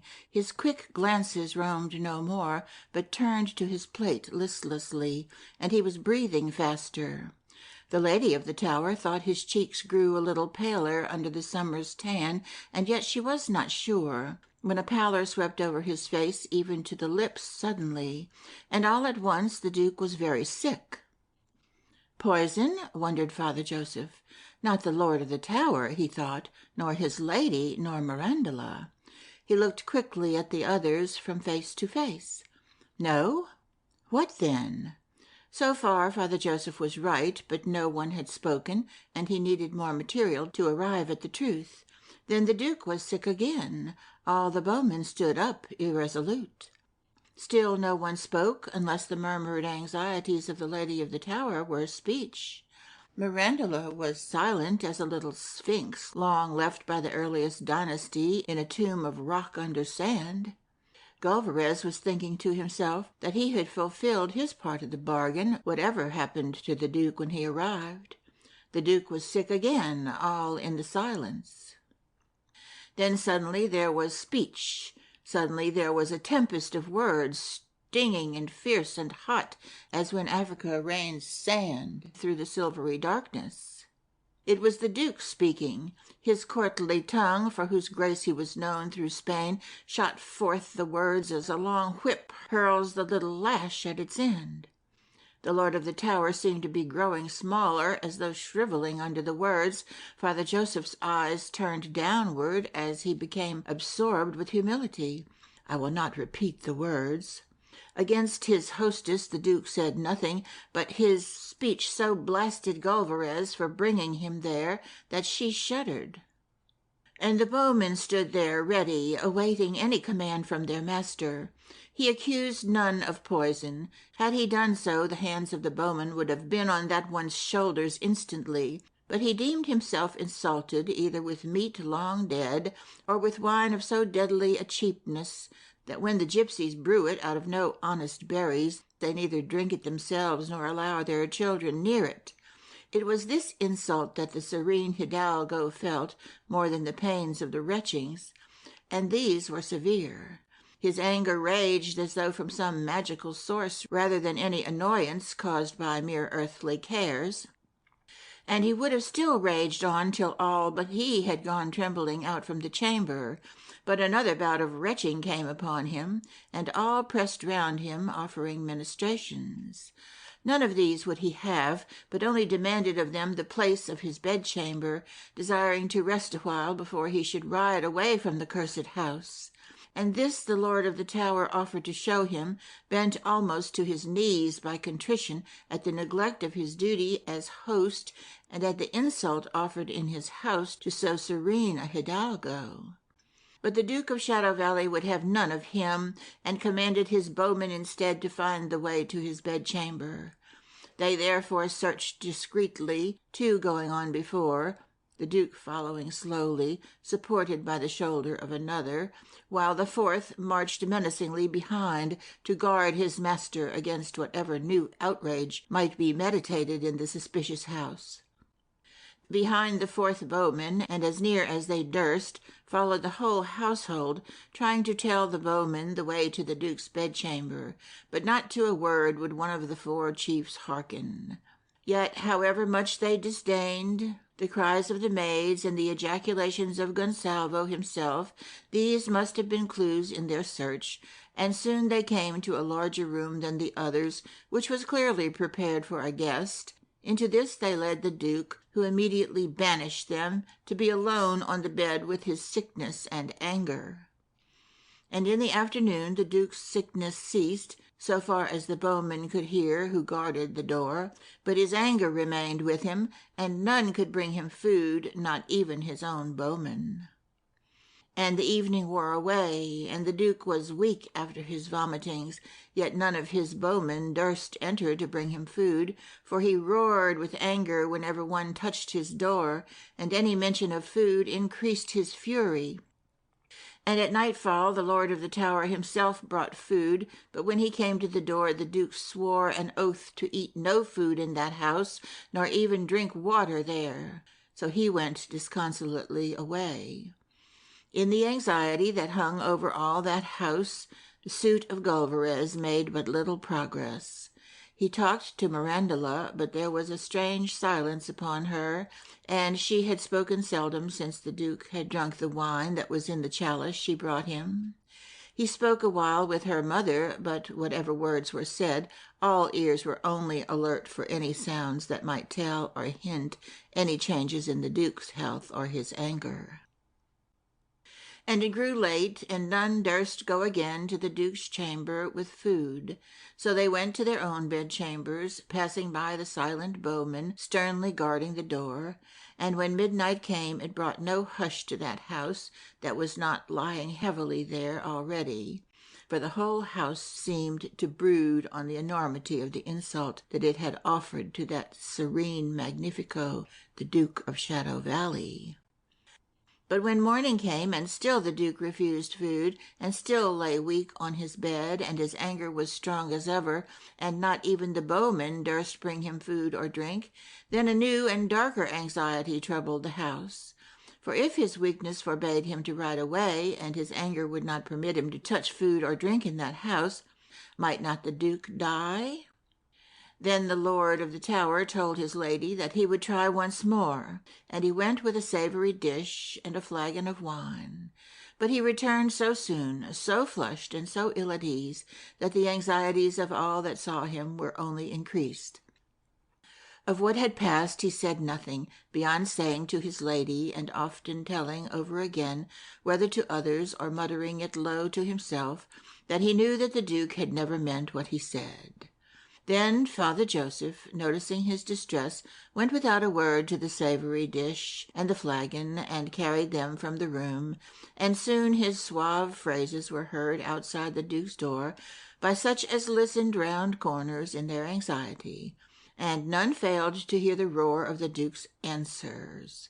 So Father Joseph sighed and returned to the lord of the tower, who, wishful to conceal that he had heard what the Duke had shouted, said to his guest, "How fared you?" "The power of the Holy Church is waning," said Father Joseph. "It is not what it was in the good days."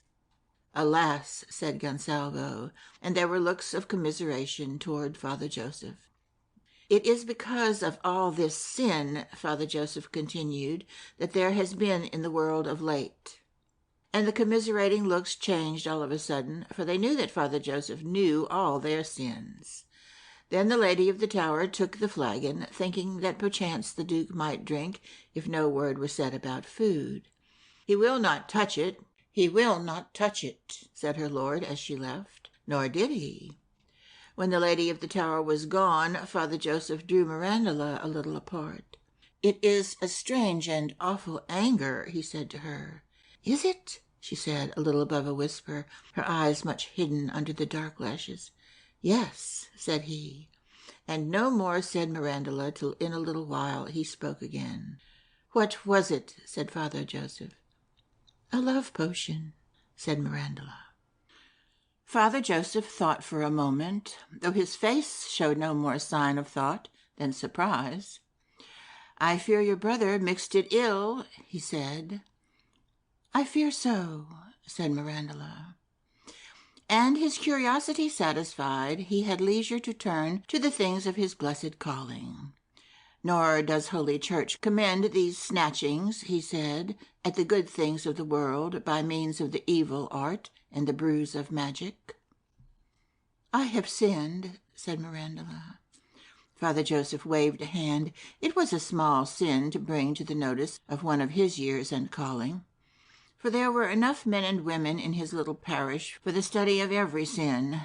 Nevertheless, he was thinking deeply. Then Mirandola saw her mother return, and put down food and flagon with a sigh, and she knew that the splendid young man was lying there without food, and the thought of the harm she had done him touched her heart to a sudden impulse. "I will take the food to him myself," she said. Instantly Father Joseph laid a firm hand on her arm. "When he is weaker," he said. Mirandola looked at him, held back by his grip, while her impulse died away. "Yes, not till evening," said he, with that assurance that he was wont to use whenever he spoke of the certainties of salvation. And more than his heavy grip, that tone held Mirandola. She passed the long day anxiously, fearing what weakness and the want of food might do to that mirror of chivalry, the young Duke, at whom folk gazed in the glorious courts of Spain, when he came to visit the victorious king. What wonder, then, he stirred hearts when he rode through the little fields to such a tower as this in the lonely lands, where the forest ended all, and illustrious knights rode rarely and were gone by in a canter. She was ill at ease all day. Only once a sparkle of her own merriness came back to her. Her mother had asked her to walk in the garden with Gulvarez, and Mirandola spoke of the Duke's hunger, and thought that he might take food from his friend, and would doubtless drink with him. So Gulvarez went with a large plate full of food, and a flagon of wine, and 2 glasses, and the voice of the Duke was heard, ringing out with that magical anger.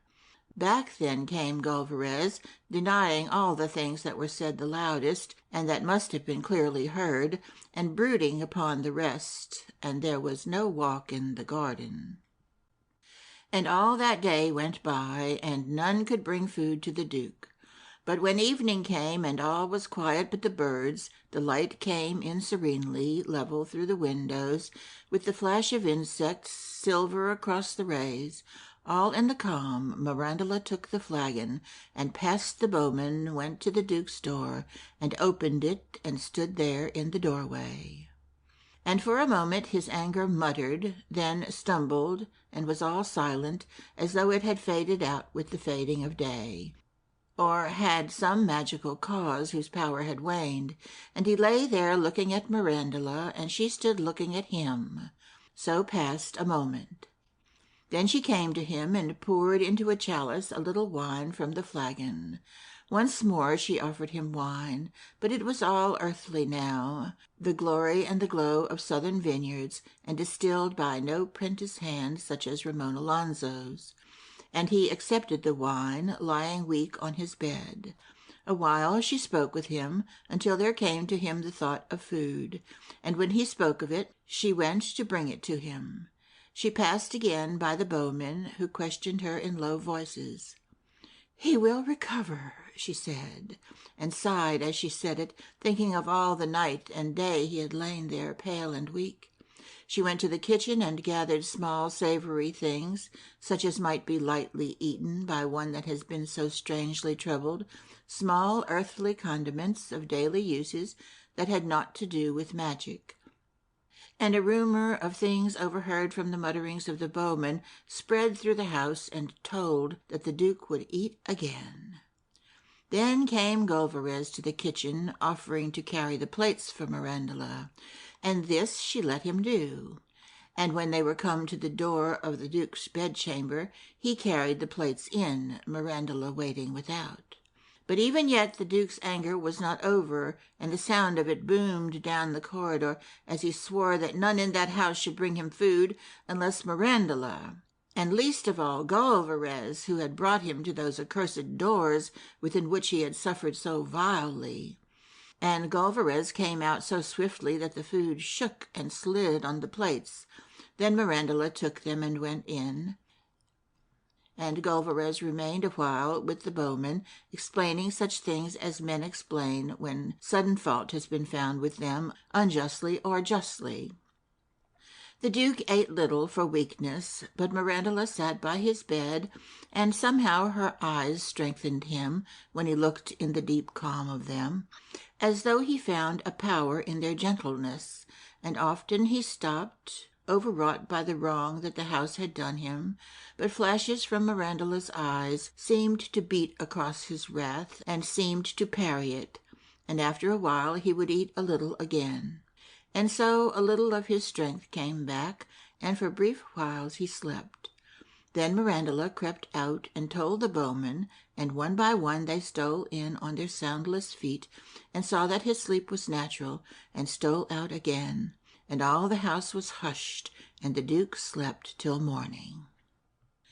End of Chapter 18. Chapter 19.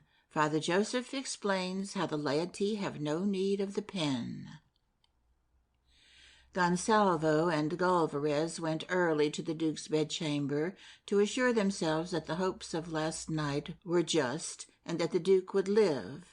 He still lay weakly upon his bed, but his anger flamed up at once as soon as he saw them, and was the old enormous wrath they had known the last 2 days. Before it they backed away towards the door, and ever as they tarried fresh waves of it overtook them and seemed to sweep them further. Sometimes one would delay and stammer polite excuses, while the other backed away faster. Then the rush of the Duke's anger would bear down on the one that was nearest and drive him back spluttering, and another swirl of it soon would overtake the other. So, breathless with protestations, they were both swept out, and behind the closed door the Duke's anger died into mutterings, like the croon of a tide along a deserted shore. Descending, they joined the Lady of the Tower and Father Joseph in the room where the boar spears hung. And in answer to the anxious inquiry in his lady's eyes as they entered, Gonsalvo said, "He has slept and is no weaker, but the humours of his sickness have not yet left him." She turned then to Gulliverez, seeming to look for some clearer news from the stranger. "He does not yet lucidly understand your hospitality," he said. "He comprehends where he is, but the fevers of his malady delude him concerning it. As yet he knows not his friends, or only sees them transmuted by the vain humours of fever."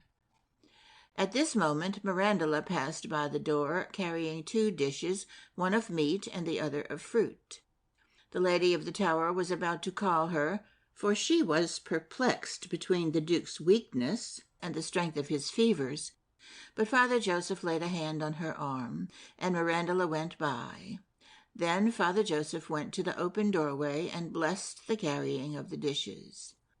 And much of that morning Mirandula sat by the Duke's bedside, and at whiles he spoke with her, and at whiles ate a little from the 2 dishes, and while she was with him his great anger was lulled. But not yet would he take food or drink from any in all the household, save only Mirandula, nor tolerate one of them at the door of his bedchamber. And the rumour went through the house that the Duke would live, but it passed through gatherings of doubts and fears that had haunted the house since first he was taken ill, and many a fear clung yet to the hopeful rumour.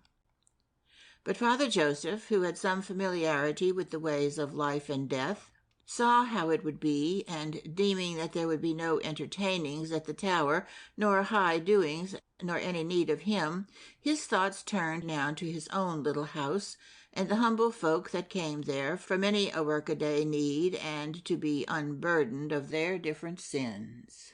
He therefore said farewell to his host. "What," said the Lord of the Tower, "you leave us already?" "It is time," said Father Joseph. "But you will help us to entertain the Duke?" "Haply," said Father Joseph, "he will lie a while in bed." "But when he is recovered," said Gonsalvo, "we will give a banquet to celebrate his deliverance." But Father Joseph was more sure of the passing of the illustrious visitor's illness than he was of the fading of his anger, in the heat of which he had himself stood once already. "I must return to the village," he said. Mirandula had entered the room. "Then you will come again," said Gonsalvo, "to marry Mirandula to Signor Gulliverez?" For Gonsalvo had a small chapel in his house. "Gladly," said Father Joseph. "Thank you, Father," said the lady of the tower. "Thank you," said Mirandula. Then away went Father Joseph, and soon from the pinnacles of lofty plans his mind descended to the little sins that the folk of the village he tended would have been sinning while he was away. He tried to think as he walked of the sins that each would have done. Sometimes some girl of strange or passionate whims would a little puzzle his forecast, but for the most part he guessed rapidly, and just as he named to himself the sin of his last parishioner, he reached the door under the deep black thatch of the house he loved so well. He turned the handle and entered. It was not locked, for none in those parts dared rob Father Joseph's house, nor was the sin of robbery much practised in houses there, but rather on the road in the open air. He entered, and was once more with his pleasant knick-knacks that he had not seen for 2 days, and for a while his eye roamed over them, going from one to another as he sat in his favorite chair in deep content. For a long while he sat thus, drawing into his spirit the deep quiet of his house, which had never been broken by such events as troubled the calm of the world. No illustrious hidalgos sojourned there. Rarely even they passed it by. The sound of a trumpet or the sight of a gonfalon came once or at most twice in a generation. His gaze was reposing now on an old mug shaped like a bear, which rested upon a bracket. Sometimes he was wont to fill it with good ale, and so pass lonely evenings when sunset was early. Gazing now at the mug, those evenings came back to his memory, and he thought of the joyous radiance that there seemed to have been about them, when again and again, till it interrupted his thoughts, came a very furtive knock on his back door. He imagined the timid hand of some penitent sinner, come there to be rid of his sin, and arose to open the door. When he opened the little back door that looked to the forest, who was there but Ramon Alonzo? The young man was wearing a fine old cloak of his father's, which Mirandula had begged for him on the day that he had gone cloakless away from the tower. She had told Peter to take it after him, but Peter's master had not allowed him to go until the Duke had been received at the tower. But when the banquet came to that sudden end, none thought any more of Peter except Mirandula, so he took the cloak and went, and quietly as he left, Mirandula said to him, "Tell him all that you saw." So Peter had travelled all the rest of that day and all through the night, and had come on Ramon Alonzo in the magician's wood, for Ramon Alonzo, going circuitously around Aragona, over fields and wild heath by night, and in the daylight travelling cautiously at such times as his shadow looked human, arrived on the second night so late near the house of the master that he decided to sleep in the wood and enter by daylight. There Peter found him about dawn with the cloak, and glad Ramon Alonzo was of it.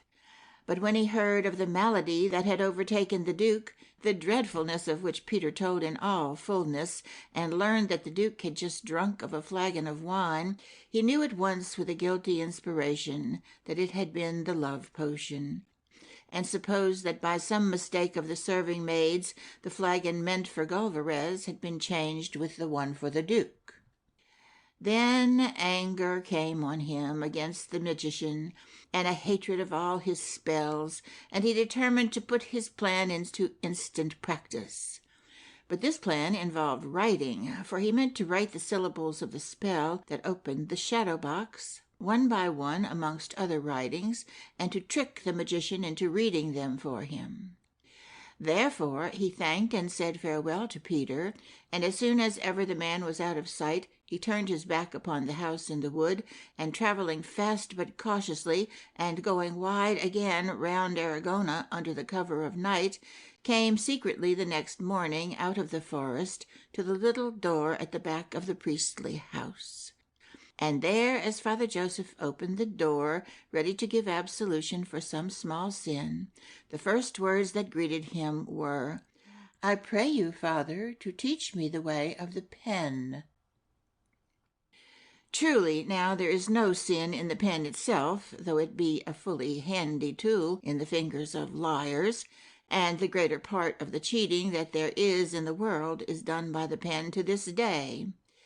And whatever Father Joseph suspected of Ramon Alonzo's work, he could not easily refuse instruction in the proper handling of aught that was in itself so innocent.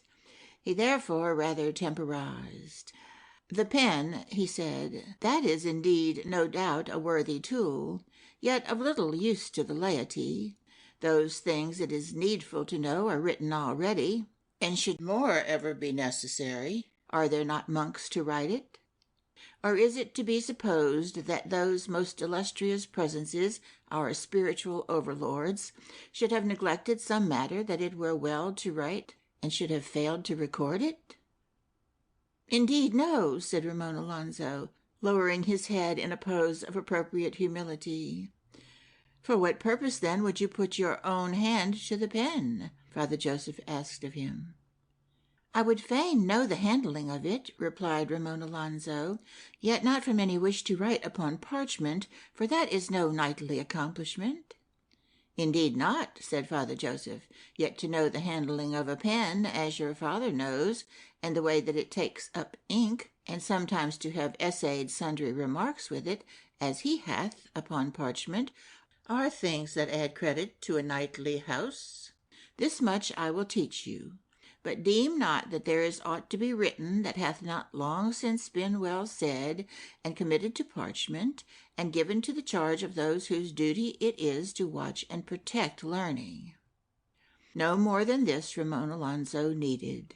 He therefore thanked Father Joseph courteously, who went and fetched a pen, and soon the young man was being taught the way of it, where the fingers go, the place of the thumb, the movement of the whole hand, the method of taking ink, and the suitable intervals. "Here," said Father Joseph, "near the window where you shall have the full light. for Ramon Alonzo had seated himself in a corner and dragged the little table to the darkest part of the room. But Ramon Alonzo, as it drew near noon, shunned any approach of light, and would go near no spot on which shadows fell.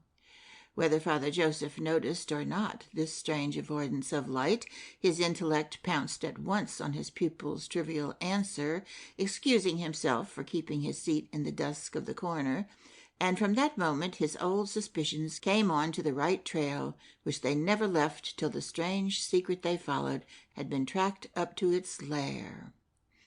As Ramon Alonzo came by the knack of the pen, he began to copy one by one on the parchment those 3 syllables, clear in his memory, that were the key of the shadow box. He rejoiced to think that by asking Father Joseph for never a letter of the Christian alphabet, he persuaded him that he sought for no more than he said, a certain way with the pen that should be a knightly accomplishment. Far otherwise was it. For as Father Joseph watched those sinister syllables that were no language of ours, he began to see a young mind given over wholly to magic, and as each syllable appeared on the parchment, he muttered inaudibly, "The black art! Oh, the black art!"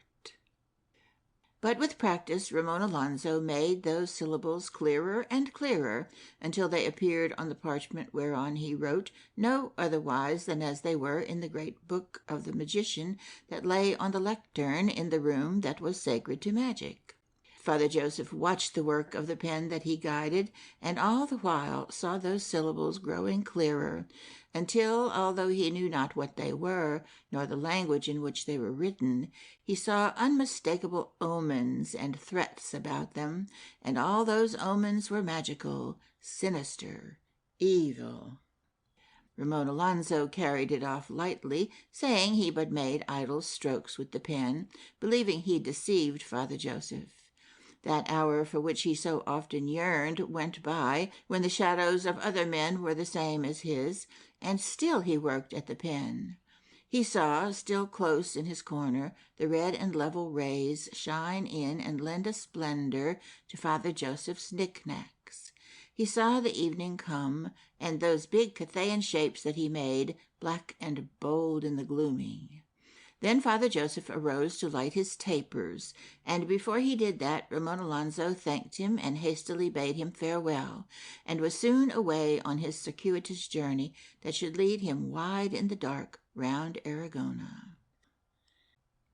So Ramon Alonzo came next night to the house in the wood. But Father Joseph saddled his mule in the morning and rode away by the very earliest light, and came in the afternoon to the hilly house of a priest he knew who had much knowledge of magic, and with him he brought that parchment on which all day Ramon Alonzo had practiced those curious signs. This priest went sometimes down to the church in Aragona, but dwelt mostly in his house alone, where he worked out a scheme for the mitigation of sin, or read books exposing magic. Up the rocky track to that house on his struggling mule Father Joseph arrived, and when the gaiety of their greetings was over, he showed his friend the marks that were on the parchment. "I fear, Aloysius, we have not good here." Brother Aloysius took it. "Not good," he said, "not good at all." Then he put it down and put on great spectacles and looked at the parchment again and consulted a book, repeating now and then, "There is no good here," and shaking his head often. And suddenly he became sure and spoke with a clear certainty. "Indeed," he said, "it is a most heathen spell." End of chapter 19. Chapter 20. The magician imitates a way of the gods. And that day went by with its splendors and was added to past days, and night came up and covered the skies of Spain, and the magician sat all alone in his house in the wood. He was not wholly hostile to man, but sitting there leaning forward upon a table whereon one taper flared, he was brooding on problems so far from our workaday cares, so far beyond even the starry palings which bounds our imaginations, that men and women were not to him that matter of first importance they are to us, but only something to be noted and studied, as we might study whatever rumors may come of our life upon planets of suns that are other than ours. His care for humanity was solely this, that amongst his children, whether in Spain or elsewhere, were those that were worthy to receive and cherish, and carry to those that would bring it to the far dimness of time, the mighty learning that he himself had had from the most illustrious of all the line of professors that had held the chair of magic at Saragossa. For the rest, his care was more with the dominion that he held over captive shadows and their far wanderings, the messages that they carried and the inspirations they brought, than with the narrow scope and the brief stay with which we are familiar. Could we know the supplications that his shadows sometimes took for him to great spirits that chanced on the journey near to Earth's orbit, could we know the songs and the splendors with which they often replied, it might be that our hearts would thrill to his strange traffic till we might forget to blame his aloofness from man. Only in rarest moments, perhaps as an organist sleeps and his hand falls on to the keys, playing one bar straight from dreams, or just at the apex of fever in tropical forests when strange birds are mating, or eastward from here, where a player upon a reed in the barbarous mountains hits ancestrally on a note that his tribe have known from the days of Pan, or when some flash from the sunset shows a world-wide band of color that is not one of the colors that man has named, only at rarest moments comes any guess to us of those songs and splendors that the lonely man drew from the spaces that lie bleak and bare about the turn of the comet. And only that day he had learned a curious story, a legend of the interstellar darkness, from a spirit that was going upon a journey, and had passed through the solar planets, wrapped in thunder, and had been that morning at his nearest to Earth. Ramon Alonso had been absent now for 6 days, and having no pupil to whom to transmit the mysteries that he himself had had from so glorious a source, the master was solely occupied in his loneliness with legend and lore that are not of earth or our peoples. And as he brooded on matters that are of moment outside our care and beyond the path of Neptune, the step of Ramon Alonso was heard in the hush of the wood. The young man entered, vexed at that notable failure of the potion he had compounded, and angry for Mirandola, his father and mother, and the whole household of his home. He had pictured the consternation of that house, of which Peter had told him tremblingly, not only all, but more, and he laid the blame on the author of the spells, which had seemed too easy for mistakes to be possible, rather than on his own forgetfulness. He entered, believing that he owed nothing to the magician, and determined to learn no more of the making of gold, so that he should still owe him nothing, and to get his own shadow back as his lawful due, and to rescue the charwoman's as an act of Christian chivalry. The 2 men met, one brooding upon a wrong, the other upon affairs beyond the orbit of Neptune, so that they each spoke little. And presently Ramon Alonso, drawing forth a parchment, said, "Master, this script which was brought to Spain by a wandering man of Cathay perchance hath matter of moment, and may even be worthy of your skill in strange tongues." And with that he handed the parchment to the magician. And the master took it and held it low near the candle. "Ting," he said, "ting." Then he was silent and shook his head. So the first syllable was ting. All the rest were nonsense that Ramon Alonso had written in levity. More than that one syllable he durst not write, lest the master should know that he was seeking his spell. There remained 2 more, and these he would get in the same manner hereafter, when the master's suspicions should have had time to sleep. For this he bided his time, but he thought within a week to have the key of the shadow-box. "I know not what language it be," said the master. "No?" said Ramon Alonso. "None of earth," said the master. And the young man took back the parchment, apologizing for troubling the master's learning. All had been as he had planned, and he went then to the dingy nook below the wooden stair to share his high hopes with the charwoman. And there he found her among her brooms and pails, about to lie down for the night on her heap of straw. Her eyes flashed a welcome to him, and at once he said, "I have the first syllable of the spell." Then thought overcast her face, and a little slowly her old mind turned to the future and tried to find all it would mean if he came by all 3 syllables. And while youth under these old stairs was swiftly building hopes on the roof of hopes, age was finding objections. "How will you find the others?" she asked. "The same way," he said, and told her how he had carried out his plans. "He will suspect," she said. "He does not yet," said he, and she shook her head as she thought of old wiles of the master. "Has he taken back the false shadow he made?" she asked. "I have not yet asked him," the young man said, "but he will." "If he does not," she said, "the false one will show whenever your own true shadow dwindles at noon." But these objections he had not come to hear in the triumphant moments that followed on his success. He had thought that his own high hopes would have driven away her melancholy, but now it was saddening him. "You shall have your own shadow back," he said, "and shall wear it in Aragona." That was his final attempt to cheer the old woman. Then he left while he still could hope. He went to his spidery room in the lonely tower, and there lay down to sleep. But plans came to that mouldering bed instead of dreams, and far on into the night he plotted the rescue of shadows.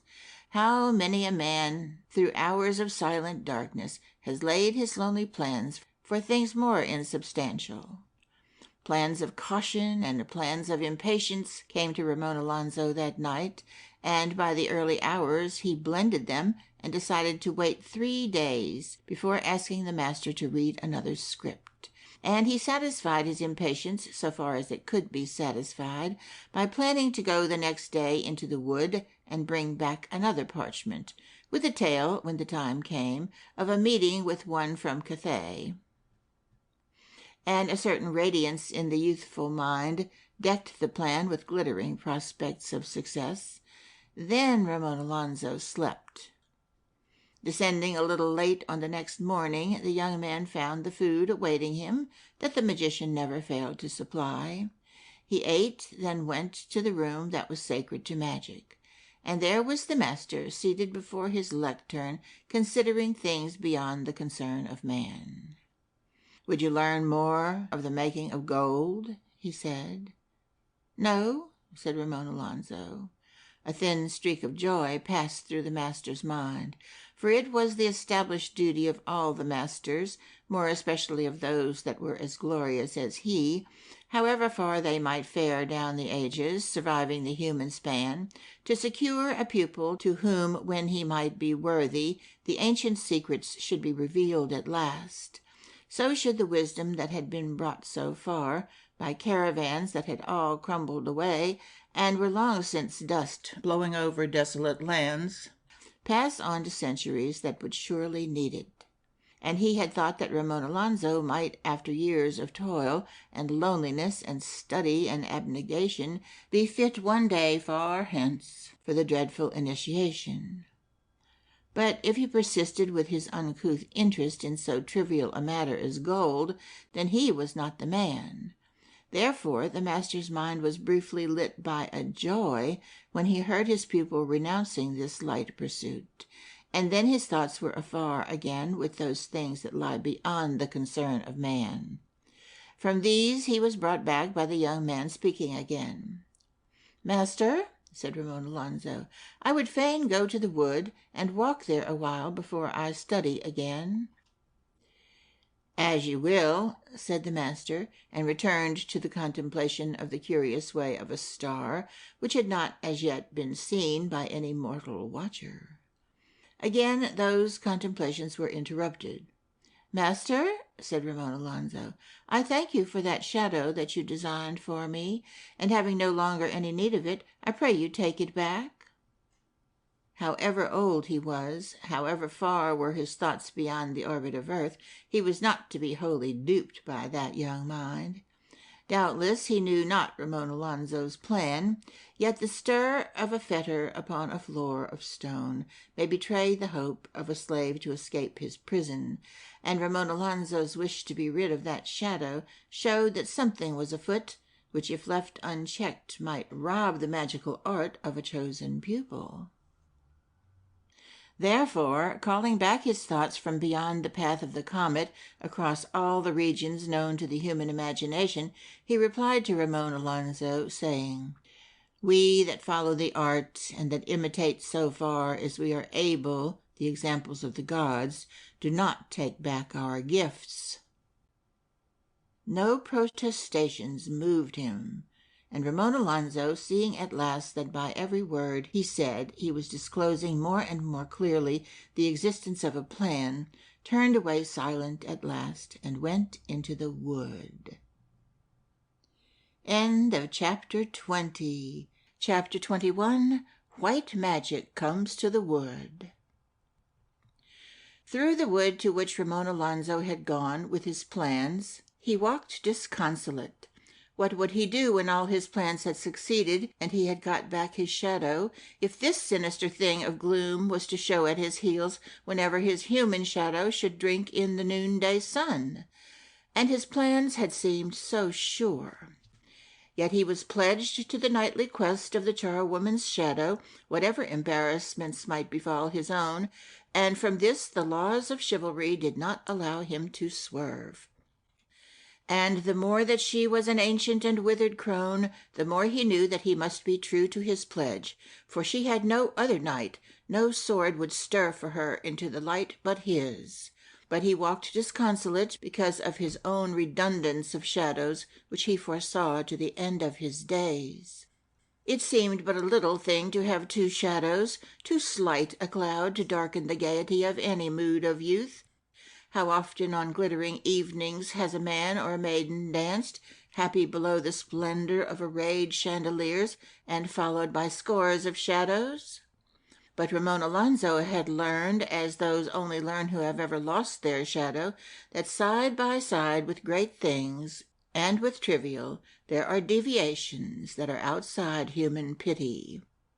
And this, the most trivial of them all, any unusual shape of a shadow, was no more tolerated than horns and tail. So absurd a prejudice cannot be credited unless it has been experienced.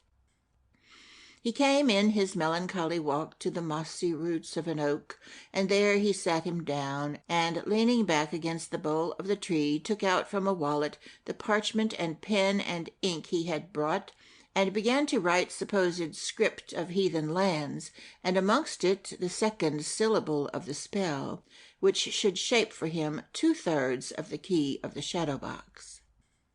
Hardly had he written that one Cathayan syllable, and added a few fantastic shapes of his own, when he heard a rustling a little way off in the wood.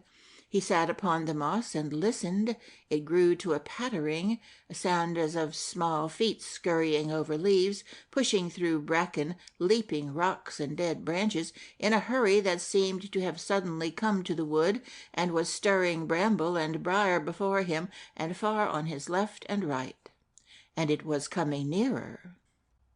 Then Ramon Alonzo heard shrill little squeaks above the sound of the scurrying, and all at once an imp came bounding by, and two more, and then another.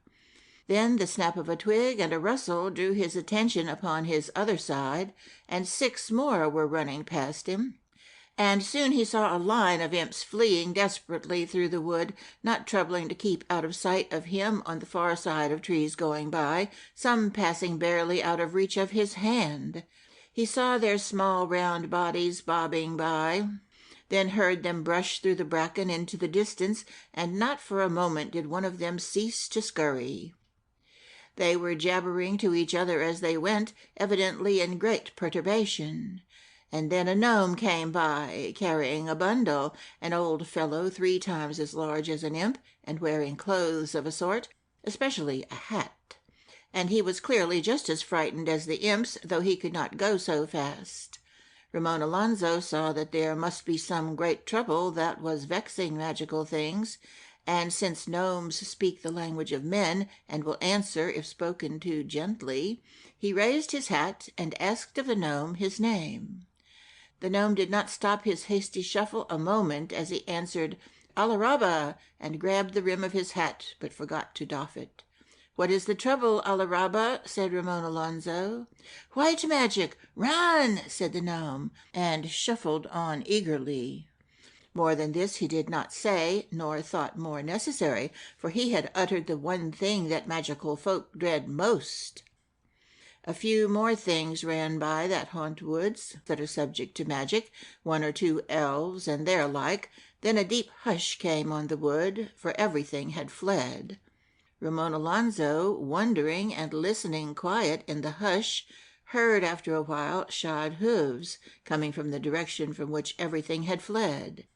Then he heard branches brushing by, far noisier than the soft scurrying of the flight of the magical things, but leisurely and calmly.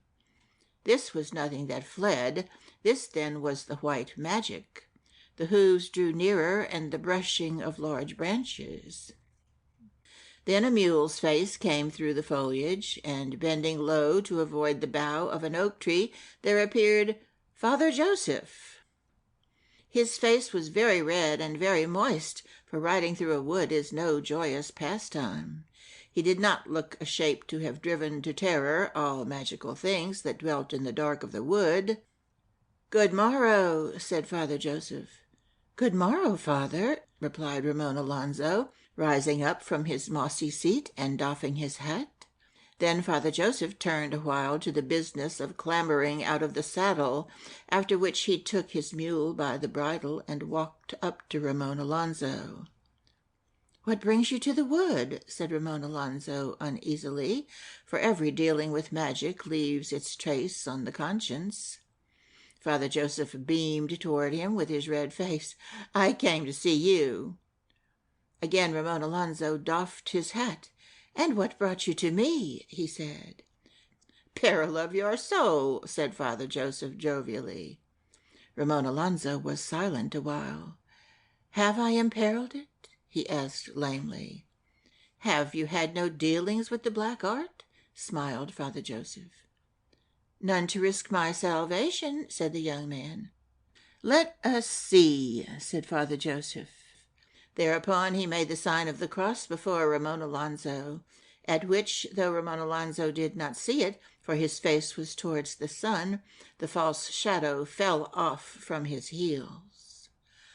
Then Father Joseph took a bottle of holy water, a hollowed rock crystal that hung on a small silver chain from his belt, and cast the holy water upon the moss round Ramon Alonzo's heels. And the false shadow, lying upon the moss, got up and ran away. Ramon Alonzo saw it rush over the sunny clearing and lose itself amongst great true shadows of trees. "Gone!" he exclaimed. "Yes," said Father Joseph.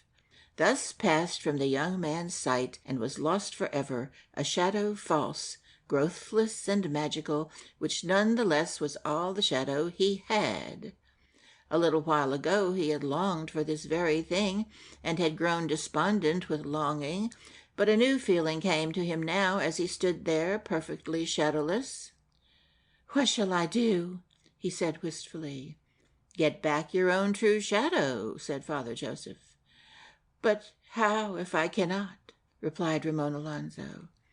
"At all costs get back your shadow," said the priest. "Is it so urgent as that?" asked Ramon Alonzo.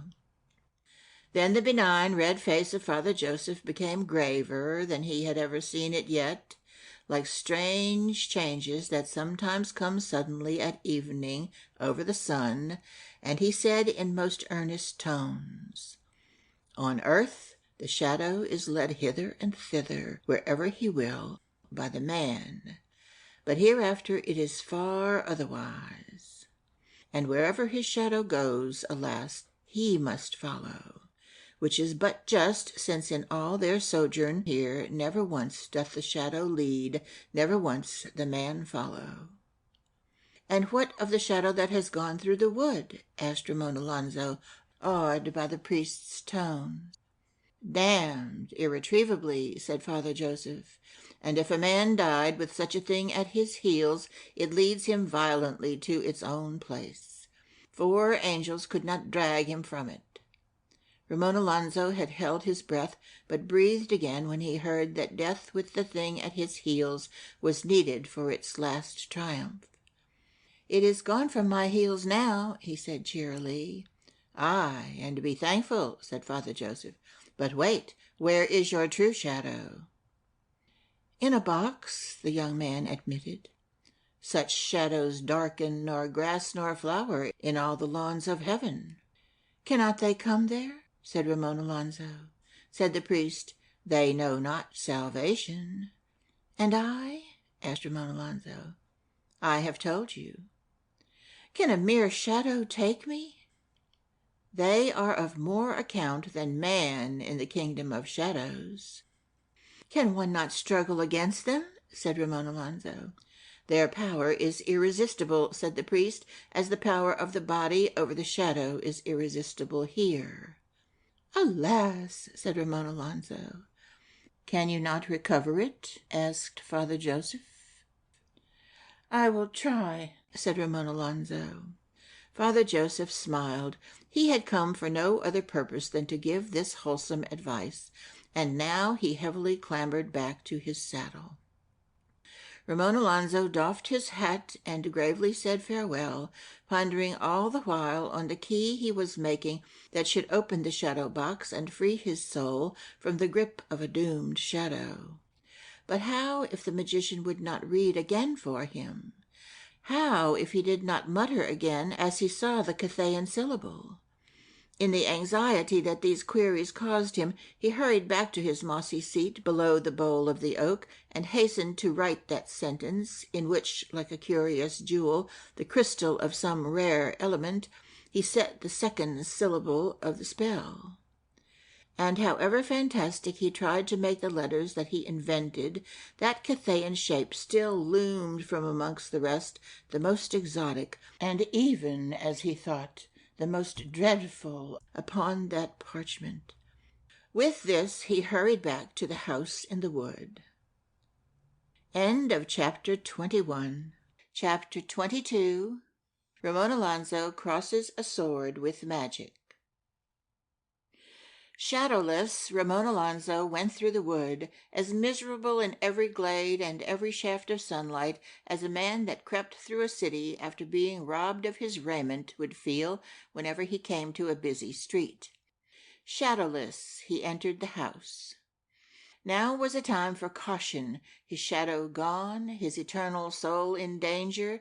Now was the time to watch the magician warily, till an hour might come that should be favorable to a request. But every circumstance that should have urged delay drove the youth onward impetuously. How if he should die that night, and the doomed shadow get a throttle grip immediately on his soul and drag it down to hell? He durst not wait. He must win back that shadow. And even as he thought of the daily pains of hell, which are far beyond the imagination of such as Ramon Alonzo, but he had been well instructed in these by good men, even as he thought of the round of pains and terrors, he remembered with chivalrous faith the charwoman's shadow. He hastened along the corridors. The old woman that had been anemone at work by her pail saw him go by and noticed that he was running. He came to the door of the room that was sacred to magic. He entered. There had been no spell on the door of late, so that the pupil might come to the room for work. He came breathless before the magician. That learned man was sitting at his lectern, alone with his own thoughts that were beyond our needs or concern. He raised his head and looked at Ramon Alonzo. "Master," said Ramon Alonzo, "a script that I had from a man in the wood. Strange words. I pray you read them." In the look that the master gave him, he saw he had failed. None the less, he spoke again all the more earnestly. "I pray you, master," he said. Still that look. And then the magician slowly shook his head, and Ramon Alonzo knew that hope was over. "Give me my shadow," he blurted out then. "No," said the magician. "Why not?" shouted Ramon Alonzo. "It is my fee." "I have learned nothing for your fee." "You have learned from me," said the master, "the manner of compounding a love potion." "I made it, and a man drank it." "He will love fiercely," the magician said. "It made him most monstrous sick," said Ramon Alonzo. "Ah," said the magician. "Give me back my shadow," Ramon Alonzo repeated. "I have taught you other learning for my fee, rare learning come from of old." "You have not taught me the making of gold," said the youth. "I have taught you the rarer wisdom, a more secret thing." "What?" said Ramon Alonzo. The magician paused, and in a graver voice he said, "The oneness of matter." "It is naught to me," said the other. "It is a most rare learning," the master answered. "Few know that there is but one element with 100 manifestations. Few knew it of old, and few have handed this rare knowledge down. It is worth incomparably more than my fee." "It is naught to me," repeated Ramon Alonzo. "Give back my shadow." "No," said the magician, "for you cannot give back this rare, this incomparable knowledge. Neither shall I give back my fee." "The shadow was worthless. It would not grow, and now it has run away." "Ah," said the magician. For the last time Ramon Alonzo blurted out his useless request, "Give me back my shadow." And the magician answered, "I keep my just fee." And Ramon Alonzo turned his face toward damnation, yet remembered his knightly quest. "Then only give me the charwoman's shadow," he said. "She has had years for it," said the master.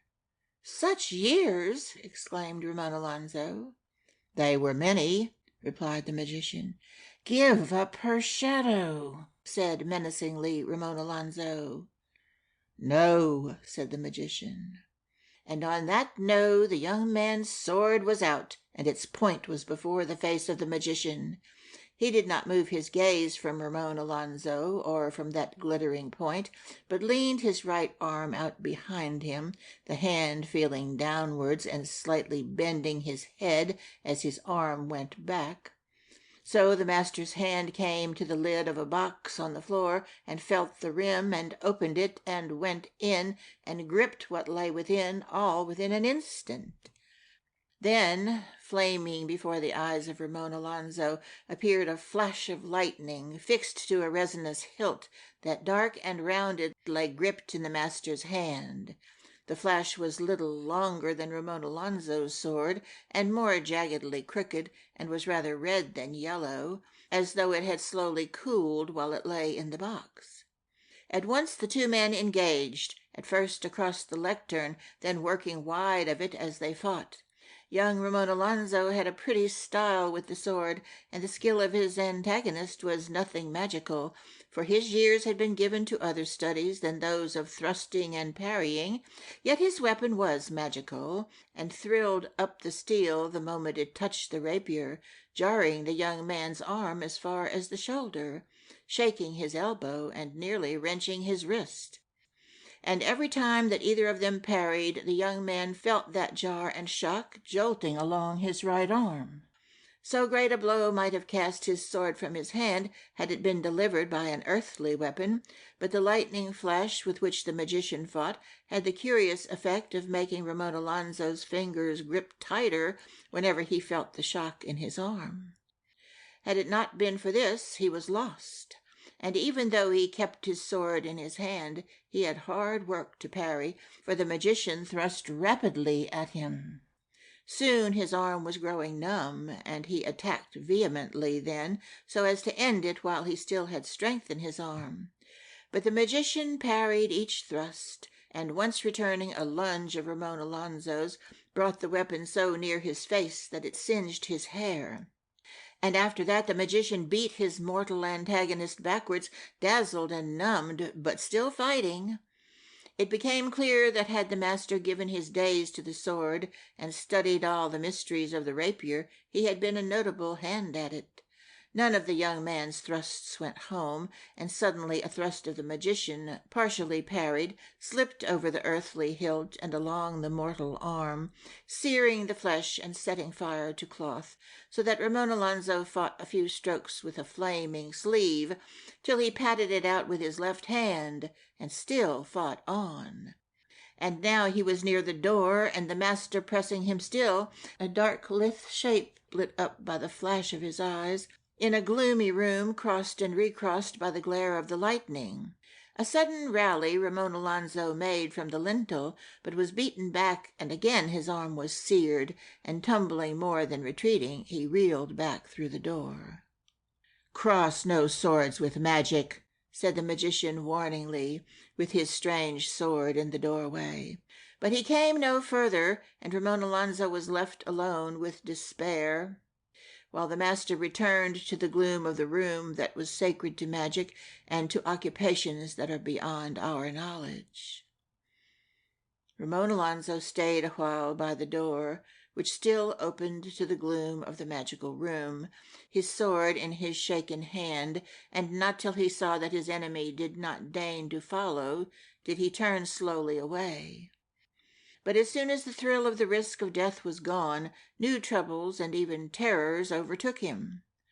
On earth he had lost his shadow and lost a fight, hereafter his salvation. He was defenseless in this sinister house, for his sword had failed him, and impetuously he had cast his careful and patient plans away.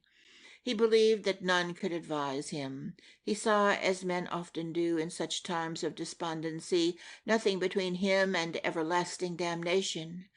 He would not even pray, counting himself already among the damned, unto whom prayer is forbidden. He heard the charwoman late at her work in the corridor, but moved away from her, being in no mood to speak. But she saw him and came after him, and seeing all at once the need that he had of comfort, she brought it him, though he would have none of it, so that she had to give comfort without his knowledge. He did not tell her that his false shadow was gone, and would not tell her that the magician had beaten him, and that the shadow box was locked for ever, and his soul involved in the doom of his true shadow. But he said, "All is lost," and this he repeated often whenever he thought she was trying to give him comfort. "But you have the first syllable of the spell," she said. Little had this comforted her when first he had told her, but now that he needed comfort, she said it as earnestly as though by this one syllable alone the long box could be opened. "All is lost," he repeated. "The first syllable is ting," she said. "All is lost," said Ramon Alonso. "The next might be tong or tang," said the old woman. Idle enough such a remark, unlikely to be true, light words on which to build a hope of escape from hell.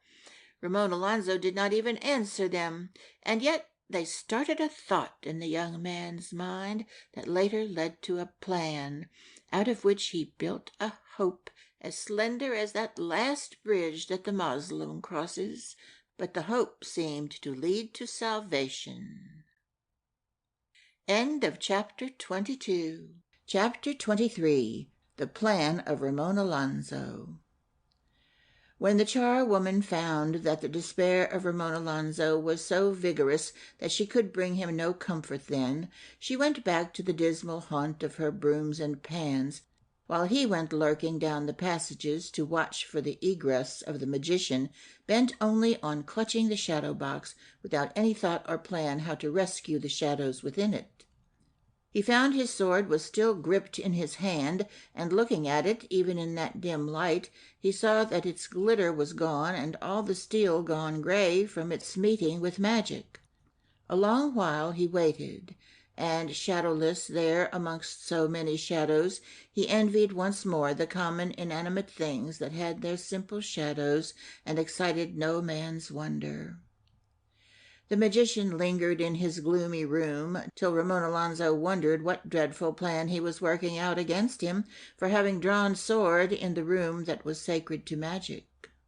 But already he had forgotten Ramon Alonso, and was brooding on problems beyond the young man's guesses. That he had fought to protect his shadows was no more to him than it is to a master chess player that he had locked the door of his room when he goes to study alone the mysteries of Ruy Lopez.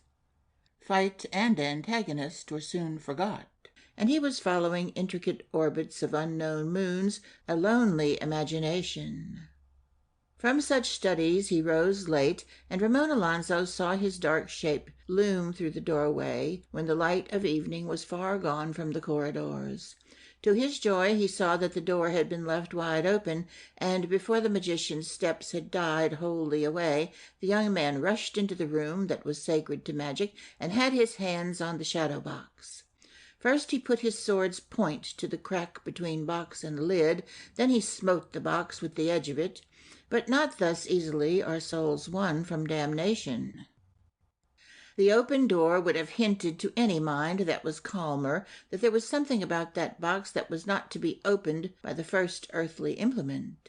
The gap between lid and box was narrower than the gap between one granite slab and the next in the temple beside the Sphinx, narrower than the line between night and day.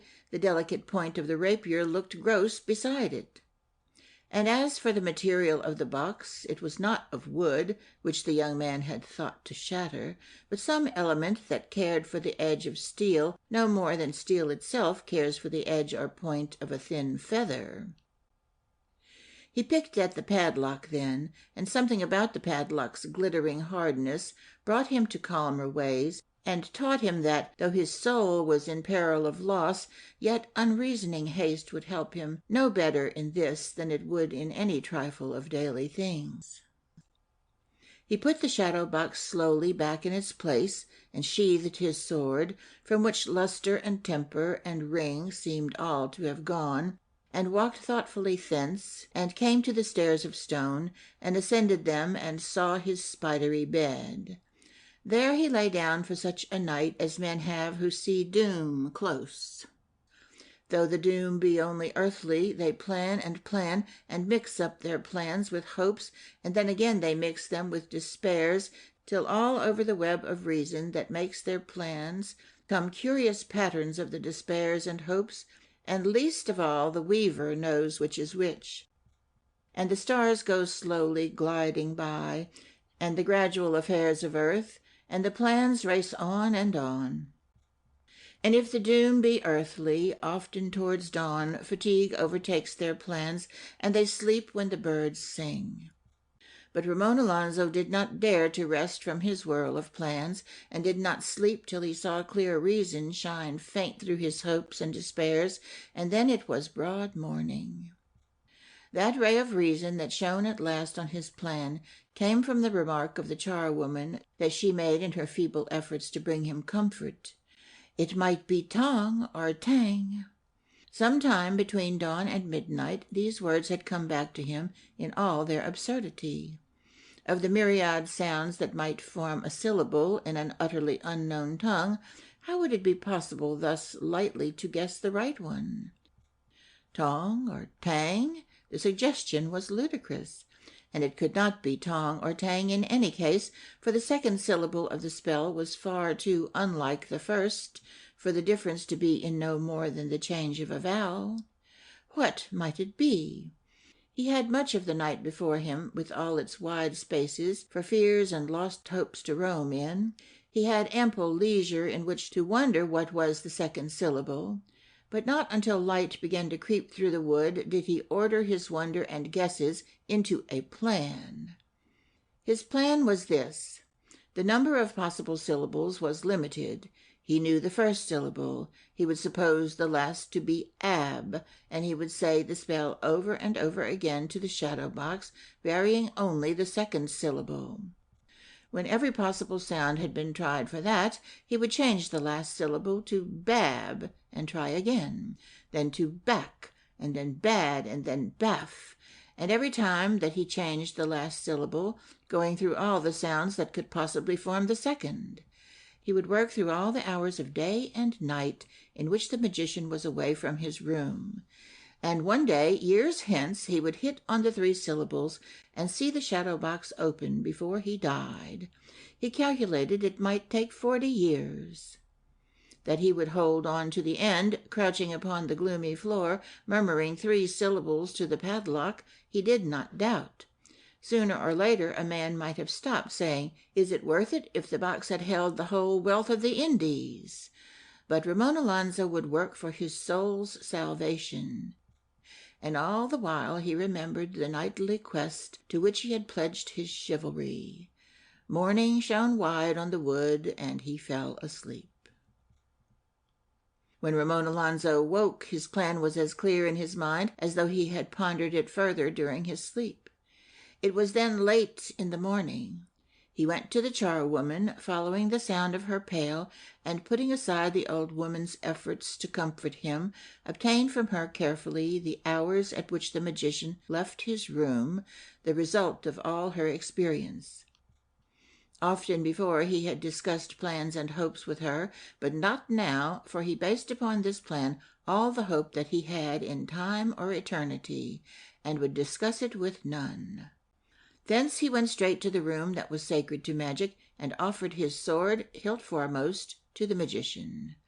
The magician bade him keep it, for whatever terrors vexed him from beyond the path of the comet, he had no fear of any earthly sword. Neither man desired to continue their quarrel, the youth because he saw that his folly already had brought his soul to the very brink of hell, and he regretted his haste. The magician because his need of a pupil upon whom to unburden himself of some of the wisdom he had carried alone down the ages was a greater need than Ramon Alonzo knew. So that the tensity between them passed, and the magician turned his mind to the obligation that is laid upon all magicians of handing on to a pupil the lore that has come to them from the dread masters. For so the magicians of old are known by all that follow the art. Thus is their magic even to this day. Ramon Alonzo, meanwhile, was only planning and waiting to rob the box within which the magician enslaved his shadows. He knew not when the day would come on which he would rob the box. It might be years hence. He might be gray when he did it. But all his fervor and patience were centered on this. His scheme may seem little better than the black art, but he had been taught from childhood that such crafty ways were justified in cases that touched the safety of the soul, nor did he hold that the master had earned his fee. His whole attention lost in the plans he was making, arranging in countless formula a legion of possible syllables, he scarcely heard the suave voice of the master speaking across the gloom to him. "What learning would you have of me?" Back came his thoughts from a far-imagined year in which, with a sudden spell that was right at last, he should free his shadow from the eternal doom that ownerless shadows share with the souls of those who were once their masters. Back came his thoughts as alert as though they had wandered never an hour away from that very morning. "I would learn the making of some more durable thing," said Ramon Alonzo, "than gold." And the master smiled thereat, as Ramon Alonzo had hoped. "We shall therefore study," the master said, "the making of Persian spells, which more than any other inscription of magic charm spirits whose courses are not within this sphere, and thus they shall be remembered after earth." He rose and placed upon the lectern a tome in a leather binding, as rough and black as a saddle on an old battlefield, written by one of the magi in his old age before the fall of Sidon.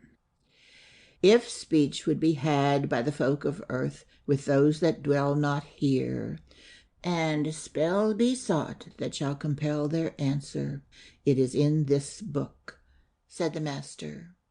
Then began the teaching of heathen script, with its dots and curious flourishes, the pronouncing of alien vowels and strange intonations, and all that labor that thoughts must undergo to bring up wisdom out of a former age, which is no lighter than the toil of the miners who dig up bygone forests from out of the past of the earth.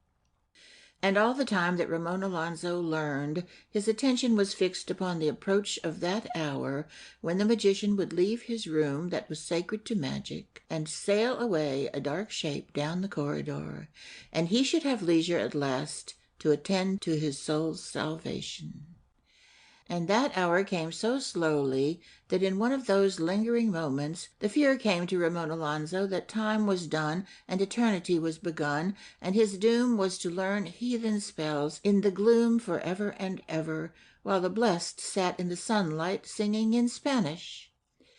And this fear passed, giving way to one more terrible, that told him far worse awaited him than this, unless he could rescue his shadows from the doom it must share with his soul. The hour came at last when, with an earnest reminder of the way of the heathen vow, the magician arose and went bat-like out of the room. For many moments Ramon Alonso sat motionless, listening to fading echoes from the feet of that master of shadows. Then he was down by the shadow-box, eagerly uttering a spell. Not a flicker made the padlock. Rapidly he uttered another, and then another, and with a kind of sing-song intoned spell after spell in the gloom and dust of the floor, bending above the shadow-box. The first syllable was always ting, which he knew to be right. The last was always ab, which was only an assumption he meant to vary slowly through the weary years. The second syllable he changed every time. The thought of the years that he should spend in that room murmuring spells to the box did not appall him, for he knew that the relation of all time to eternity is as a drop to the sea. He only feared that those years might be too few. Close to him lay the box that held the magician's weapon, the old flash of lightning. It had neither padlock nor keyhole, and when he tried to raise the lid, it seemed to be shut forever. By what magic it opened, he knew not.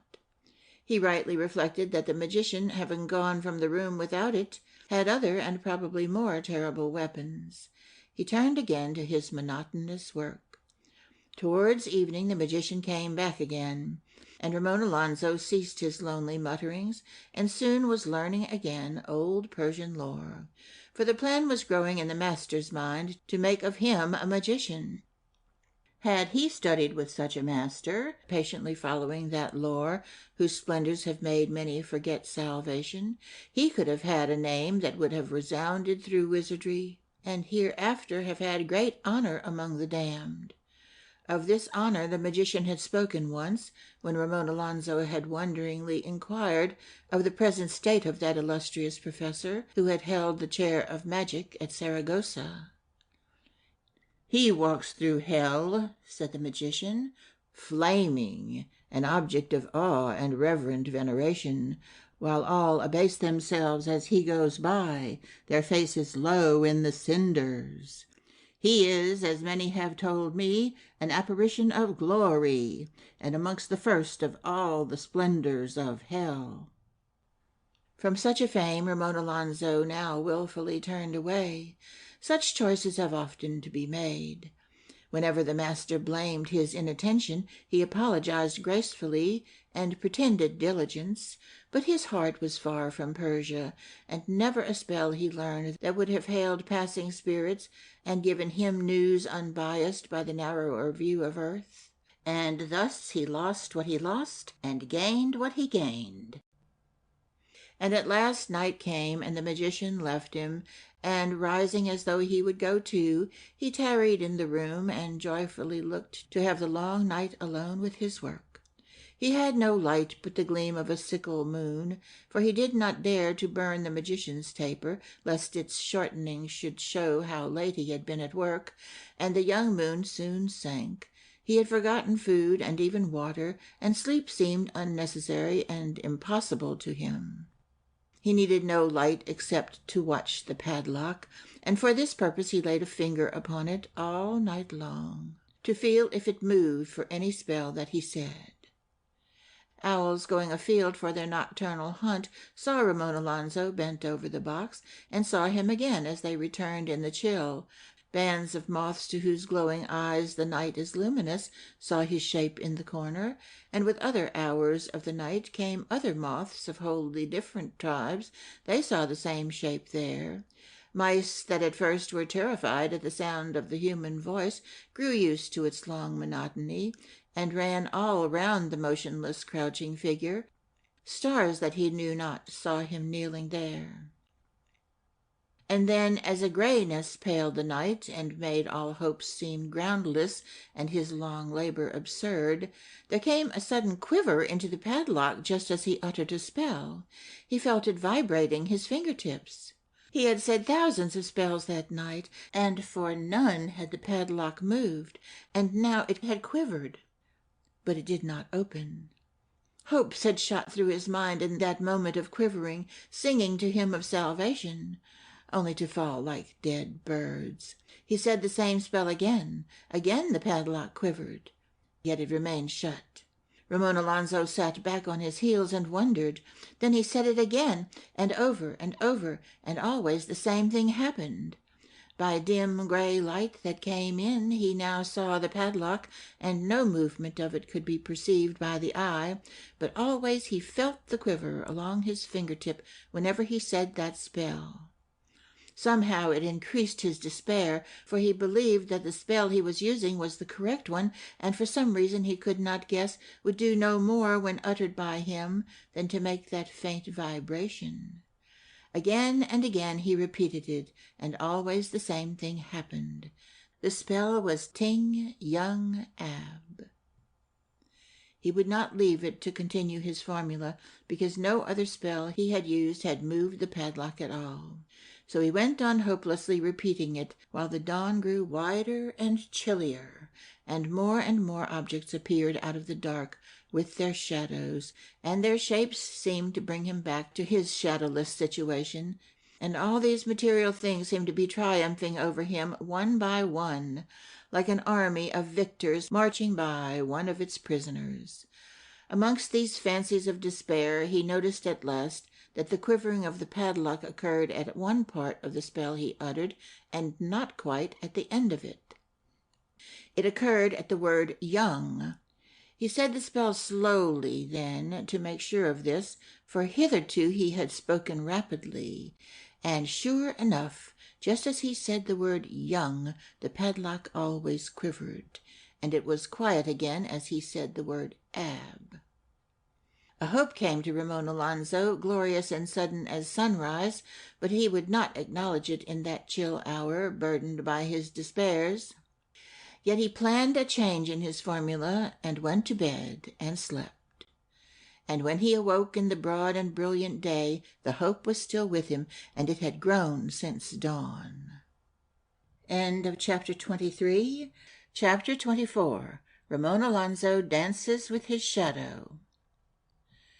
Ramon Alonso descended, ate hungrily, and hastened to the room that was sacred to magic, and there was the master in his usual place. There was reproach in the master's eye for the young man's lateness, but words he did not waste, reserving them for that instruction in heathen spells which he immediately commenced. Every day the master's intention was growing clearer, and the young man guessed it now. His was to be the name, as revered, as dreaded, as his who had held the chair of magic at Saragossa. His wisdom, his loneliness, his aloofness were to be as those of the dweller in the sombre house of the wood. His should be power at which the just should shudder, and mothers that could not call their children from play in the long evenings when they should be in bed would, in the last resort, shout, "Ramon Alonso!" to them. Against this terrible fame the young man's blood cried out, and the birds aided him, calling out of the wood, and the sunlight seemed on his side and against magic. Yesterday he had dared to make no protest against anything the master might teach him, for he had seen in years of obsequiousness his only chance of ever recovering his shadow. But a new hope strengthened him now, and he asked a question that was in itself a protest. The master was teaching him slowly a spell of terrible potency when Ramon Alonso said, Master, what chances of salvation hath a man that shall make use of this spell? Salvation? Salvation? Said the master. A thing common to countless millions, the ordinary experience hereafter of half the human race. Is this to be put against knowledge of the hour of the return of the comet? Against speech from these small fields, with spirits that wander from world to world? Against strange tongues, runes, and enchantments, the knowledge of ancient histories and visions of future wars? Is this to be put against a hold upon the course of a star? Rather would I flame beside the Count of the Mountain, who held the chair of magic at Saragossa, and burn in that bright splendor that torments but cannot subdue him, than share with the ignorant populace any bliss that is common to vulgar righteousness. Aye, and upon the sulphur that he treads, damned if you will, but held in reverence, kings have not hesitated to abase themselves in honor of his fame that resounds beyond time and far beyond earthly boundaries. Ramon Alonso did not dare to say more. It was as though a student at work in a dingy classroom had claimed that some boyish game for which his own heart was longing was of more importance than the honored learning that was being taught from the desk. The magician was growing angry. Ramon Alonso bent his head to learn those Persian spells, but his mind was far from them, with his hope and his formula. He learned in silence, while the magician bent to the work of making him his pupil and rendering him worthy of the terrible wisdom that had been brought down through the ages by the labor of the dread masters. And at last the black shape of the master went out of the gloomy room, and Ramon Alonso was all alone with his hope. His hope was that the first two syllables were right, that the quiver in the padlock was its preparation to open, as the spell thrilled through the brass, till the final syllable, ab, disappointed its expectation. He had therefore to try only once the thousands of possible sounds that might make the last syllable, instead of multiplying them by thousands more and working on till old age. The magician would be gone for some hours, returning again in the afternoon for another weary lesson. Spells guarded everything around Ramon Alonso in the room that was sacred to magic, while the magician was gone. Spells, had he known it, could have brought to life one of the crocodiles when he drew his sword against magic, and it would have eaten him had the master not needed a pupil. But Ramon Alonso cared only for one spell.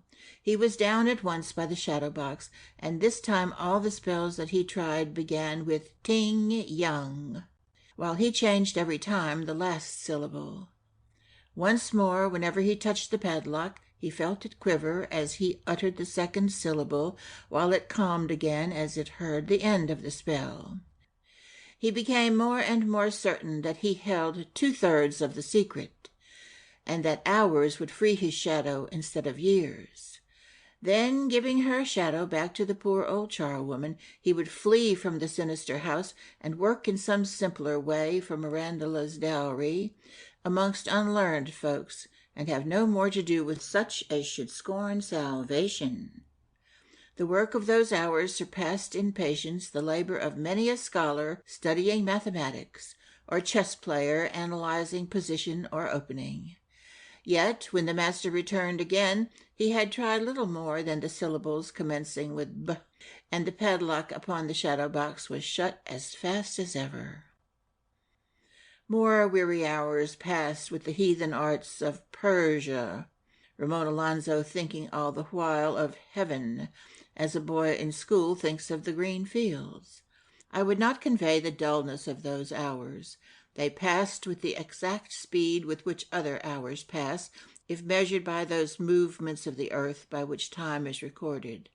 But if spiritual measurements be used, and the hours be marked by the impatience, longing, and weariness felt by Ramon Alonso, by that measurement they pass slowly. But the impatiences of man have their endings, as each of earth's revolutions, and night arrived, and the magician left. Whither he went, Ramon Alonso knew not, perhaps to sleep, perhaps he thought to commune across the gulfs with the damned. Want of sleep and too much work, far from wearying Ramon Alonso, had lit a fever in his veins that drove him to fierce activity, and he was down by the shadow box rapidly uttering spells. Small winds and faint sounds went by, and the moths and the owls and the stars, and the mice went round and round. And midnight came, and that solitary shape crouching above the shadow box had uttered to the padlock all the syllables that begin with k or d. No inspiration came to lighten that labor, but he clung to his formula, which was one long monotony, thousands of phrases that all began with ting young. He did not look at the slow changes of night. He scarcely saw the window. And yet black branches slanted against the stars remained a memory for all his years, and the sight of branches and stars wherever he saw it afterwards would always bring to him the weariest thoughts. His mind was peopled with hopes and disappointments, as the wood was peopled with little hunters going abroad through the dark. But despair never came that night, for he was determined not to admit despair till the last of the sounds was tried for the third syllable.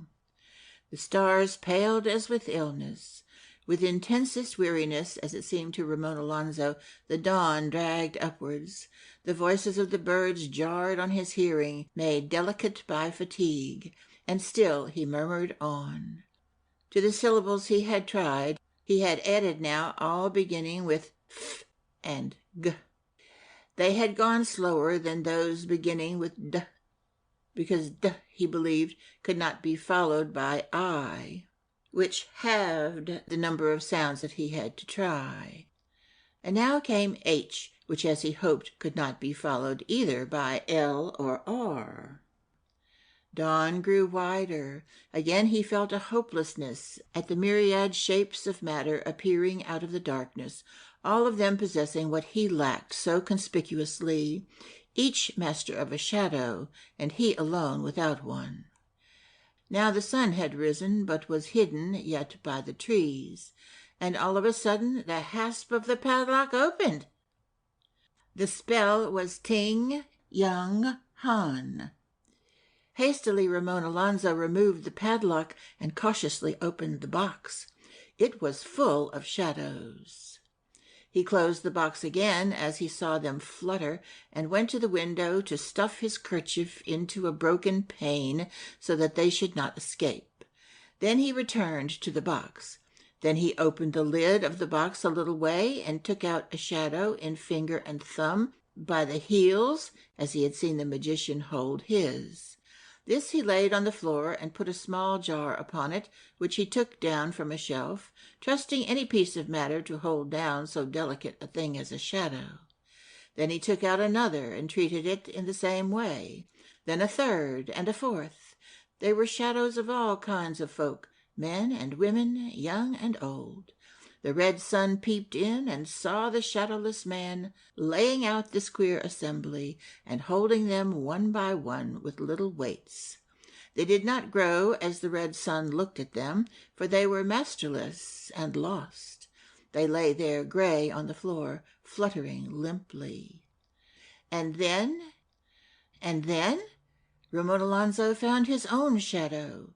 He recognized it immediately.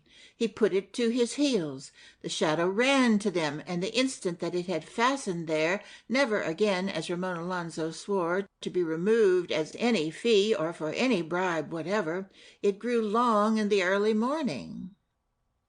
At that moment they danced together as though they had been equal in sight of matter, both of them ponderable and tangible things, both of them having thickness. And indeed, for some while Ramon Alonso could not feel any of that superiority that matter feels towards shadows. He only felt that there had been restored to him here the proud place that humanity holds against solid things, and hereafter salvation. They danced as equals, not as master and shadow. Round and round the floor went Ramon Alonso, dancing, and round the walls the shadow pranked behind him. Past every material shape in that room, he went rejoicing, knowing that with whatever dull feeling matter has, these shapes had scorned him as being less than them, remembering that he had marked himself their inferior by envying all that had shadows. The fatigue of the night and his dread had fallen away, and he danced in sheer joy, and a wildness and fantasy about his leaping shadow seemed to show that it also had a joy of its own. As he watched its silent leapings following his merry steps, he began to understand how a soul might follow a shadow, as here on the solid earth a shadow followed heels. He danced till a new fatigue, overtaking his happy muscles, not the fatigue of dread and monotony, began to weight his steps. Then he and his shadow rested. Again he went to the box, and the very next shadow he drew from it was the lithe shadow of a slender girl, with curls that seemed just now shaken by a sudden turn of the head, which showed in profile with young lips slightly parted. There was a grace about this young shadow, as though spring had come all of a sudden to one that had waited, wondering at dawn while her elders slept. A maiden in spring. And as Ramon Alonso looked long at that delicate profile, his fancies began to hear bird song and distant sheep bells and all happy sounds of lost seasons that had made that wondering look. Who was she, he wondered, that could be so fair? Where was she? What fields lent such beauty?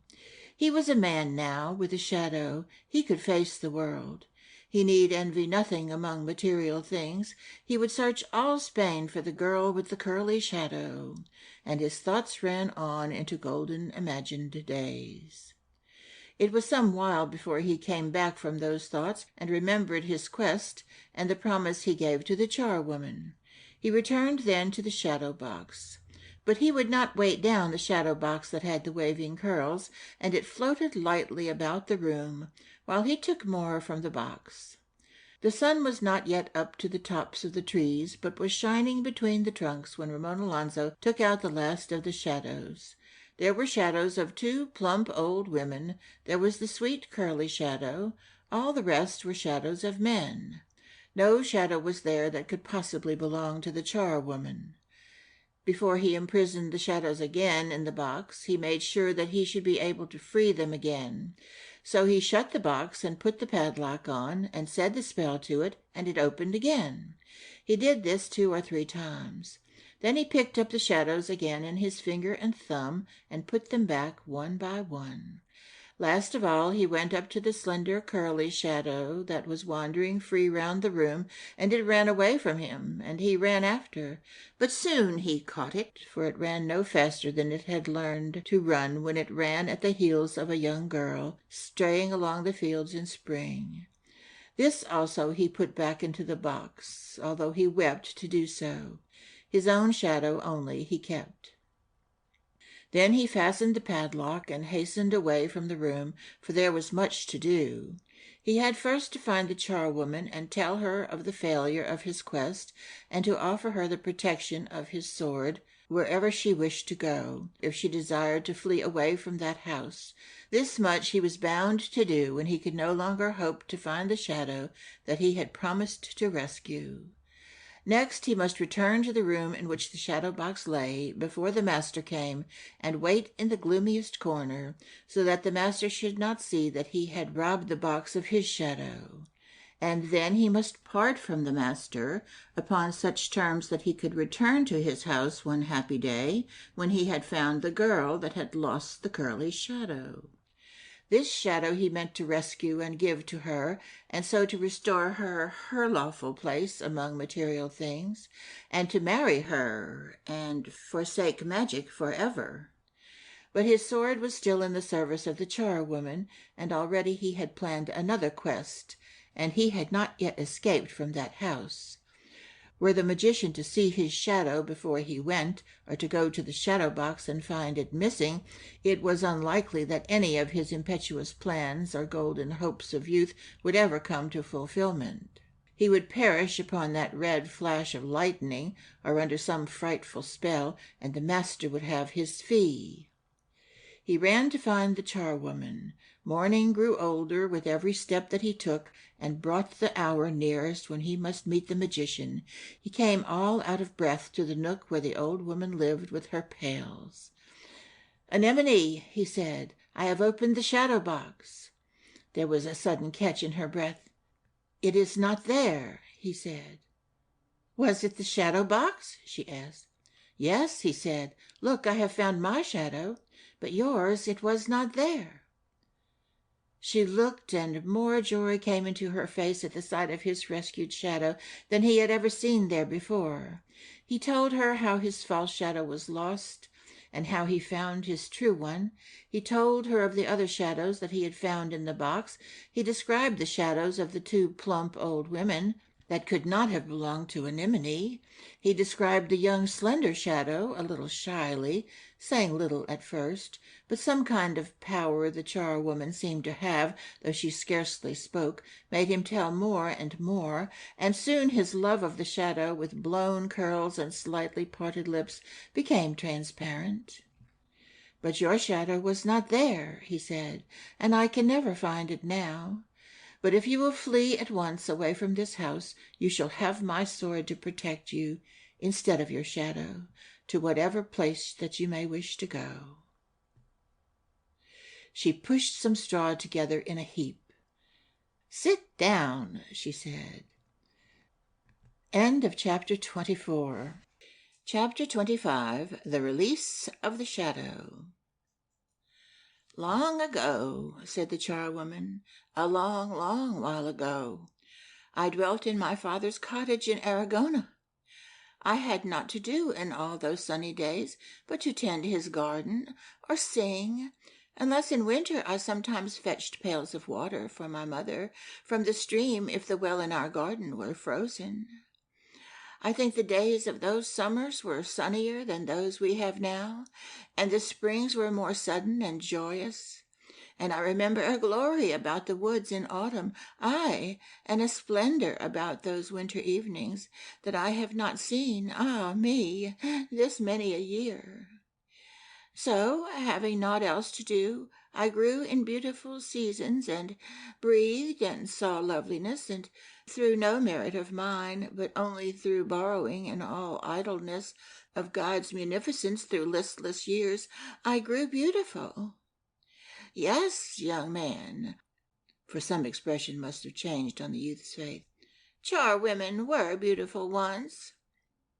I had not loved, for of those that came sometimes with guitars at twilight and played them near our garden, none had the splendor fairer than my daydreams, and they were of Aragona. There came a most strange man at evening, when I was 17, all down the slope from the wood, walking alone. I remember his red cloak now, and his curious hat, and his venerable air. He came to our village on that summer's day, at the time that bats were flying. At the edge of our garden he stopped, I saw through my window, and drew a flute or a pipe from under his cloak, and blew one note upon it. My father came running out at that strange sound, and saw the man, and doffed his hat to him, for he had a wonderful air, and asked him what he needed. And the master said, aye, it was he. The crafty magician said that he wished for a charwoman, some girl that would mind the things in his house in the wood. My father should have said there was no such girl in his house, but he talked, and then my mother came out, and then they talked again. I know not how he satisfied them, but he had a wonderful air. There are just men with far less a presence. They were poor, and looked for work for me, and gold to him was ever stuff to be given by handfuls unaccounted. Yet I know not how he satisfied them. My mother called to me and told me I was to go away with the signor, to work for him in his great house in the wood, and he would pay me beyond my expectations, and soon I should come back to Aragona a girl with a fine dowry. Aye, he paid me beyond expectations, but I never came back. I never came back. I tried to once, but they would not let me. He would not wait. I must pack my bundle at once. So I did as I was bade, and said farewell to my parents, and went away after the stranger through the evening. I turned my head as I went beyond the garden, and saw my mother looking doubtfully after me, but she did not call me back. I was all sad, walking alone after this strange man in the evening, thinking of Aragona. And then, without looking round at me, he drew out a reed from his cloak, and blew another note upon it. And all the world seemed strange, and the evening seemed haunted and wonderful, and I forgot Aragona. I walked after him, thrilled with the wonders that one note seemed to have called from the furthest boundaries of wizardry. They seemed to be lurking just over the ridges of hills and the other side of wild bushes, things come from Elfland, and fancy to hear what tune he would play. But he played no more, and so he brought me to his house in the wood. Ah, I had eyes then, not like these, not like dim pools in rain. They could flash, they were like the color of lakes with the sunlight on them in summer. I had small white teeth, yes, and I had little golden curls. I loved my curls.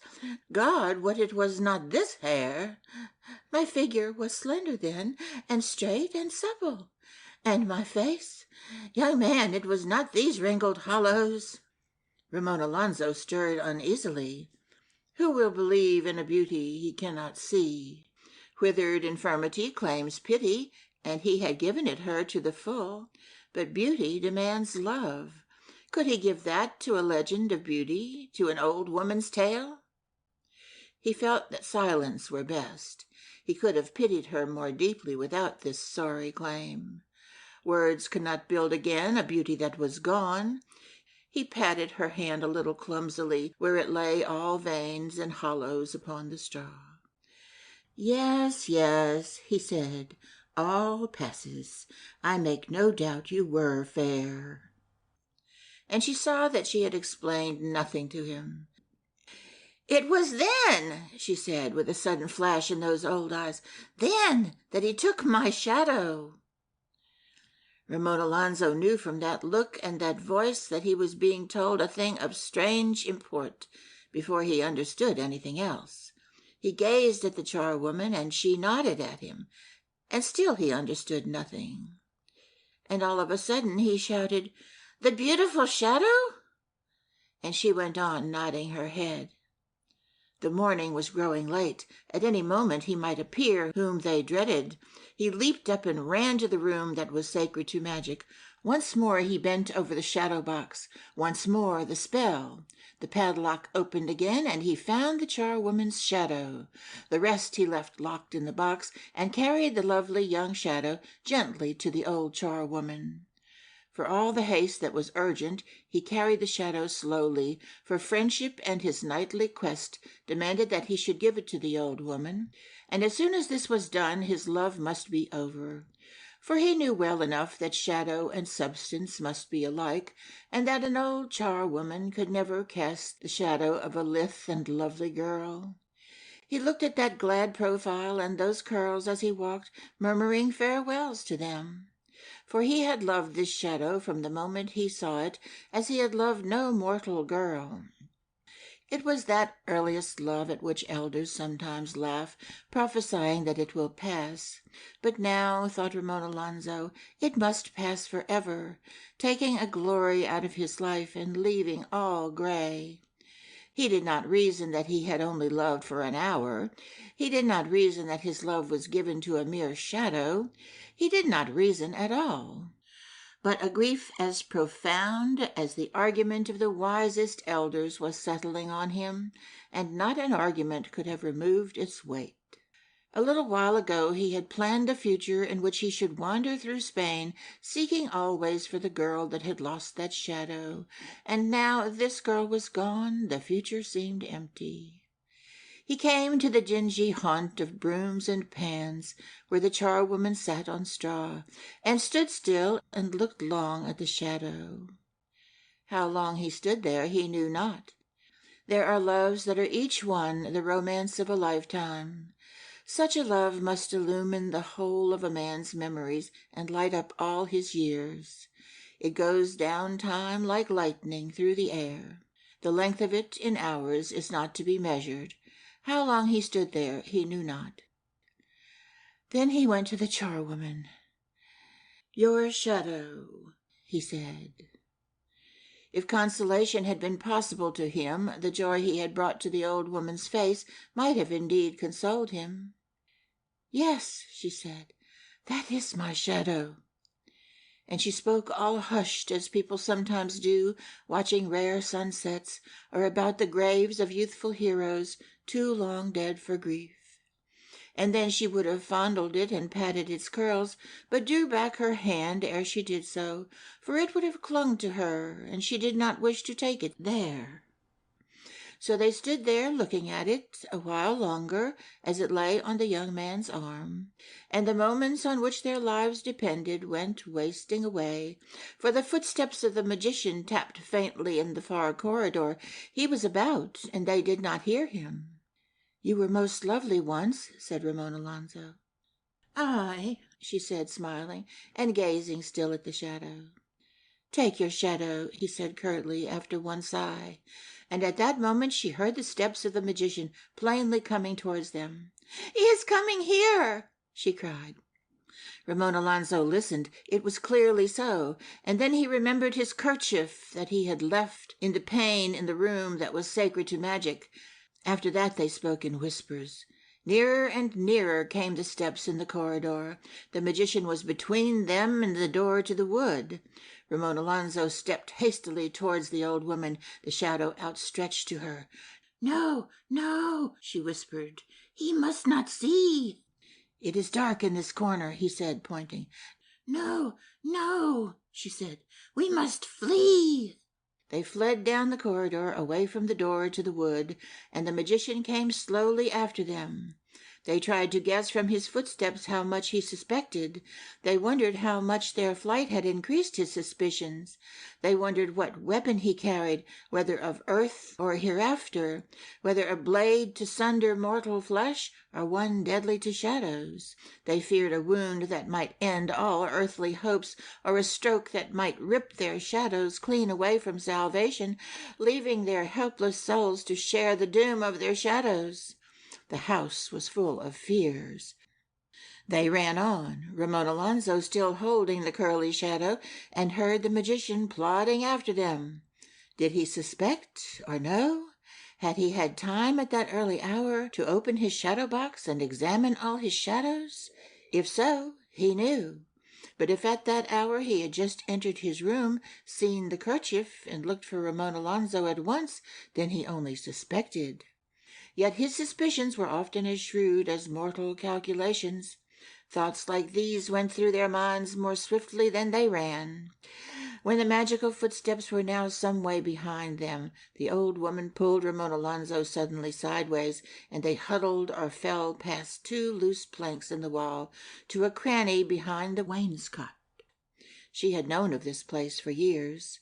Rats, damp, and woodworm, and other servants of time had gradually made it larger. There was just room for the two to hide there.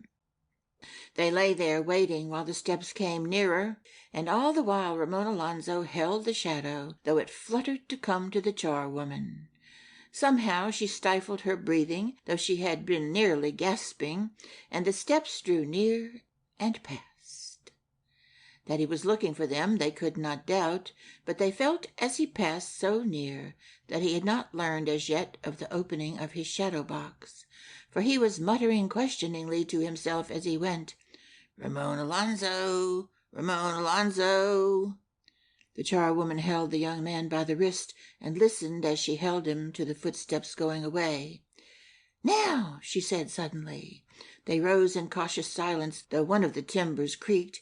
They left the moldering nook and tiptoed away. They heard the magician turn and come back down the corridor, and then they were running for the door to the wood.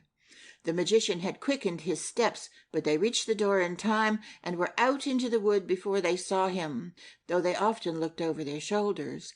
They ran through the wood, not only to avoid his pursuit, but to be as far away as they could before he used his enchantments, for both of them feared that as soon as he found they were gone, he would go to his sinister room and take from the spell-locked box some potent weapon of wizardry and loosen its deadly power towards the wood.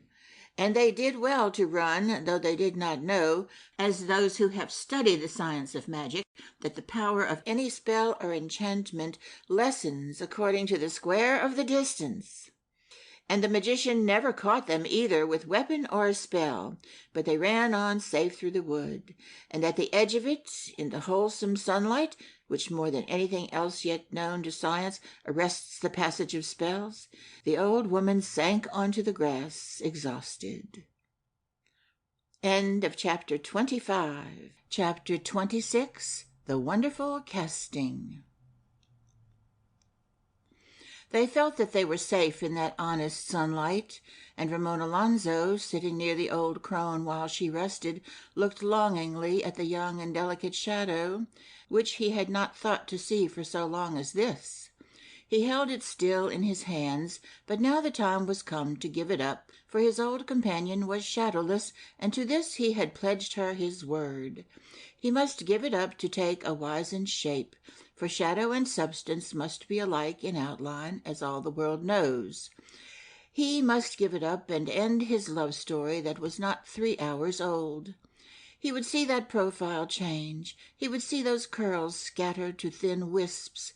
He would lead the old woman back to her Aragona, and then go forth alone and join the forlorn companionage that he felt sure there must somewhere be of men that had loved a shadow. Meanwhile the old woman rested. She could spare him a little longer that shadow on which all his young dreams were builded, dreams that he knew, as youth so seldom knows, would soon come tottering down. He turned from dark thoughts of his future to think of hers. What would the old thing do, back in a world again that had gone so far without her?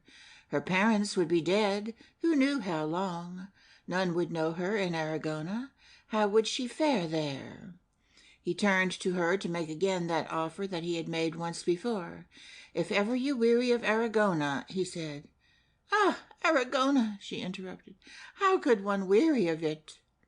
"If you wish for a warm house," he said, "for light work, for little comforts, I know my father will give you employment." Again that strange smile that he had seen amongst her old wrinkles when he had offered this before. He had intended to say much of his home, telling of the comfort of it, the quaint old nooks, its pleasant rooms, the mellow air about it, and how a charwoman might saunter there with none to vex her, dusting old tapestries slowly and resting when she would, doing easy work to keep just ahead of the spider, dusting as quietly and leisurely as he spun, till the rays came in all red through the western windows. Sitting and watching then the faces of olden heroes reddening to life in the rays, and all the tapestries wakening in the sun's moment of magic. No, he would not have used that word, for she was weary of magic. He would have spoken of the sun's benediction, which truly those rays would have been, on that old face in the evening, in the happy quiet of his home. But his words all halted before that smile, and he said no more at all. "Then I will take you to Aragona," he said after a while. "As you will," she said. He did not understand such listless words about her loved Aragona. He did not understand her smile. But she was more rested now. The end was near. She must have back her shadow. He gazed again at the young curly head, the happy lips and slender shape of that sweet shadow. Then looking up, he saw that the end which was near was now. For a man was coming towards them along a track that wound across the hill outside the wood, driving before him a donkey that bore a green heap of merchandise. If Ramon Alonso waited any longer to fulfill his nightly word, the man would see she was shadowless. He sighed once. "I pray you stand up," he said. He stood up himself. She arose without a word, and stood, as he said, a calm serene over her agitation, as the calm of lakes that freeze amongst the mountains in the midst of winter's violence. Then he carried the shadow to her, and kneeled down on the grass near her heels. He turned his back to her as he laid the shadow down, to look his last on the form that he so much loved, before it should be a shadow cast by a substance on which time had wrought its worst. He knew that from these last moments there was nothing to be had but sorrow, and that it were better to have turned away towards the charwoman, looking, as it were, time full in the face. Yet he gazed long at the shadow. And now the shadow was to the charwoman's heels. It slanted a few degrees to its left, to be right with the sun. The lines of its clothing fluttered a little, but his eyes were only on the merry head, to see the last of the curls. Still the curls crinkled there, still the lips parted in wonder. He kneeled, gazing there, silent and motionless, as a prophet might kneel and listen before a revelation whose words were dying away. And still the shadow had not taken the shape of the old substance that cast it. Then he heard a soft laugh behind him, and its tones were akin, if there be any meaning in tones and any speech in mere merriment, to the tones of streams to which spring had suddenly come, rushing down alpine valleys, unknown as yet to the violets, and unbound them from months of ice. And the shadow, the young shadow with wondering lips, responded. It was the shadow of one that laughed under swinging curls. And as he gazed, as lost mariners gaze at sails, he saw the little curls move backwards and forwards, and the parted lips shut. Still he waited for the change that he dreaded. Still no change came, and a wonder came on him greater even than his unhappiness. How could this thing be? How could a withered substance cast such a shadow? Again that low laugh. He looked round then, and saw her, saw the form that cast the shadow, saw the young girl he loved, for the shadow was stronger than the magician's gift. That weary immortality was gone, and the ravages of those years that magic had given had all fallen away. Wrinkles and lank hair were gone at the touch of the shadow, for although weaker than all material things, yet amongst spiritual things and the things that war against them, the shadow, for the sake of its shape and its visibility, is accounted as substance, and it was stronger than magic. She had had magical years for a shadow. Now the shadow was back, and the evil bargain over, and the work of all those dark years was brushed away at the sudden touch of reality. For the shadow was real, and had its rightful place amongst our daily realities, while magic was but the mustering of the powers that are in illusion. Remote Alonso wondered to see substance taking the shape of a shadow, for he had become so accustomed to the withered shape that magical years had fastened upon the charwoman that he thought it her own true shape. But her true shape was laughing gently at his wonder, with blue eyes in the sun, while golden curls were bobbing with her laughter. One wistful look she took at her fair young shadow, and her laughter ceased as she looked on it. Then those blue eyes turned again to Ramon Alonso, and Anemone smiled again. "Well?" she said. "Did you know?" were his first words to her. "Yes," she answered. "How?" he said. "By the long time I have lived with magic," she answered ruefully. "Can magic come and go like this?" he asked. "That is the way of it," she said. And still he could hardly believe what he saw with his eyes. "The bargain is over, and my shadow is back." "But your shadow is casting a body," he said in amazement, "not your body a shadow." "It was only a shape of illusion, that body," she said. "But you, where were you?" he said. "It was not my true self," she said slowly. He asked her more of this wonder, but she answered more slowly still, and with confused words and fatigue of mind. She was forgetting. The dark house, the magician, the evil bargain, the long, long corridors, and the peril of soul were all slipping away towards oblivion after those lank wisps of hair and the long, deep wrinkles. Her efforts to recall them became harder and harder, and soon the flowers, the gleaming grass blades, the butterflies, or any youthful whim turned her so easily away from effort that Ramon Alonso saw he would learn no more from her about the ways of illusion, and perhaps never quite understand the power that shadows held amongst shapeless, invisible forces such as magic. And while her memories of magic waned, his own interest in the things of illusion was waning too. For he had found the one true illusion, and in the light of love all other illusions were fading out of his view. Ay, and substantial things, for the man and his donkey passed by them, and the high load of green merchandise, and neither Anemone nor Ramon Alonso saw any one go by, or any donkey or merchandise, and though they answered the greeting that the man gave to them, they did not know they had answered. But in a haze that was made of golden sunlight and many imagined things, and that moved with them and shut them from what we call the world, they wandered together slowly away from the wood. End of chapter 26. Chapter 27. They dread that a witch has ridden from the country beyond moon's rising. As Ramon Alonso and Anemone wandered away from the wood, her memories of pails and old age and the magical house dwindled faster, and she seemed even younger than her face amongst its little curls, and that was the face of a girl of 17. Often she glanced at her shadow to see if it was there, prompted by some dark memory like the fears that frighten children, but when she saw it going lightly with her light steps over the grass and small leaves, she laughed to see it and forgot the memory. At such moments Ramon Alonso tried to comfort her for those dark ages that she had known and all those wasted years, telling her that the future and years of his love should repay her.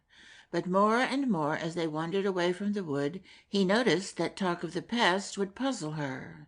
She would listen attentively, as though trying to remember or trying to understand, and then she would suddenly laugh to see a butterfly scared at her shadow, or to see the glint of a flower change as her shadow went over it. Then she would go grave again, when she saw the grave face of Ramon Alonso offering her sympathy for all she had suffered. And puckering her forehead, she would half remember and half understand until she saw a lizard run in the leaves or a young goat leaping. Then all the memory she had of those dark years would go again. So he spoke only of the present and his love, and of the future, and how his love would endure, and how it would be with her still in old age to shield her latest years from any sorrow. To this she listened, though when they spoke of old age, it seemed to both of them like the ending of a story often told, and even pleasant to hear, but not wholly true. This defeat of invincible youth on the distant day was no more to them than is the thought of defeat to the men of a great army just fresh from their first victory. Far into the future the radiance of that day shone for them, for where they walked on the hillside hand in hand in the morning, till all the years to be seemed to shimmer and glow in the gold of it, as though shafts of that one day's sunlight could flash across time. And even backwards its splendor seemed to pierce the mist of the past, casting a glow far off even on years that were gone. But the past, to Anemone, lay in Aragona and not in the dark house. Across a gulf of time that she could not measure, gardens and cottages of Aragona now glowed with a brighter light for her because of the radiance of one wonderful morning. They spoke a while of those gardens and those cottages, Ramon Alonso's swift fancies racing back through the years from far dreams of the future to hear of them, for all ways that were ever trod by Anemone were to him enchanted paths, because they had brought her at last to him.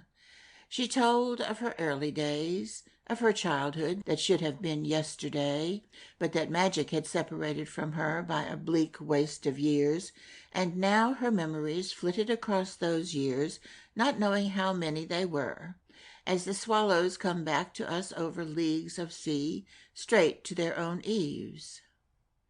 And as she told of that old home of her memories, a cottage garden at twilight in Aragona, the sky all haunted by the hint of some color too marvelous to tarry till we can name it, but caught and held in her memory, the flowers shining softly with a faint glow of their own, the voices of children playing, who must all long since be dead, and air trembling towards starlight, bells and their mellow echoes, faint notes of a lonely farm music. As she told, he lifted his gaze for a moment away from her lips, and saw, though dazzled a little by the shining gold of her curls, saw Aragona. This was not the Aragona of her memories, in which every flower welcomed him to come and walk in her garden, and every soft song called him to share old joys of her childhood. It was the Aragona in which night and day men watched with swords at their sides for the man with the bad shadow. And Ramon Alonso saw that he must look into the future to pick difficult paths that would not be lit by any light shining from daydreams. Immediately before him lay Aragona, and what after that? Would his father receive Anemone? He thought of her fair young face, her delicate curls, the rippling light of her eyes, her fairy figure, her merry childish ways, rejoicing in girlhood, to which she had returned after such wanderings. Daydreams all. His father would not see her as Ramon Alonso saw. Then he thought of soberer things more reasonably. His father was going to marry Mirandola, with those lightning eyes under that stormy hair, to the neighbor, Senor Galvarez. If they asked where Anemone came from, she too was a neighbor. If they asked who she was, who was Galvarez? And if Anemone were unknown, was that not better than to be known as Galvarez was known, a gross, mean man that had excellent pigs, but not himself excellent? So Ramon Alonso argued, and I give the theme of his argument, considering it worthy thus to be handed down the ages, not for any intrinsic brilliance in the logic, but because it was remarkable that out of that glittering daydream that was lulling him and Anemone from all the cares of the world, he was able to awake to argue at all. Then he told Anemone of his father's house, and how they would marry there and be happy forever after, and of the welcome that his father would give her. And in his vision of their future there, long languid days of summer and beautiful springtimes, and October suns huge, red and mysterious through haze, and gorgeous fires in winter, and hunted boars brought home, all blended to build one glory. He told of his mother and Mirandola and Father Joseph and Peter and the great dog that he loved, who, as he believed, could have killed a boar alone. A little he told her of hunts that he had had, but told not much of the past, because it seemed to him so bleak when compared with their future. Of the future he told in all its magnificence, and so came back to his daydreams. Once she questioned him about his father's welcome, but his faith in Galvarez had grown since first he had thought of him, and Galvarez presided now over all that situation. His father, he said, would surely welcome her. Yet her question brought him back again to the things that are outside daydreams. They had come nearer Aragona now, and its walls shone bright at noon, but with none of the light that shines from happy dreams. Now they must plan. Whither their steps? Aragona first, said Anemone. And then the tower, said Ramon Alonso. They could be there that evening. But Anemone besought him for some days at Aragona, now that she had come back to it after all that mist of years that seemed banked up impenetrable to her memory, although over them all shone clear the roofs of the old Aragona. But in what house? He asked. She knew not. With whom? She cared not. Aragona, Aragona. The memory of it was in her mind like bells, and she besought some days there. Then he told her how men waited there for the man with the bad shadow because of what had happened there on the hill at evening, and he drew his sword as they went toward the village. She laid her hand on the arm that held the sword and made him put it up. "Not now," she said. "We will go in the evening late when shadows are long, and they shall see that your shadow can grow and is as good a shadow as any Christian man's. Ay, and better, and better. Look at it now on the flowers. Who has a shadow to equal it? And at evening it shall be beautiful, dark and long, and who'll dare speak of it except in envy?" And this seemed wise to him, for he could not believe that any prejudice against a man on account of a short shadow could remain when he had a long shadow for everyone to see. So he praised Anemone's plan and said they would wait. But prejudices die slowly, as they were to find out that evening. And on the bright hillside they waited, spending the shining hours in happy talk. They had neither food nor water. They had fled too swiftly to have brought provisions away from the house in the wood. But it was the time of year when pomegranates ripen, and a grove of these was near them, and the pomegranates were food and drink to them. Sitting amongst the flowers, their talk went on all through the afternoon. There is no memory of what they said. The sound just came to them from the limits of hearing of bees in the tall lime. Swift insects flashed across the yellow sunlight with sudden streaks of silver. Butterflies rested near them, all motionless, showing their splendors. A wind sighed up out of Africa to turn the leaves of a tree. Children a long way off called across bright fields to their comrades. The flowers sparkled and drank the sunlight in. Their talk was part of the joy with which earth greeted the sun.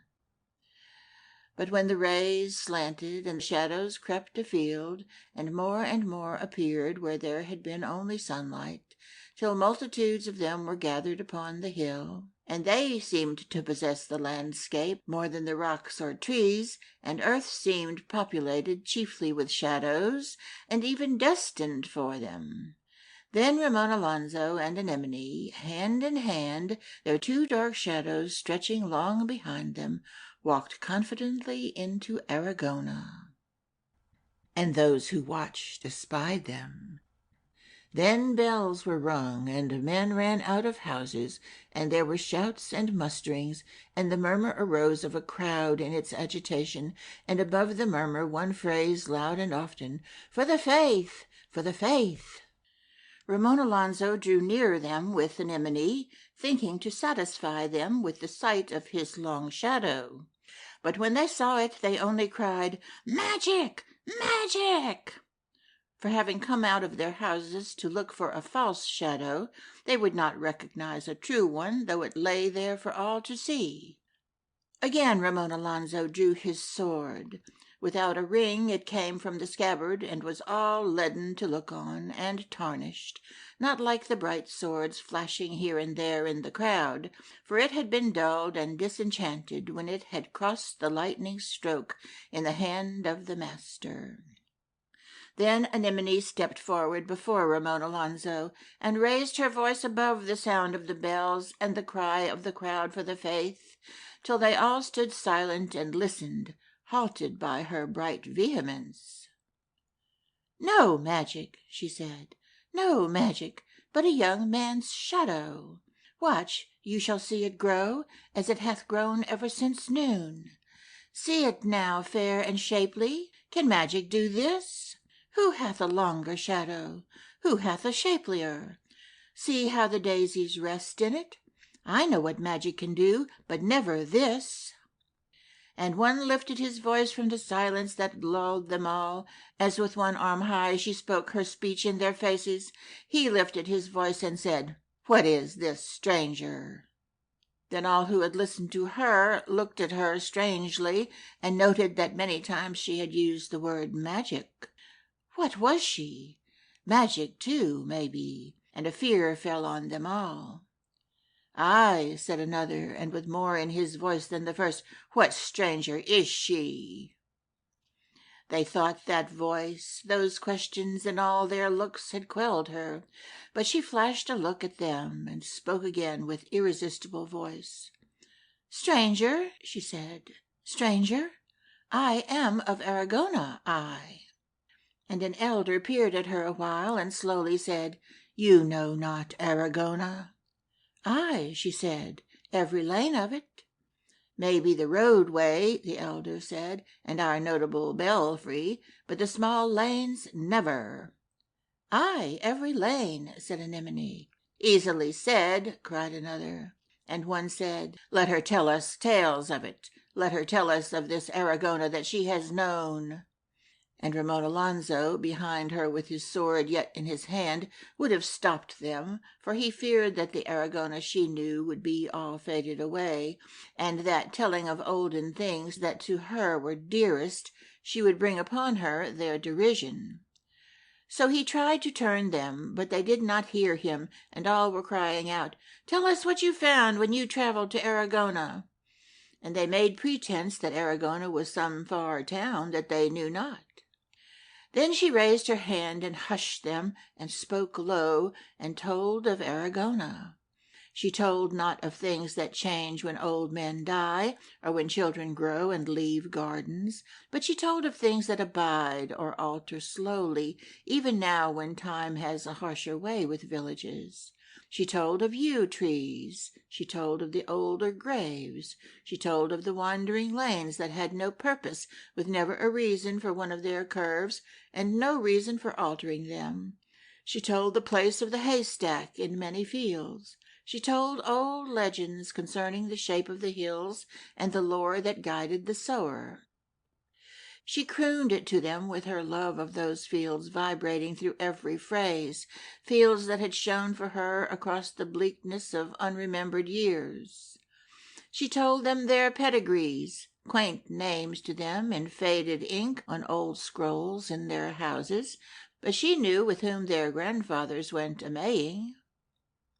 She told, and perforce they listened, held by her love of those fields. And when she ceased crooning the last word to them, that told of some old stone there was on a hill, where the last sound died away like a song that fades softly, a low hum rose in the crowd from wondering voices.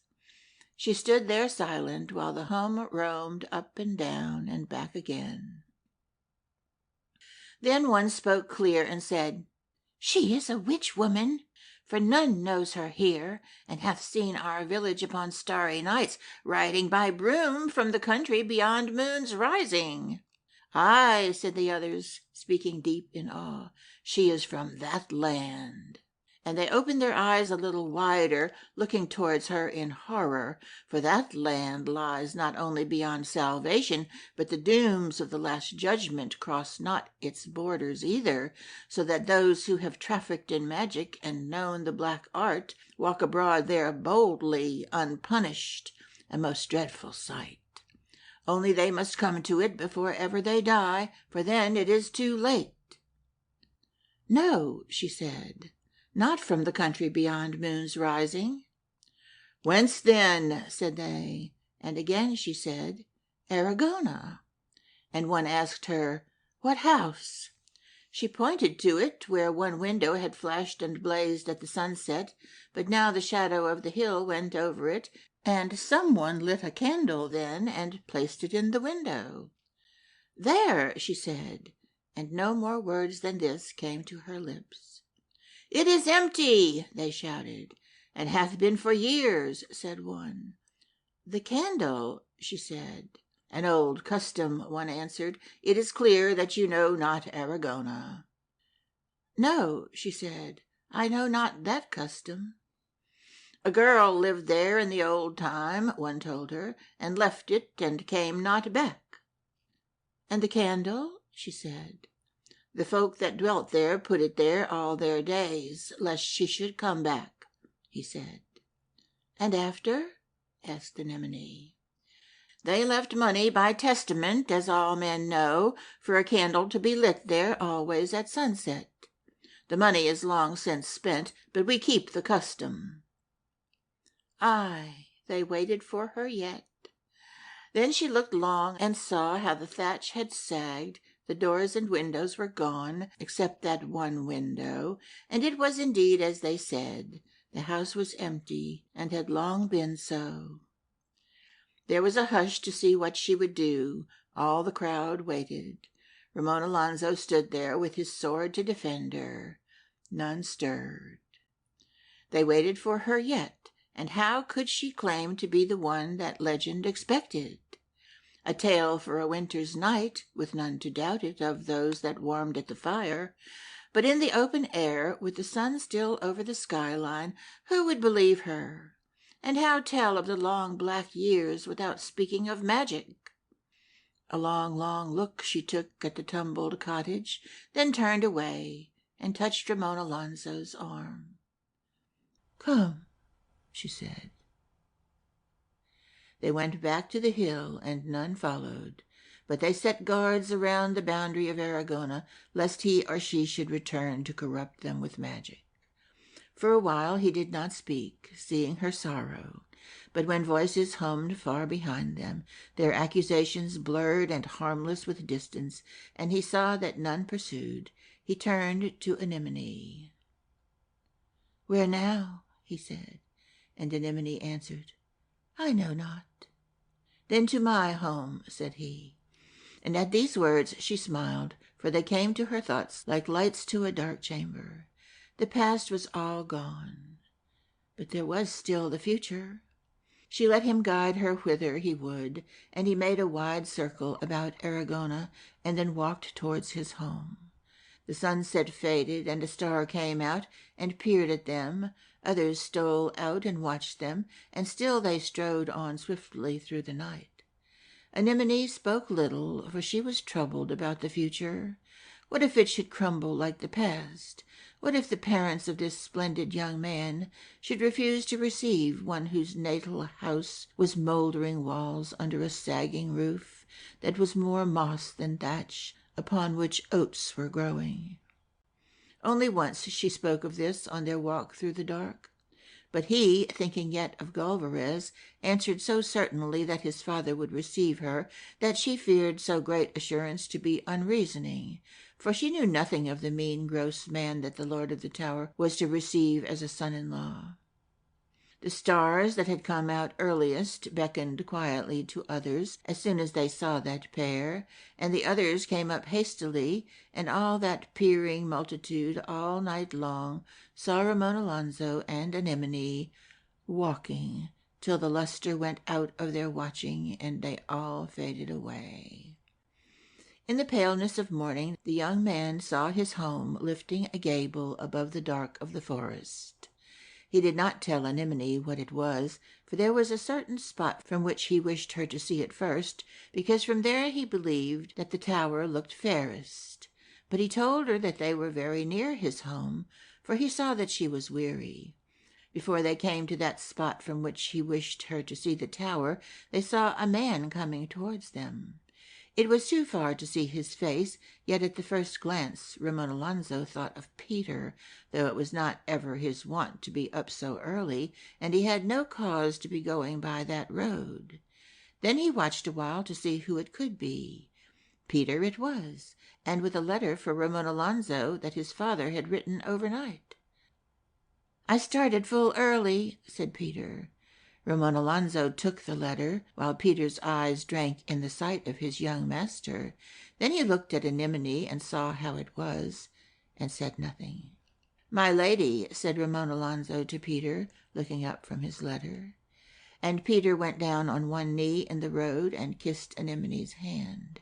And this first greeting that she had from the tower, an omen full of good fortune, heartened Anemone for a fleeting instant. Then she turned to Ramon Alonzo and saw him reading the letter with great astonishment. At first the news, however strange, seemed good. She could not read the parchment, yet this she read clear in the face of Ramon Alonzo. But then the tenor of the letter changed, and she saw him read the end with troubled anxiety. End of Chapter 27. Chapter 28. Gonsalvo sings what had been the latest air from Provence. Thus it came about that the Lord of the Tower sent again for Father Joseph, and bade him write him a letter.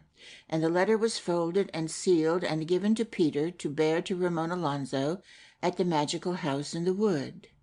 On the day that Father Joseph had left the tower to go to his own small house, the Duke lay in his bed all day very restless. It was the 3rd day of his strange illness. Whenever a step was heard outside his room, he watched his door with a fierceness, a light in his eyes which only faded from them when he saw Mirandola. He seldom spoke to her, but he could not curse her. He accepted the food that she brought to him, and none else ventured near him. And so that day went by, and the evening came, and Gulvarez, in the room where the boar spears hung, took an old guitar of his host's that years and years ago Gonsalvo had played, and striking up a tune, Gulvarez sang. And the tune was one that so long haunted valleys of Andalusian hills that none knew who first sang it or whence it came. It was a common love song of the South. The words were vague and varied in different villages, so that a lover had wide choice how he would sing the song. Gulvarez sang it with a heavy feeling, looking towards Mirandola and singing all the tenderer lines the loudest. When he had finished, his hostess thanked him, and Gonsalvo began to tell of old songs that he too had known, but his lady checked him that Mirandola might speak, and they both sat silent, waiting for their daughter to thank Gulvarez. Then Mirandola said, "'Tis a pleasant song. I pray the saints that the Duke hear it not." She said it with such an awe that alarm touched Gulvarez. "The Duke?" he stuttered. "Yes, I pray he hear not," she said, "for he hath a most strange fury, and small sounds trouble it much. I fear lest he should rise from his bed and slay you." And she listened, even as she spoke, to hear if the Duke were stirring. And Gulvarez grew red and said, "Not at all," and "By no means," and the lady of the tower said, "Mirandola," and the lord of the tower knew not what to say. And a silence fell, and Gulvarez still glowed red, like a misty autumnal sun in the still evening, and only Mirandola was quite at ease. At last, to break the silence, Gonsalvo sang a merry love song that in his own young days was newly come from Provence. Only those had known it then who kept an ear to what was doing in the wider world beyond the boundaries of Spain, and who watched the times and were quick to note whenever they brought a new thing, and of these Gonsalvo was one, and so he had got that song, no great while after its arrival in Spain, brought over the Pyrenees by a wandering singer, as birds sometimes carry strange seeds. But the song was old among the troubadours. As Gonsalvo sang, he thought of the days when it was something to know that song, showing either that the singer had travelled far, or was one of those quick minds that caught all things new. The merrier the notes, the more he thought of those days. And the more he thought of them, the more he regretted that they were all gone over the hills. A melancholy came into Gonsalvo's voice. Each line of the song seemed to roll him further and further away from that young man that had known so long ago the latest air from Provence. Ah, well, such feelings must come sooner or later to all of us. But Gonsalvo was not a meditative man, and to him they came most rarely, troubling him scarcely ever. Now they all welled up in him at the sound of that song, and at the thought that for aught Gonsalvo knew, it was no longer the latest air. His melancholy deepened. His memory drew those merry lines from the past, with a tone as sad as the groans of an aged man, who winds up a pail of bright water out of the well with pain in all his old joints. Gulvarez no more than Gonsalvo knew that Provençal tongue, yet the lilt of the tune should have told him that it was a merry song. But he watched his host's face with care, and saw there what he heard in his tones. He therefore mopped his eyes with a kerchief, thinking to please Gonsalvo. Then Gonsalvo sought to explain that it was a merry song, and was highly thought of as such in better years, if not now, and all amongst his explanations Gulliver's thrust in words seeking to explain his kerchief. Why was it that during all this time Mirandula seemed to sit there smiling? For her lips never moved. Then the lady of the tower, seeing that the silence that had hung so heavily over them after Mirandula's remark had not been bettered, though broken, by Gonsalvo's merry song, rose from her seat and beckoned to Mirandula, and, closing the explanations of the men with fair words to Gulliver, went thence with her daughter. So passed the third day of that illness that so strangely afflicted the Duke. And the fourth day came, and on this day Father Joseph was seen riding away on his mule. When Father Joseph walked over to the tower, and for a few days left the little village, the folk sinned there gladly. But when he rode away on a mule, they knew not whither, and was not back by evening, a piety came uneasily down on the village, and not only no one sinned, but they scarcely sang, for none gave absolution like Father Joseph. In the tower it was as yesterday, for an anxious hush still hung over all the house, because of the dreadful thing it had done to the Duke. And none dared trouble that hush by suggesting a new thing, and events came slowly. The Duke's strength still gained gradually, and his magical fury gradually faded, if indeed it faded at all. Mirandula still saw a glitter of wrath in his eyes whenever she opened his door, which only faded when he saw it was her, bringing him food or drink. And the wrath with which he watched the door seemed to Mirandula magnificent, for it seemed to her that no more than lightnings or splendid dawns would he turn aside to let mean things have their way, or assist gross things to prosper. And she had seen gross men and watched mean ways, and had had a fear that for aught that she could do she would come amongst grossness and meanness in the end, so what was common and crude would teach the mundane way once more to the rare and fine. They spoke little, for the Duke's wrath would not easily allow him to speak to any of that house that had so strangely wronged him, although it could not rage at Mirandula. Downstairs Gulliver said tender things to her, but as it was ever his way to say these the loudest, she hushed him with one hand raised and an anxious air, lest the Duke should hear any sound and be moved to yet fiercer humours. And none knew how the Duke fared except Mirandula, and she told all truthfully, yet always with an anxiety in her voice which made all the future uncertain, and checked Gulliver's boldness, as though he had suddenly come to the verge of a country that was full of a damp white mist. Among such uncertainties this day passed like the last. The fifth day of the Duke's strange illness came. A troubled piety reigned in the village, and Father Joseph was still far away, being then with Ramon Alonso in the magician's wood. In the tower none knew if the Duke's illness abated, but now he had grown accustomed to Mirandula's entry, and knew her step and her hand upon the door, and no longer watched the door with glittering wrath whenever he saw it move. But none knew if he would yet suffer the approach of any other, and none touched his door that day but Mirandula. Gulliver inquired of her how the Duke fared. "I fear," she said, "he will never forgive our poor house." "I will speak to him later," said Gulliver. "I trust he may forgive you for bringing him here," she said. "If so, he may well forgive us." It was thus that Mirandula would speak to Gulliver. Such words did not at first seem wrong, but there was no comfort in them. Rather they stirred anxieties, and on thinking over them afterwards, it oft seemed as though nothing less than a slight to Gulliver were hid in them. Mirandula's mother spoke to her about this, telling her how she ought to converse with Gulliver, and Mirandula listened readily.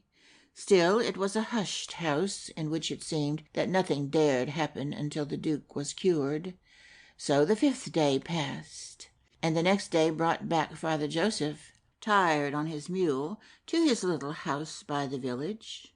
And the folk rejoiced and made merry when they saw him riding their way in the afternoon, and through the evening they kept up their rejoicing, and into the starry night with dancing and song, and of this came things that are not for this tale. But over the tower a hush still brooded heavily. It was like a prisoner who waits in the dark for his trial. He knows not how great his crime will prove to have been. Again and again he guesses its consequences. Meanwhile his judge eats and sleeps and has not yet heard of him. Something of this uncertainty hung over all that household until they knew how gravely the Duke had been wronged, and if he would surely recover. And still none dare approach him but Mirandula. And on this day the Duke spoke with her, not merely answering questions that she asked of him concerning the food or drink that he desired, but talking of small things distant from that house. And she sat so long while they talked that all the house grew troubled, for only from Mirandula could they learn how the Duke fared. All the while that she tarried, their alarm was growing, and when at length she appeared, it was anxious questions they asked of her. The Duke was no worse, she said. And his anger? What of his anger? One asked of her tremulously. He has his whims, she said, but he is not angry. She returned to the room in which her parents sat with Gulliverez, and there she found a certain restraint as they spoke with her, for the same strange things all at once had surprised all three, and this was that in the sore perplexity that had come upon them, and of which they had thought so deeply for 6 days, the key seemed suddenly in the hands of Mirandula. She knew how he fared, knew that he would recover. Above all, she seemed to be able to soothe his wrath. Terrible menaces seemed to be lifting, of which the worst was that the Duke should die. But after that they feared almost as much his recovery, dreading what he might do for the insult that had been offered him. But now it seemed at least to Gonsalvo, and was indeed obvious to all, that if Mirandula could thus soothe his wrath, it might be averted from all of them. Then Gonsalvo and Gulliverez walked in the garden, and planned how, when the Duke should be recovered, Mirandula should lead him out to the road with his bowmen, so that he should pass neither his host nor his friend, who would be at that time in the garden, and the Duke should not see Gulliverez till long after, when his wrath was abated, and Gonsalvo never again. From this planning they soon returned, well satisfied. Gonsalvo, his mind now eased of a burden that had weighed on it for 6 days, was telling volubly of old hunts he had known, while Gulliverez meditated gallant phrases and stepped gaily into the house, all ready to utter them to Mirandula. But Mirandula was gone again to sit and talk with the Duke. End of chapter 28. Chapter 29. The casket of silver and oak is given to Signor Gulliverez. This was the 7th day of the Duke's illness. Of his wrath none knew, for he had no wrath for Mirandula, and none else durst venture into his presence to see. But his illness was waning fast, and it was clear that all his strength would soon be recovered. Soon he would be up and away. And then, thought Gonsalvo, Father Joseph must come, and farewell to my fair fields. So he went that morning to see the 3 fields that he loved, with the dew still on them, and the shade of the forest still lying over half of them. He had gone wondering if they could really be so fair as they seemed to be in the picture his memory had of them. Alas, they were! It would have cheered him to find that they were but common fields, but no, there was a glamour about them. Something dwelling perhaps in the forest seemed to have stolen out and enchanted them. They lay there deep as ever in their old mystery, under a gauzy grey of spiders' webs and dew. And that old feeling lay over them all in the morning, which we feel when we speak of home. They were very ordinary fields, lying under dew in the morning, and very ordinary tears came to Gonsalvo's eyes, for he was a simple man, and the roots of the grasses that grew there seemed tangled up somehow or other all amongst his heartstrings. Looking there long at his fields, he became aware of a man approaching across them, and looked carefully at them as he came. It was Gulverez. He also had come to see if they were really as fair as had been thought. The sun now came over the tips of the trees, and Gonsalvo stared at it a while. "Very bright," he said, as Gulverez came up. "Aye," said Gulverez jovially, "a merry day." And then he spake more gravely. "Yonder stile," he said, "will need much repairing." It was an old stile, whose wood was damp and soft, and moss and strange things grew on it. Grand old timbers had made it, and it had been thus through all Gonsalvo's time. "It was a good stile once," said Gonsalvo. "Maybe," said Gulverez. Gonsalvo sighed. "They are fair fields, are they not?" Gonsalvo said. "Aye," said Gulverez, but he looked all round at them before he answered, which somehow saddened Gonsalvo. "It is time for breakfast," Gonsalvo said. "Aye," said Gulverez, again with that jovial voice. "I have a merry appetite." So back they went together from those fair fields, and the morning seemed to shine bright for Gulverez only. The lady of the tower awaited them, but not Mirandola, nor did she appear while they breakfasted. Gulverez, refreshed by the morning and charmed at the sight of those fields, was full of a joviality that he would have expressed by gallant sayings told to a beautiful girl. But where was Mirandola? "She is taking her breakfast with the Duke," said Mirandola's mother. So Gulverez waited, and the morning went by, and still she did not come, and the stress of impatience caused a change in the nature of Gulverez's joviality, as the nature of fruit changes when it ferments. She came to them in the early afternoon with little in her face to show whether the Duke fared well or ill, and saying nothing of him until asked by her father. "He prospers," she said, "and will take the road tomorrow." "He will go?" said Gonsalvo. "Yes, tomorrow," said Mirandola. "Is he wroth with us yet?" "I know not," she answered. They would know tomorrow. Gonsalvo thought again of his plan, and went into the garden with Gulverez to discuss how Mirandola should lead the Duke to the road, while he and his lady and Gulverez were elsewhere. Within the house her mother looked at Mirandola and was about to speak, but in all the moments that she looked at her daughter she saw no sign of the matter upon which she would have spoken, so closed her lips again and did not speak.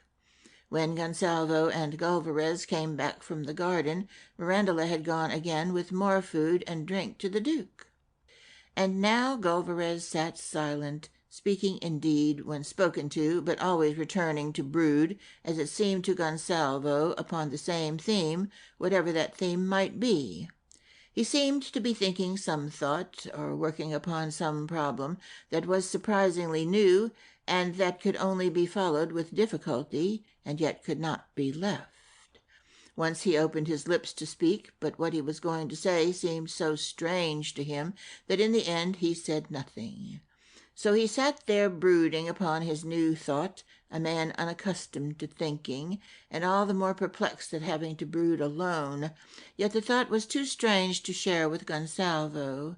It seemed too near to madness. And as he brooded there, from amongst the things that he could see in his mind, the 3 fields faded away. Next morning the Duke rose. The 4 chiefs of his bowmen, who all that week had moved about the house, seldom speaking to any, like stately silent shadows, showed now an alertness such as comes to the swallows when they know that September is here, and all was prepared for departure. The Duke had breakfasted before he descended.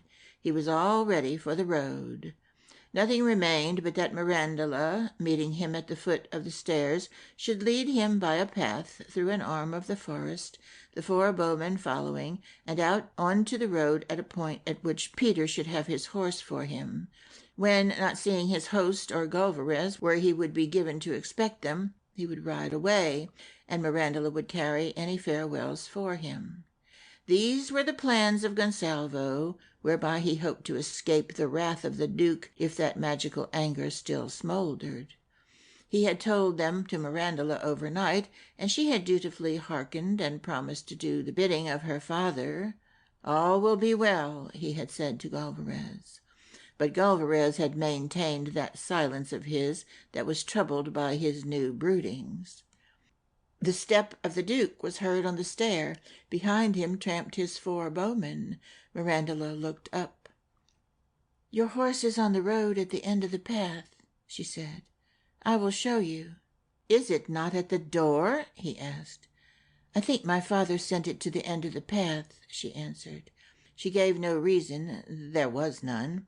It was the weak part of Gonsalvo's scheme. She watched his face a moment with anxiety, but a glad smile came on his face.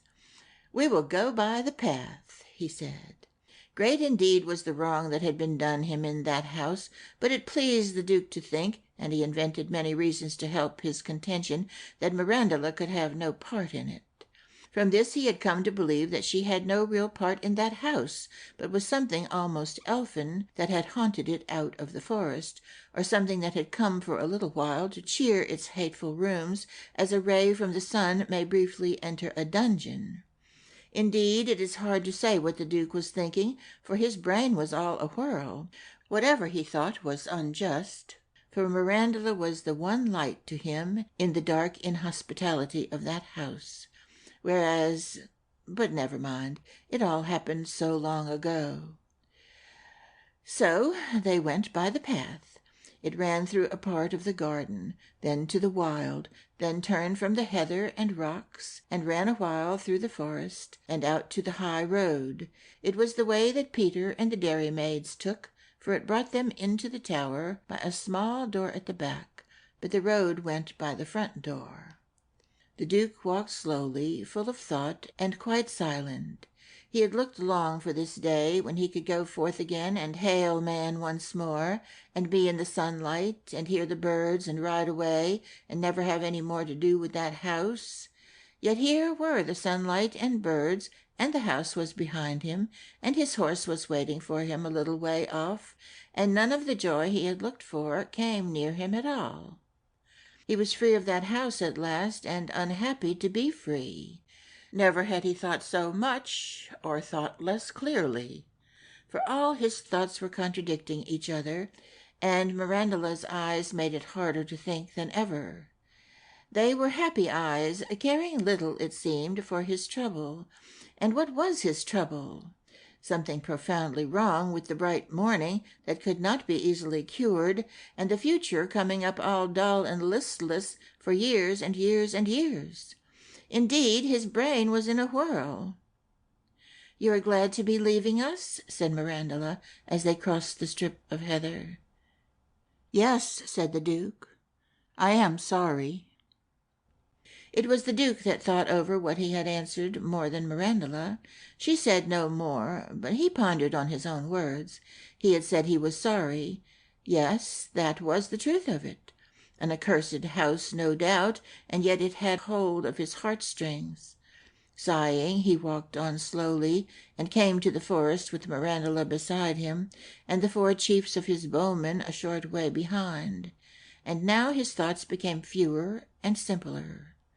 "Señorita," he said, "are you glad that I am leaving you?" "Yes," she said, "I am sorry." She had repeated his own confused words. Which did she mean? He turned round to his four men, who halted to hear his orders. "Hunt rabbits," he said. And at once the chiefs of the bowmen disappeared in the forest, and the Duke with Mirandula walked on in silence. And no words came to him to say what was weighing upon his heart to this flashing elfin lady. He that ruled over the deeps of so great a forest had many affairs to weigh, and discharged them with many commands, and his words had earned from men a repute for wisdom. But as for the fawns he loved, that slipped noiselessly across the clearings, and wide-winged herons that came down at evening along a slant of the air, foxes, eagles, and roe deer, he knew not their language. And now he felt as he had sometimes felt, watching alone by the clearings, when the things of the wild came gliding by through a hush that seemed all theirs. And he loved their beautiful shapes and their shy wild ways, and his heart went out towards them. But there lay the gulf between him and them, across which no words could call. So he felt now as he looked on Mirandula, fearing that words were not shaped for what he would say. He halted and looked long on her, and no words came to his lips. They were near the road at the spot where his horse waited, and he feared that they soon might part with all unsaid. But those proud eyes of his were saying all he would say. The twinkle of merriment in Mirandula's eyes died down under the gaze of them, and a graver look came to her face, and her merry look did not return till he spoke, and she heard common human words again. "Will you marry me, Mirandula?" he said at last. It was then that the twinkle dawned again in her eyes. "I am engaged to Señor Galvarez," she said. "Galvarez?" he said. "Yes, my father arranged it," said Mirandula. "Galvarez shall hang," said the Duke. "I thought he was your friend," said Mirandula. "Aye," said the Duke, "truly, but he shall hang." And one last favor she did for Galvarez, that had so few favors of her hitherto, for when she saw that the Duke was truly bent on hanging him, and was indeed earnest in that matter, she besought him to put it aside, and would not answer the question that he had asked her until he had sworn that Galvarez should go unhung. Then she consented. And now, from the obscurer part of the garden, where they lurked while the Duke went by, Gonsalvo and Galvarez came forth. Gonsalvo walked with all the lightness of one from whom a burden had slipped, and Galvarez with downcast head and moody air, and silence grudgingly broken when at all. So they walked in the garden. "He never saw us," said Gonsalvo cheerily. "No," said Galvarez. Little light shells crunched under their feet along the path, while Gonsalvo waited for a further answer. "He is gone," said Gonsalvo. This time Galvarez made no answer at all, and the shells crunched on in silence. Gonsalvo believed that all things were as bright as his own mood, but when he perceived that this was not so with Galvarez, he spoke to him of the 3 fair fields, though it cost him a sigh to do it. And even this made no rift in the heavy mood of Galvarez. "They are fair, are they not?" asked Gonsalvo. "Yes, yes," said Galvarez impatiently, and fell to nursing again that curious silence. And at this Gonsalvo wondered, until he wondered at a new thing. For all of a sudden he wondered, where is Peter? Peter was holding the horse of the Duke a little way down the road. Why had he not returned? Was the man straying away to wanton in idleness when there was work to be done in the stables? He peered about in vexation, and still no sign of Peter. The Duke must have reached the road long since and ridden away. Peter should have returned immediately. No work, no wages, he thought, and in his anger his mind dwelt long on Peter. And then he thought, wherever is Mirandula? "It is curious," he said to Galvarez, "I do not see Mirandula returning." Almost a look of contempt seemed to color the gloom of Galvarez as he turned to the Lord of the Tower. "No," he said. "It is curious," said Gonsalvo, and an uneasiness began to grow in his mind slowly, until it was 2 silent men that walked in the garden together. "A little this way," said Gonsalvo, going through a gap in the hedge to a knoll that rose in a field outside the garden, from which one saw more of the road. Galvarez moodily followed, and there was the Duke's horse, with Peter waiting, not even wondering, as his whole attitude showed, but holding the horse in the road, and merely waiting, as flowers and vegetables wait. "Still there," said Gonsalvo, and Galvarez grunted. There was nothing to gaze at, a patient man and an almost patient horse, and presently Gonsalvo turned from them and came with Galvarez slowly back to the garden. They walked again upon the small seashells. And then, with the summer burning in their faces, with the splendors of wonderful hopes and imaginations, led by such inspirations as troubled the hills in spring, came Mirandula and the Duke of Shadow Valley together back from the forest. "He returns," said Gonsalvo. Galvarez nodded his head. "But he comes back," Gonsalvo said. And on walked Mirandula and the Duke of Shadow Valley, as though they had crossed the border of a land full of the morning and were walking further and further into its golden brightness, which lit their faces more and more as they went, while behind them lay colder lands, lonelier and lacking enchantment. And Gonsalvo said nothing but little words of surprise, and Galvarez said nothing at all, for his gloomy mood was set for these very events. But the lady of the tower, as she passed by a high window, looking out, saw all at once Mirandula's story. Soon these five met by their three separate ways at the door that led to the garden. And the lady of the tower, looking out on the huge gloom of Galvarez and the radiance of Mirandula, while her husband repeated phrases and questions, all shrill with surprise, recalled a thunderstorm she had seen long since, coming over the sea at sunrise, while small white birds ran crying along the coast. And then, with a gasp, Gonsalvo's eyes were opened to the obvious situation which had long been clear to Galvarez. They entered the house, Gonsalvo walking behind in silence. My story draws near to its close.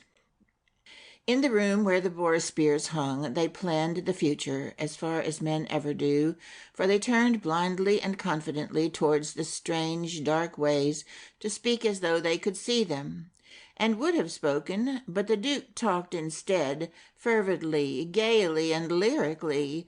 It was a great while before Gonsalvo had opportunity to touch on the matter that had long lain near his heart, the matter of the casket and Mirandula's dowry.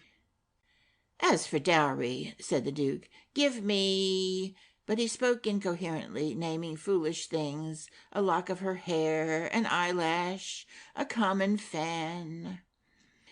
"Then, your magnificence," said Gonsalvo, when opportunity came to speak again, "accept at least that casket, which, had the fortunes of my house been grander, had long been filled with gold, for it was ever destined for my daughter's dowry, though still by ill fortune empty, as you shall see." And he took its key and opened the casket there, showing it to be empty as he had said, and was about to hold it forth in his two hands to the Duke. But Mirandula said, "Father, it was promised to Señor Galvarez."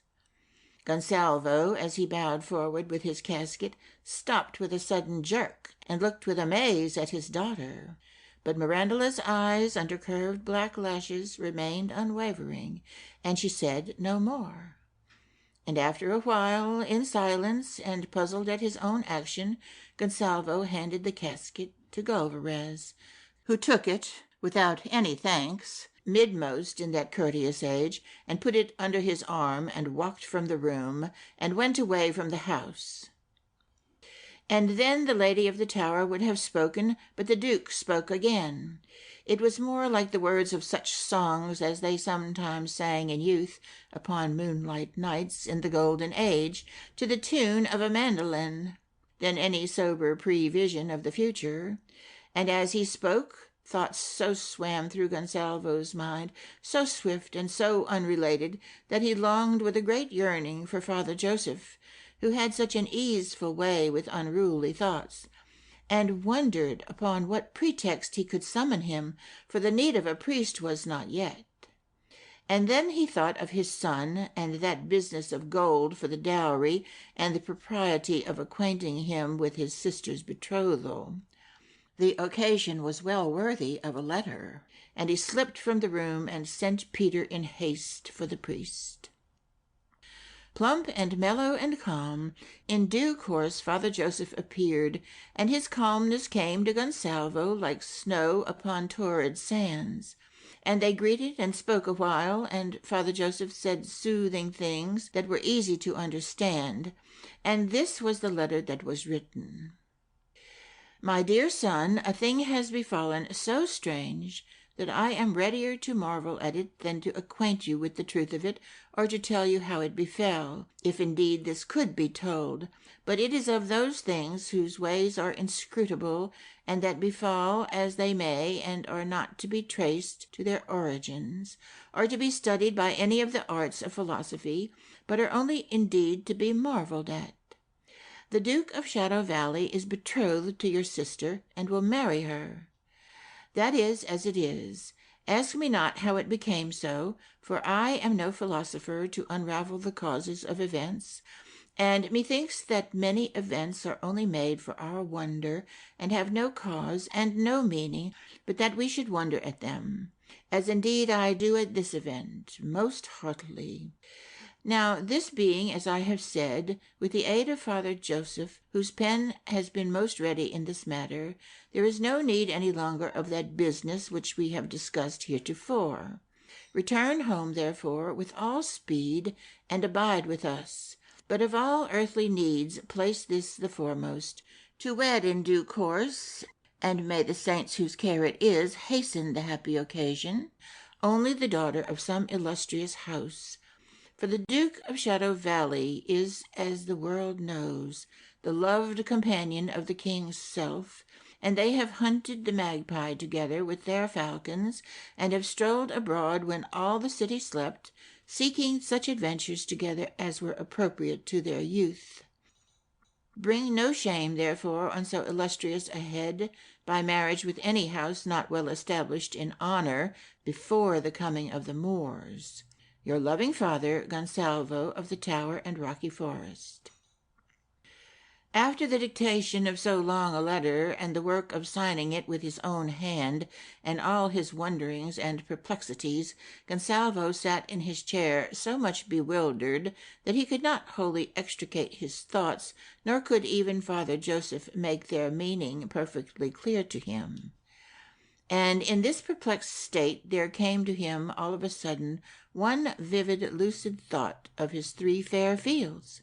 He rose, and though Father Joseph would have assisted him with his counsel, he went forth in silence out of the house alone. And soon he was walking on those remembered grasses, dewy now with the evening. With folded hands in a chair, Father Joseph ordered his thoughts. But to Gonsalvo, pacing his fields again, there came a calm along the slanting rays, and out of the turf he trod, and from the cool of evening and glitter of leaves. It came from that quiet moment in which day ceases to burn, and it welled up out of memories of other evenings that had illumined those fields. Far off he saw the form of Gulvarez riding away, bent on his horse, his 2 men-at-arms behind him. He turned to call to him some word as he went. He filled his lungs to hail him, but turned instead to some flowers among the grasses that the sun had touched in his fields. End of chapter 29. Chapter 30. The End of the Golden Age. When Ramon Alonso read his father's letter, a fear came into his daydreams, and he stood a long while wondering. Peter stood before him, gazing into his face, and Anemone by his side was quietly reading his thoughts, and both saw trouble there, rushing up black and suddenly to darken the coming years. And there he stayed while 2 phrases went up and down amidst his dismayed thoughts. The daughter of some illustrious house, and well established in honor before the coming of the Moors. What should he do? Were those 2 phrases to wither away his happiness? And yet what way of escape? Hope herself seemed blind to it. "What is the matter?" Anemone said, as he stood there, still and silent. "It is from my father," he said. and she knew then that his father would not receive her. But she said nothing. "Peter," he said after a little while, "I must go on alone. Guard my lady." To her he turned to give excuses and reasons for leaving her a while in the forest, but she left all to him and needed no reasons. A little way further they went on together, Peter walking behind, and then Anemone and Ramon Alonzo parted as though it had been for years, though they were only a few hundred paces from the tower. And Ramon Alonzo had sworn to return to her long before evening. Then he left her and went down to the edge of the forest, where it touched the rocky land at the end of the garden, and Peter assured Anemone that his young master would soon return, for that he ever kept his word to the last letter of it. But she was full of heaviness from that dark news that had troubled Ramon Alonzo, although she knew not the words of it. Yet she felt it, as on sultry days in summer we feel the thunder before we have seen a cloud. When Ramon Alonzo came to the edge of the forest, he hid himself carefully by an old oak that he knew. Then he looked towards the garden. And soon he saw, walking on those remembered paths, his sister with the Duke of Shadow Valley. They were coming towards him, and he saw her clearly, a new gaiety in her dress, and a look in her face that was almost strange to him. Then they turned back again. The next time that they approached, he watched her face, to find a moment when he could show her that he was there, without the Duke perceiving him. And for long he only saw that new look, increasing the spell of her beauty, and though the Duke looked seldom toward the forest, and had she glanced for a moment he might have signed to her, yet he caught not one of those glances roving from under her lashes, and the pair went back again to a further part of the garden. The Duke was talking to Mirandula, that handsome head bending towards her, and suddenly she lifted her head, looking far beyond the garden, and her gaze was out over the forest where Ramon Alonzo hid. And suddenly he waved his kerchief to her by the hollow old bole of that oak by which they had played of old. She saw the sign, and at once walked nearer to him, the Duke walking beside her. And when he saw the tall and slender figure in black velvet and sky-blue plume coming towards him with her, he signed to her again and again to come alone. But they still walked on, and left the end of the garden, and crossed the strip of rocky, heathery land. They found him standing by the old hollowed oak. He doffed his hat to the Duke, then hastily said what he had tried to sign. "Mirandula, I have a word to say to you apart." And she said, "My secrets are his." Then Ramon Alonzo felt that his judgment had not been trusted, and that Mirandula, his sister, should have doubted that he had good grounds for his request, troubled the lad to the heart. And when she made no motion to draw apart with him alone, he blurted out in his pique every word of his father's letter, though the Duke was standing beside him, petulantly bent on showing how right he had been to ask her to hear him alone. And then he told her mournfully how he was engaged to wed a maiden whom he had rescued from the magician, and who was fairer than the earliest flowers on bright March mornings in Spain. When the Duke heard this, he smiled. "And she is of no noble house?" he said. "Ah, there it is," said Ramon Alonzo. "Where is she?" asked Mirandula in her quiet, kind voice, whose very tones seemed to know her brother's heart, as the echoes of chimes know belfries. "There in the forest," he said. Mirandula looked at the Duke. "Let us see her," he said. So Ramon Alonzo turned and led the way, and the betrothed pair followed together. He strode on as though all alone in the wood with his sorrows, disappointed at having had no talk with Mirandula alone, for he had had much hope from her wisdom if he could have talked with her thus, as so often he had talked when they were younger, smoothing the difficulties of tinier troubles. So he walked downcast and moody, though once he fancied that he heard behind him the sound of soft laughter. When Ramon Alonso came where Anemone waited with Peter, he was silent yet, extending an arm towards her, where she stood smiling, fair, as indeed he had said, as any flower looking up at the morning through dews of the earliest spring. The Duke doffed his hat and bowed, and Mirandula went up and kissed Anemone.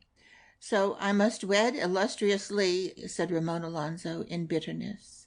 During one of those brief moments that destiny uses often to perfect an event with which she will shape the years, none of them spoke. Then Anemone slowly turned towards Aragona, towards her own people that rejected her. "Hold," said the Duke. "I will write to the just monarch. Bless his heart, he will do this for us." None knew till the letter was written quite what would be asked, nor what the just and glorious monarch would do, yet suddenly all seemed decided. Back then they went to the tower, Mirandula, the Duke, and Ramon Alonso, but not Anemone, for Ramon Alonso knew not yet what to say of her to his father, though the Duke had suddenly lit his hopes again, and they shone down vistas of years. So, with one swift thought that long pondering would not have bettered, he remembered Father Joseph, and commanded Peter to lead her to the good man's little house. This Peter did, and there she was lodged awhile, and honorably tended, and had her memory held any more than hints of those dark ages in the sinister house in the wood, Father Joseph would have been, as he nearly was, surprised. And this, so well knew he man and his pitiful story, he had not been since long and long ago, when he was first a curate, and all the world was new to him. In the tower, while his parents were greeting Ramon Alonso, and hearing halting fragments of his story, whose whole theme he must hide awhile, the Duke of Shadow Valley, with toil and discomfort, yet still with his own hand, inscribed a letter to the victorious king. Therein he told his comrade in many a merriment the glad news of his happiness, then added a humble request concerning Anemone, and closed with a renewal of the devotion that his house ever felt towards that illustrious line. And now, with meagre spoils, his bowmen were coming in, for he had bidden them hunt rabbits, and to one of these he gave at once this letter, bidding him haste to its splendid destination.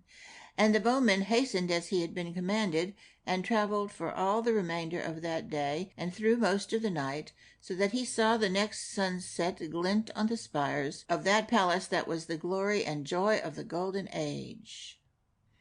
And there the Most High King, the victorious monarch, sat on a throne of velvet and wood and gold, and lights had been brought but lately, and two men stood by the throne, holding strange torches, that the king might see to do any new thing. But the king had naught to do but to ponder the old cares over, for he had wide dominion. Then into the hall came the bowman. When the king read, he rejoiced. Then he rose and gave a command, commanding preparations. And these preparations were for his own presence at the wedding of the Duke and Mirandula. But amongst his rejoicings and those august preparations and the grave cares he inherited, he forgot not his friend's petition and the humble affair of Anemone. So again he commanded, bidding his pen be brought. So one bore the pen down the hall on a cushion of scarlet and yellow, which are the colors of Spain, and the victorious king took up the pen and wrote upon parchment, writing out with his own hand the humble name of Anemone. And in that illustrious hall, the pride of the golden age, he wrote an ample pardon for her low birth, and set his name to the pardon that he had written, and sealed it all with the glorious seal of Spain. And the pardon was carried then on the cushion of scarlet and yellow to that archbishop that waited upon the king, watching his spiritual needs from moment to moment. And when the pardon was come before the archbishop, he raised his hands and blessed it. The bowman bore the pardon back to the duke, who gave it to Ramon Alonso. Thenceforth it became treason to speak of the low birth of Anemone, nor may historians allude to it to this day. That pardon had annulled it. She became of illustrious lineage. And in their loyal avoidance of any reference to Anemone's occupation, the Spanish people let drop into disuse the very name of charwoman, lest inadvertently they should ever apply it where it was treason to do so. Still they speak there of broom lady, woman of the pail, crockery breaker, floor warden, scrub mistress, but never of charwoman, unless a light and unreliable spirit, blown over the Pyrenees by a south wind out of Spain, has grossly misinformed me. What more remains to be told of the fortunes of Ramon Alonso and of the allied house of the Duke of Shadow Valley? Of the wedding of Mirandola, good old books tell, in words whose very rhythms dance down the ages, with a stately merriment and a mirthful march that are well worthy of their most happy theme. To them I leave that chronicling. In London alone, the lucky wayfarer going north by the Charing Cross Road and taking fortunate turnings will find in the antiquarium at the end of Old Zembla Street sufficient of these to his purpose. There, if the old curator dreams not too deeply of bygone splendors of the enchanted days, as may happen on long dark Saturdays, he will find the books that he needs. For there sleep in their mellowed leather on those shelves, and laugh in their sleep as they dream of the golden age, such books as Fortunate Revelries, The Glorious Waning of the Golden Age, The Sunset of Chivalry, and Happy Days of the Illustrious. And all these tell of that wedding, illumining the event with a dignity and a splendor such as our age considers presumptuous for any affair of man. I make no mention of such books as may be stored in Madrid, nor such as peddlers are likely still to be selling in hamlets of unfrequented valleys in Spain. Suffice it that no full tale is told of the golden age that does not revel happily over that day. Of the wedding of Ramon Alonso and Anemone, the good and glorious books tell a briefer tale, for no archbishops performed the holy rite, and the king's self had returned to the burden of his dominion. Yet were they well wed, for Father Joseph did this with his own hands, and blessed them out of the store of his kind old years. And she, with the years of magic cast away, aged as we all age, slowly and mortally. And all those golden books agree on one quaint exaggeration, and record, sometimes with curious and solemn oath, that she and Ramon Alonso lived happily ever after. And what of the magician, he whose strange threads have run so much through all the web of this story? He sent no spell to follow after Anemone and her lover, as for a while they had feared, but went all alone to his room that was sacred to magic, and took from the dust and darkness of the high shelf a volume in which he had written all he had learned about boar hunting. And indeed no more was known of that art in any land, for he that had taught him had followed the boar well. In this he read all that day and all the night, assured that therein was the manifest way to happiness that all philosophers sought. But about the third day, when none returned to him, and he was quite alone, and he felt it was vain to look for another now who should be worthy to receive from him the tremendous secrets of old, he rose from his book and said, "The years grow late."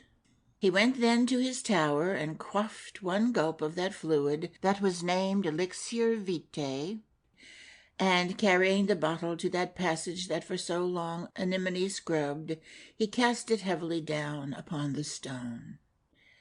And then he took from a box a flute of reed, and cloaked himself, and went out of his magical house.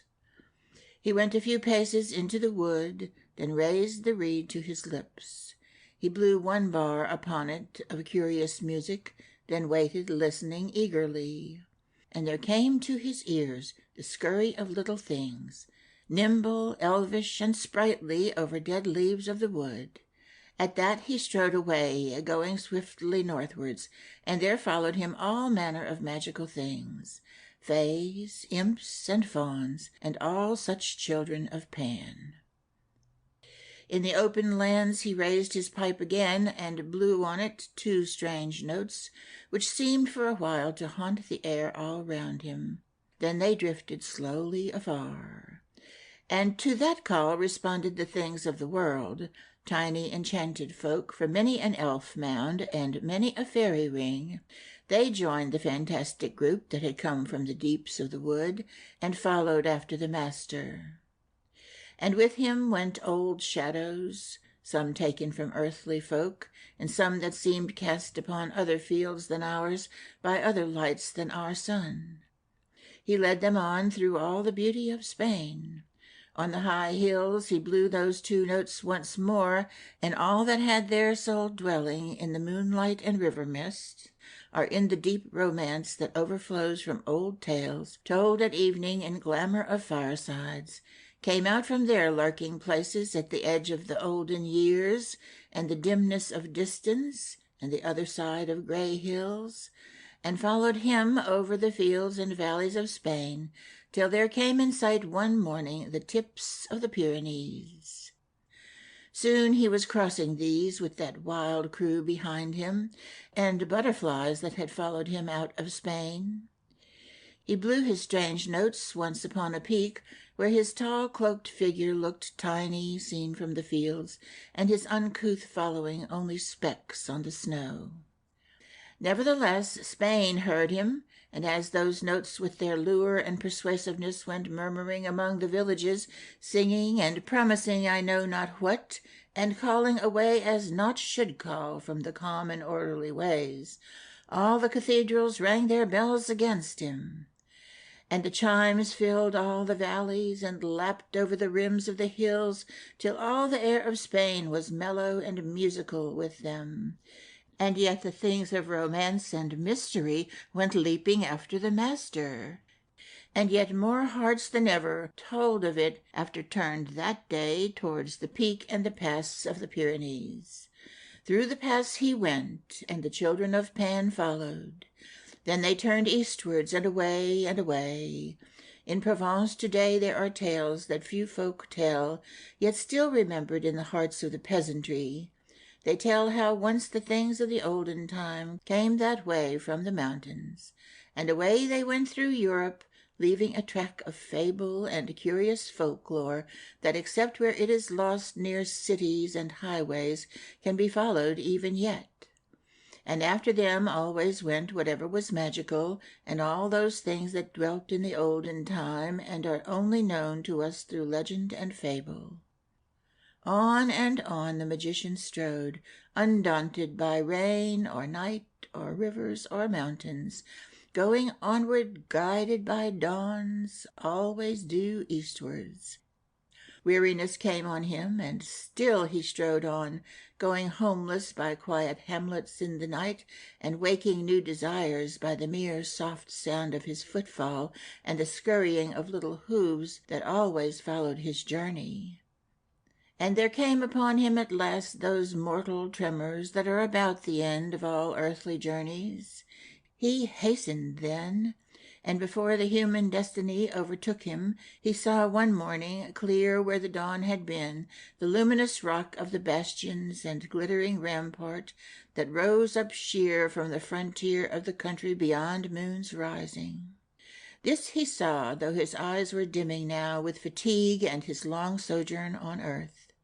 Yet if he saw dimly, he heard with no degree of uncertainty the trumpets that rang out from those battlements to welcome him after his sojourn, and all that followed him gave back the greeting with such cries as once haunted valleys at certain times of the moon.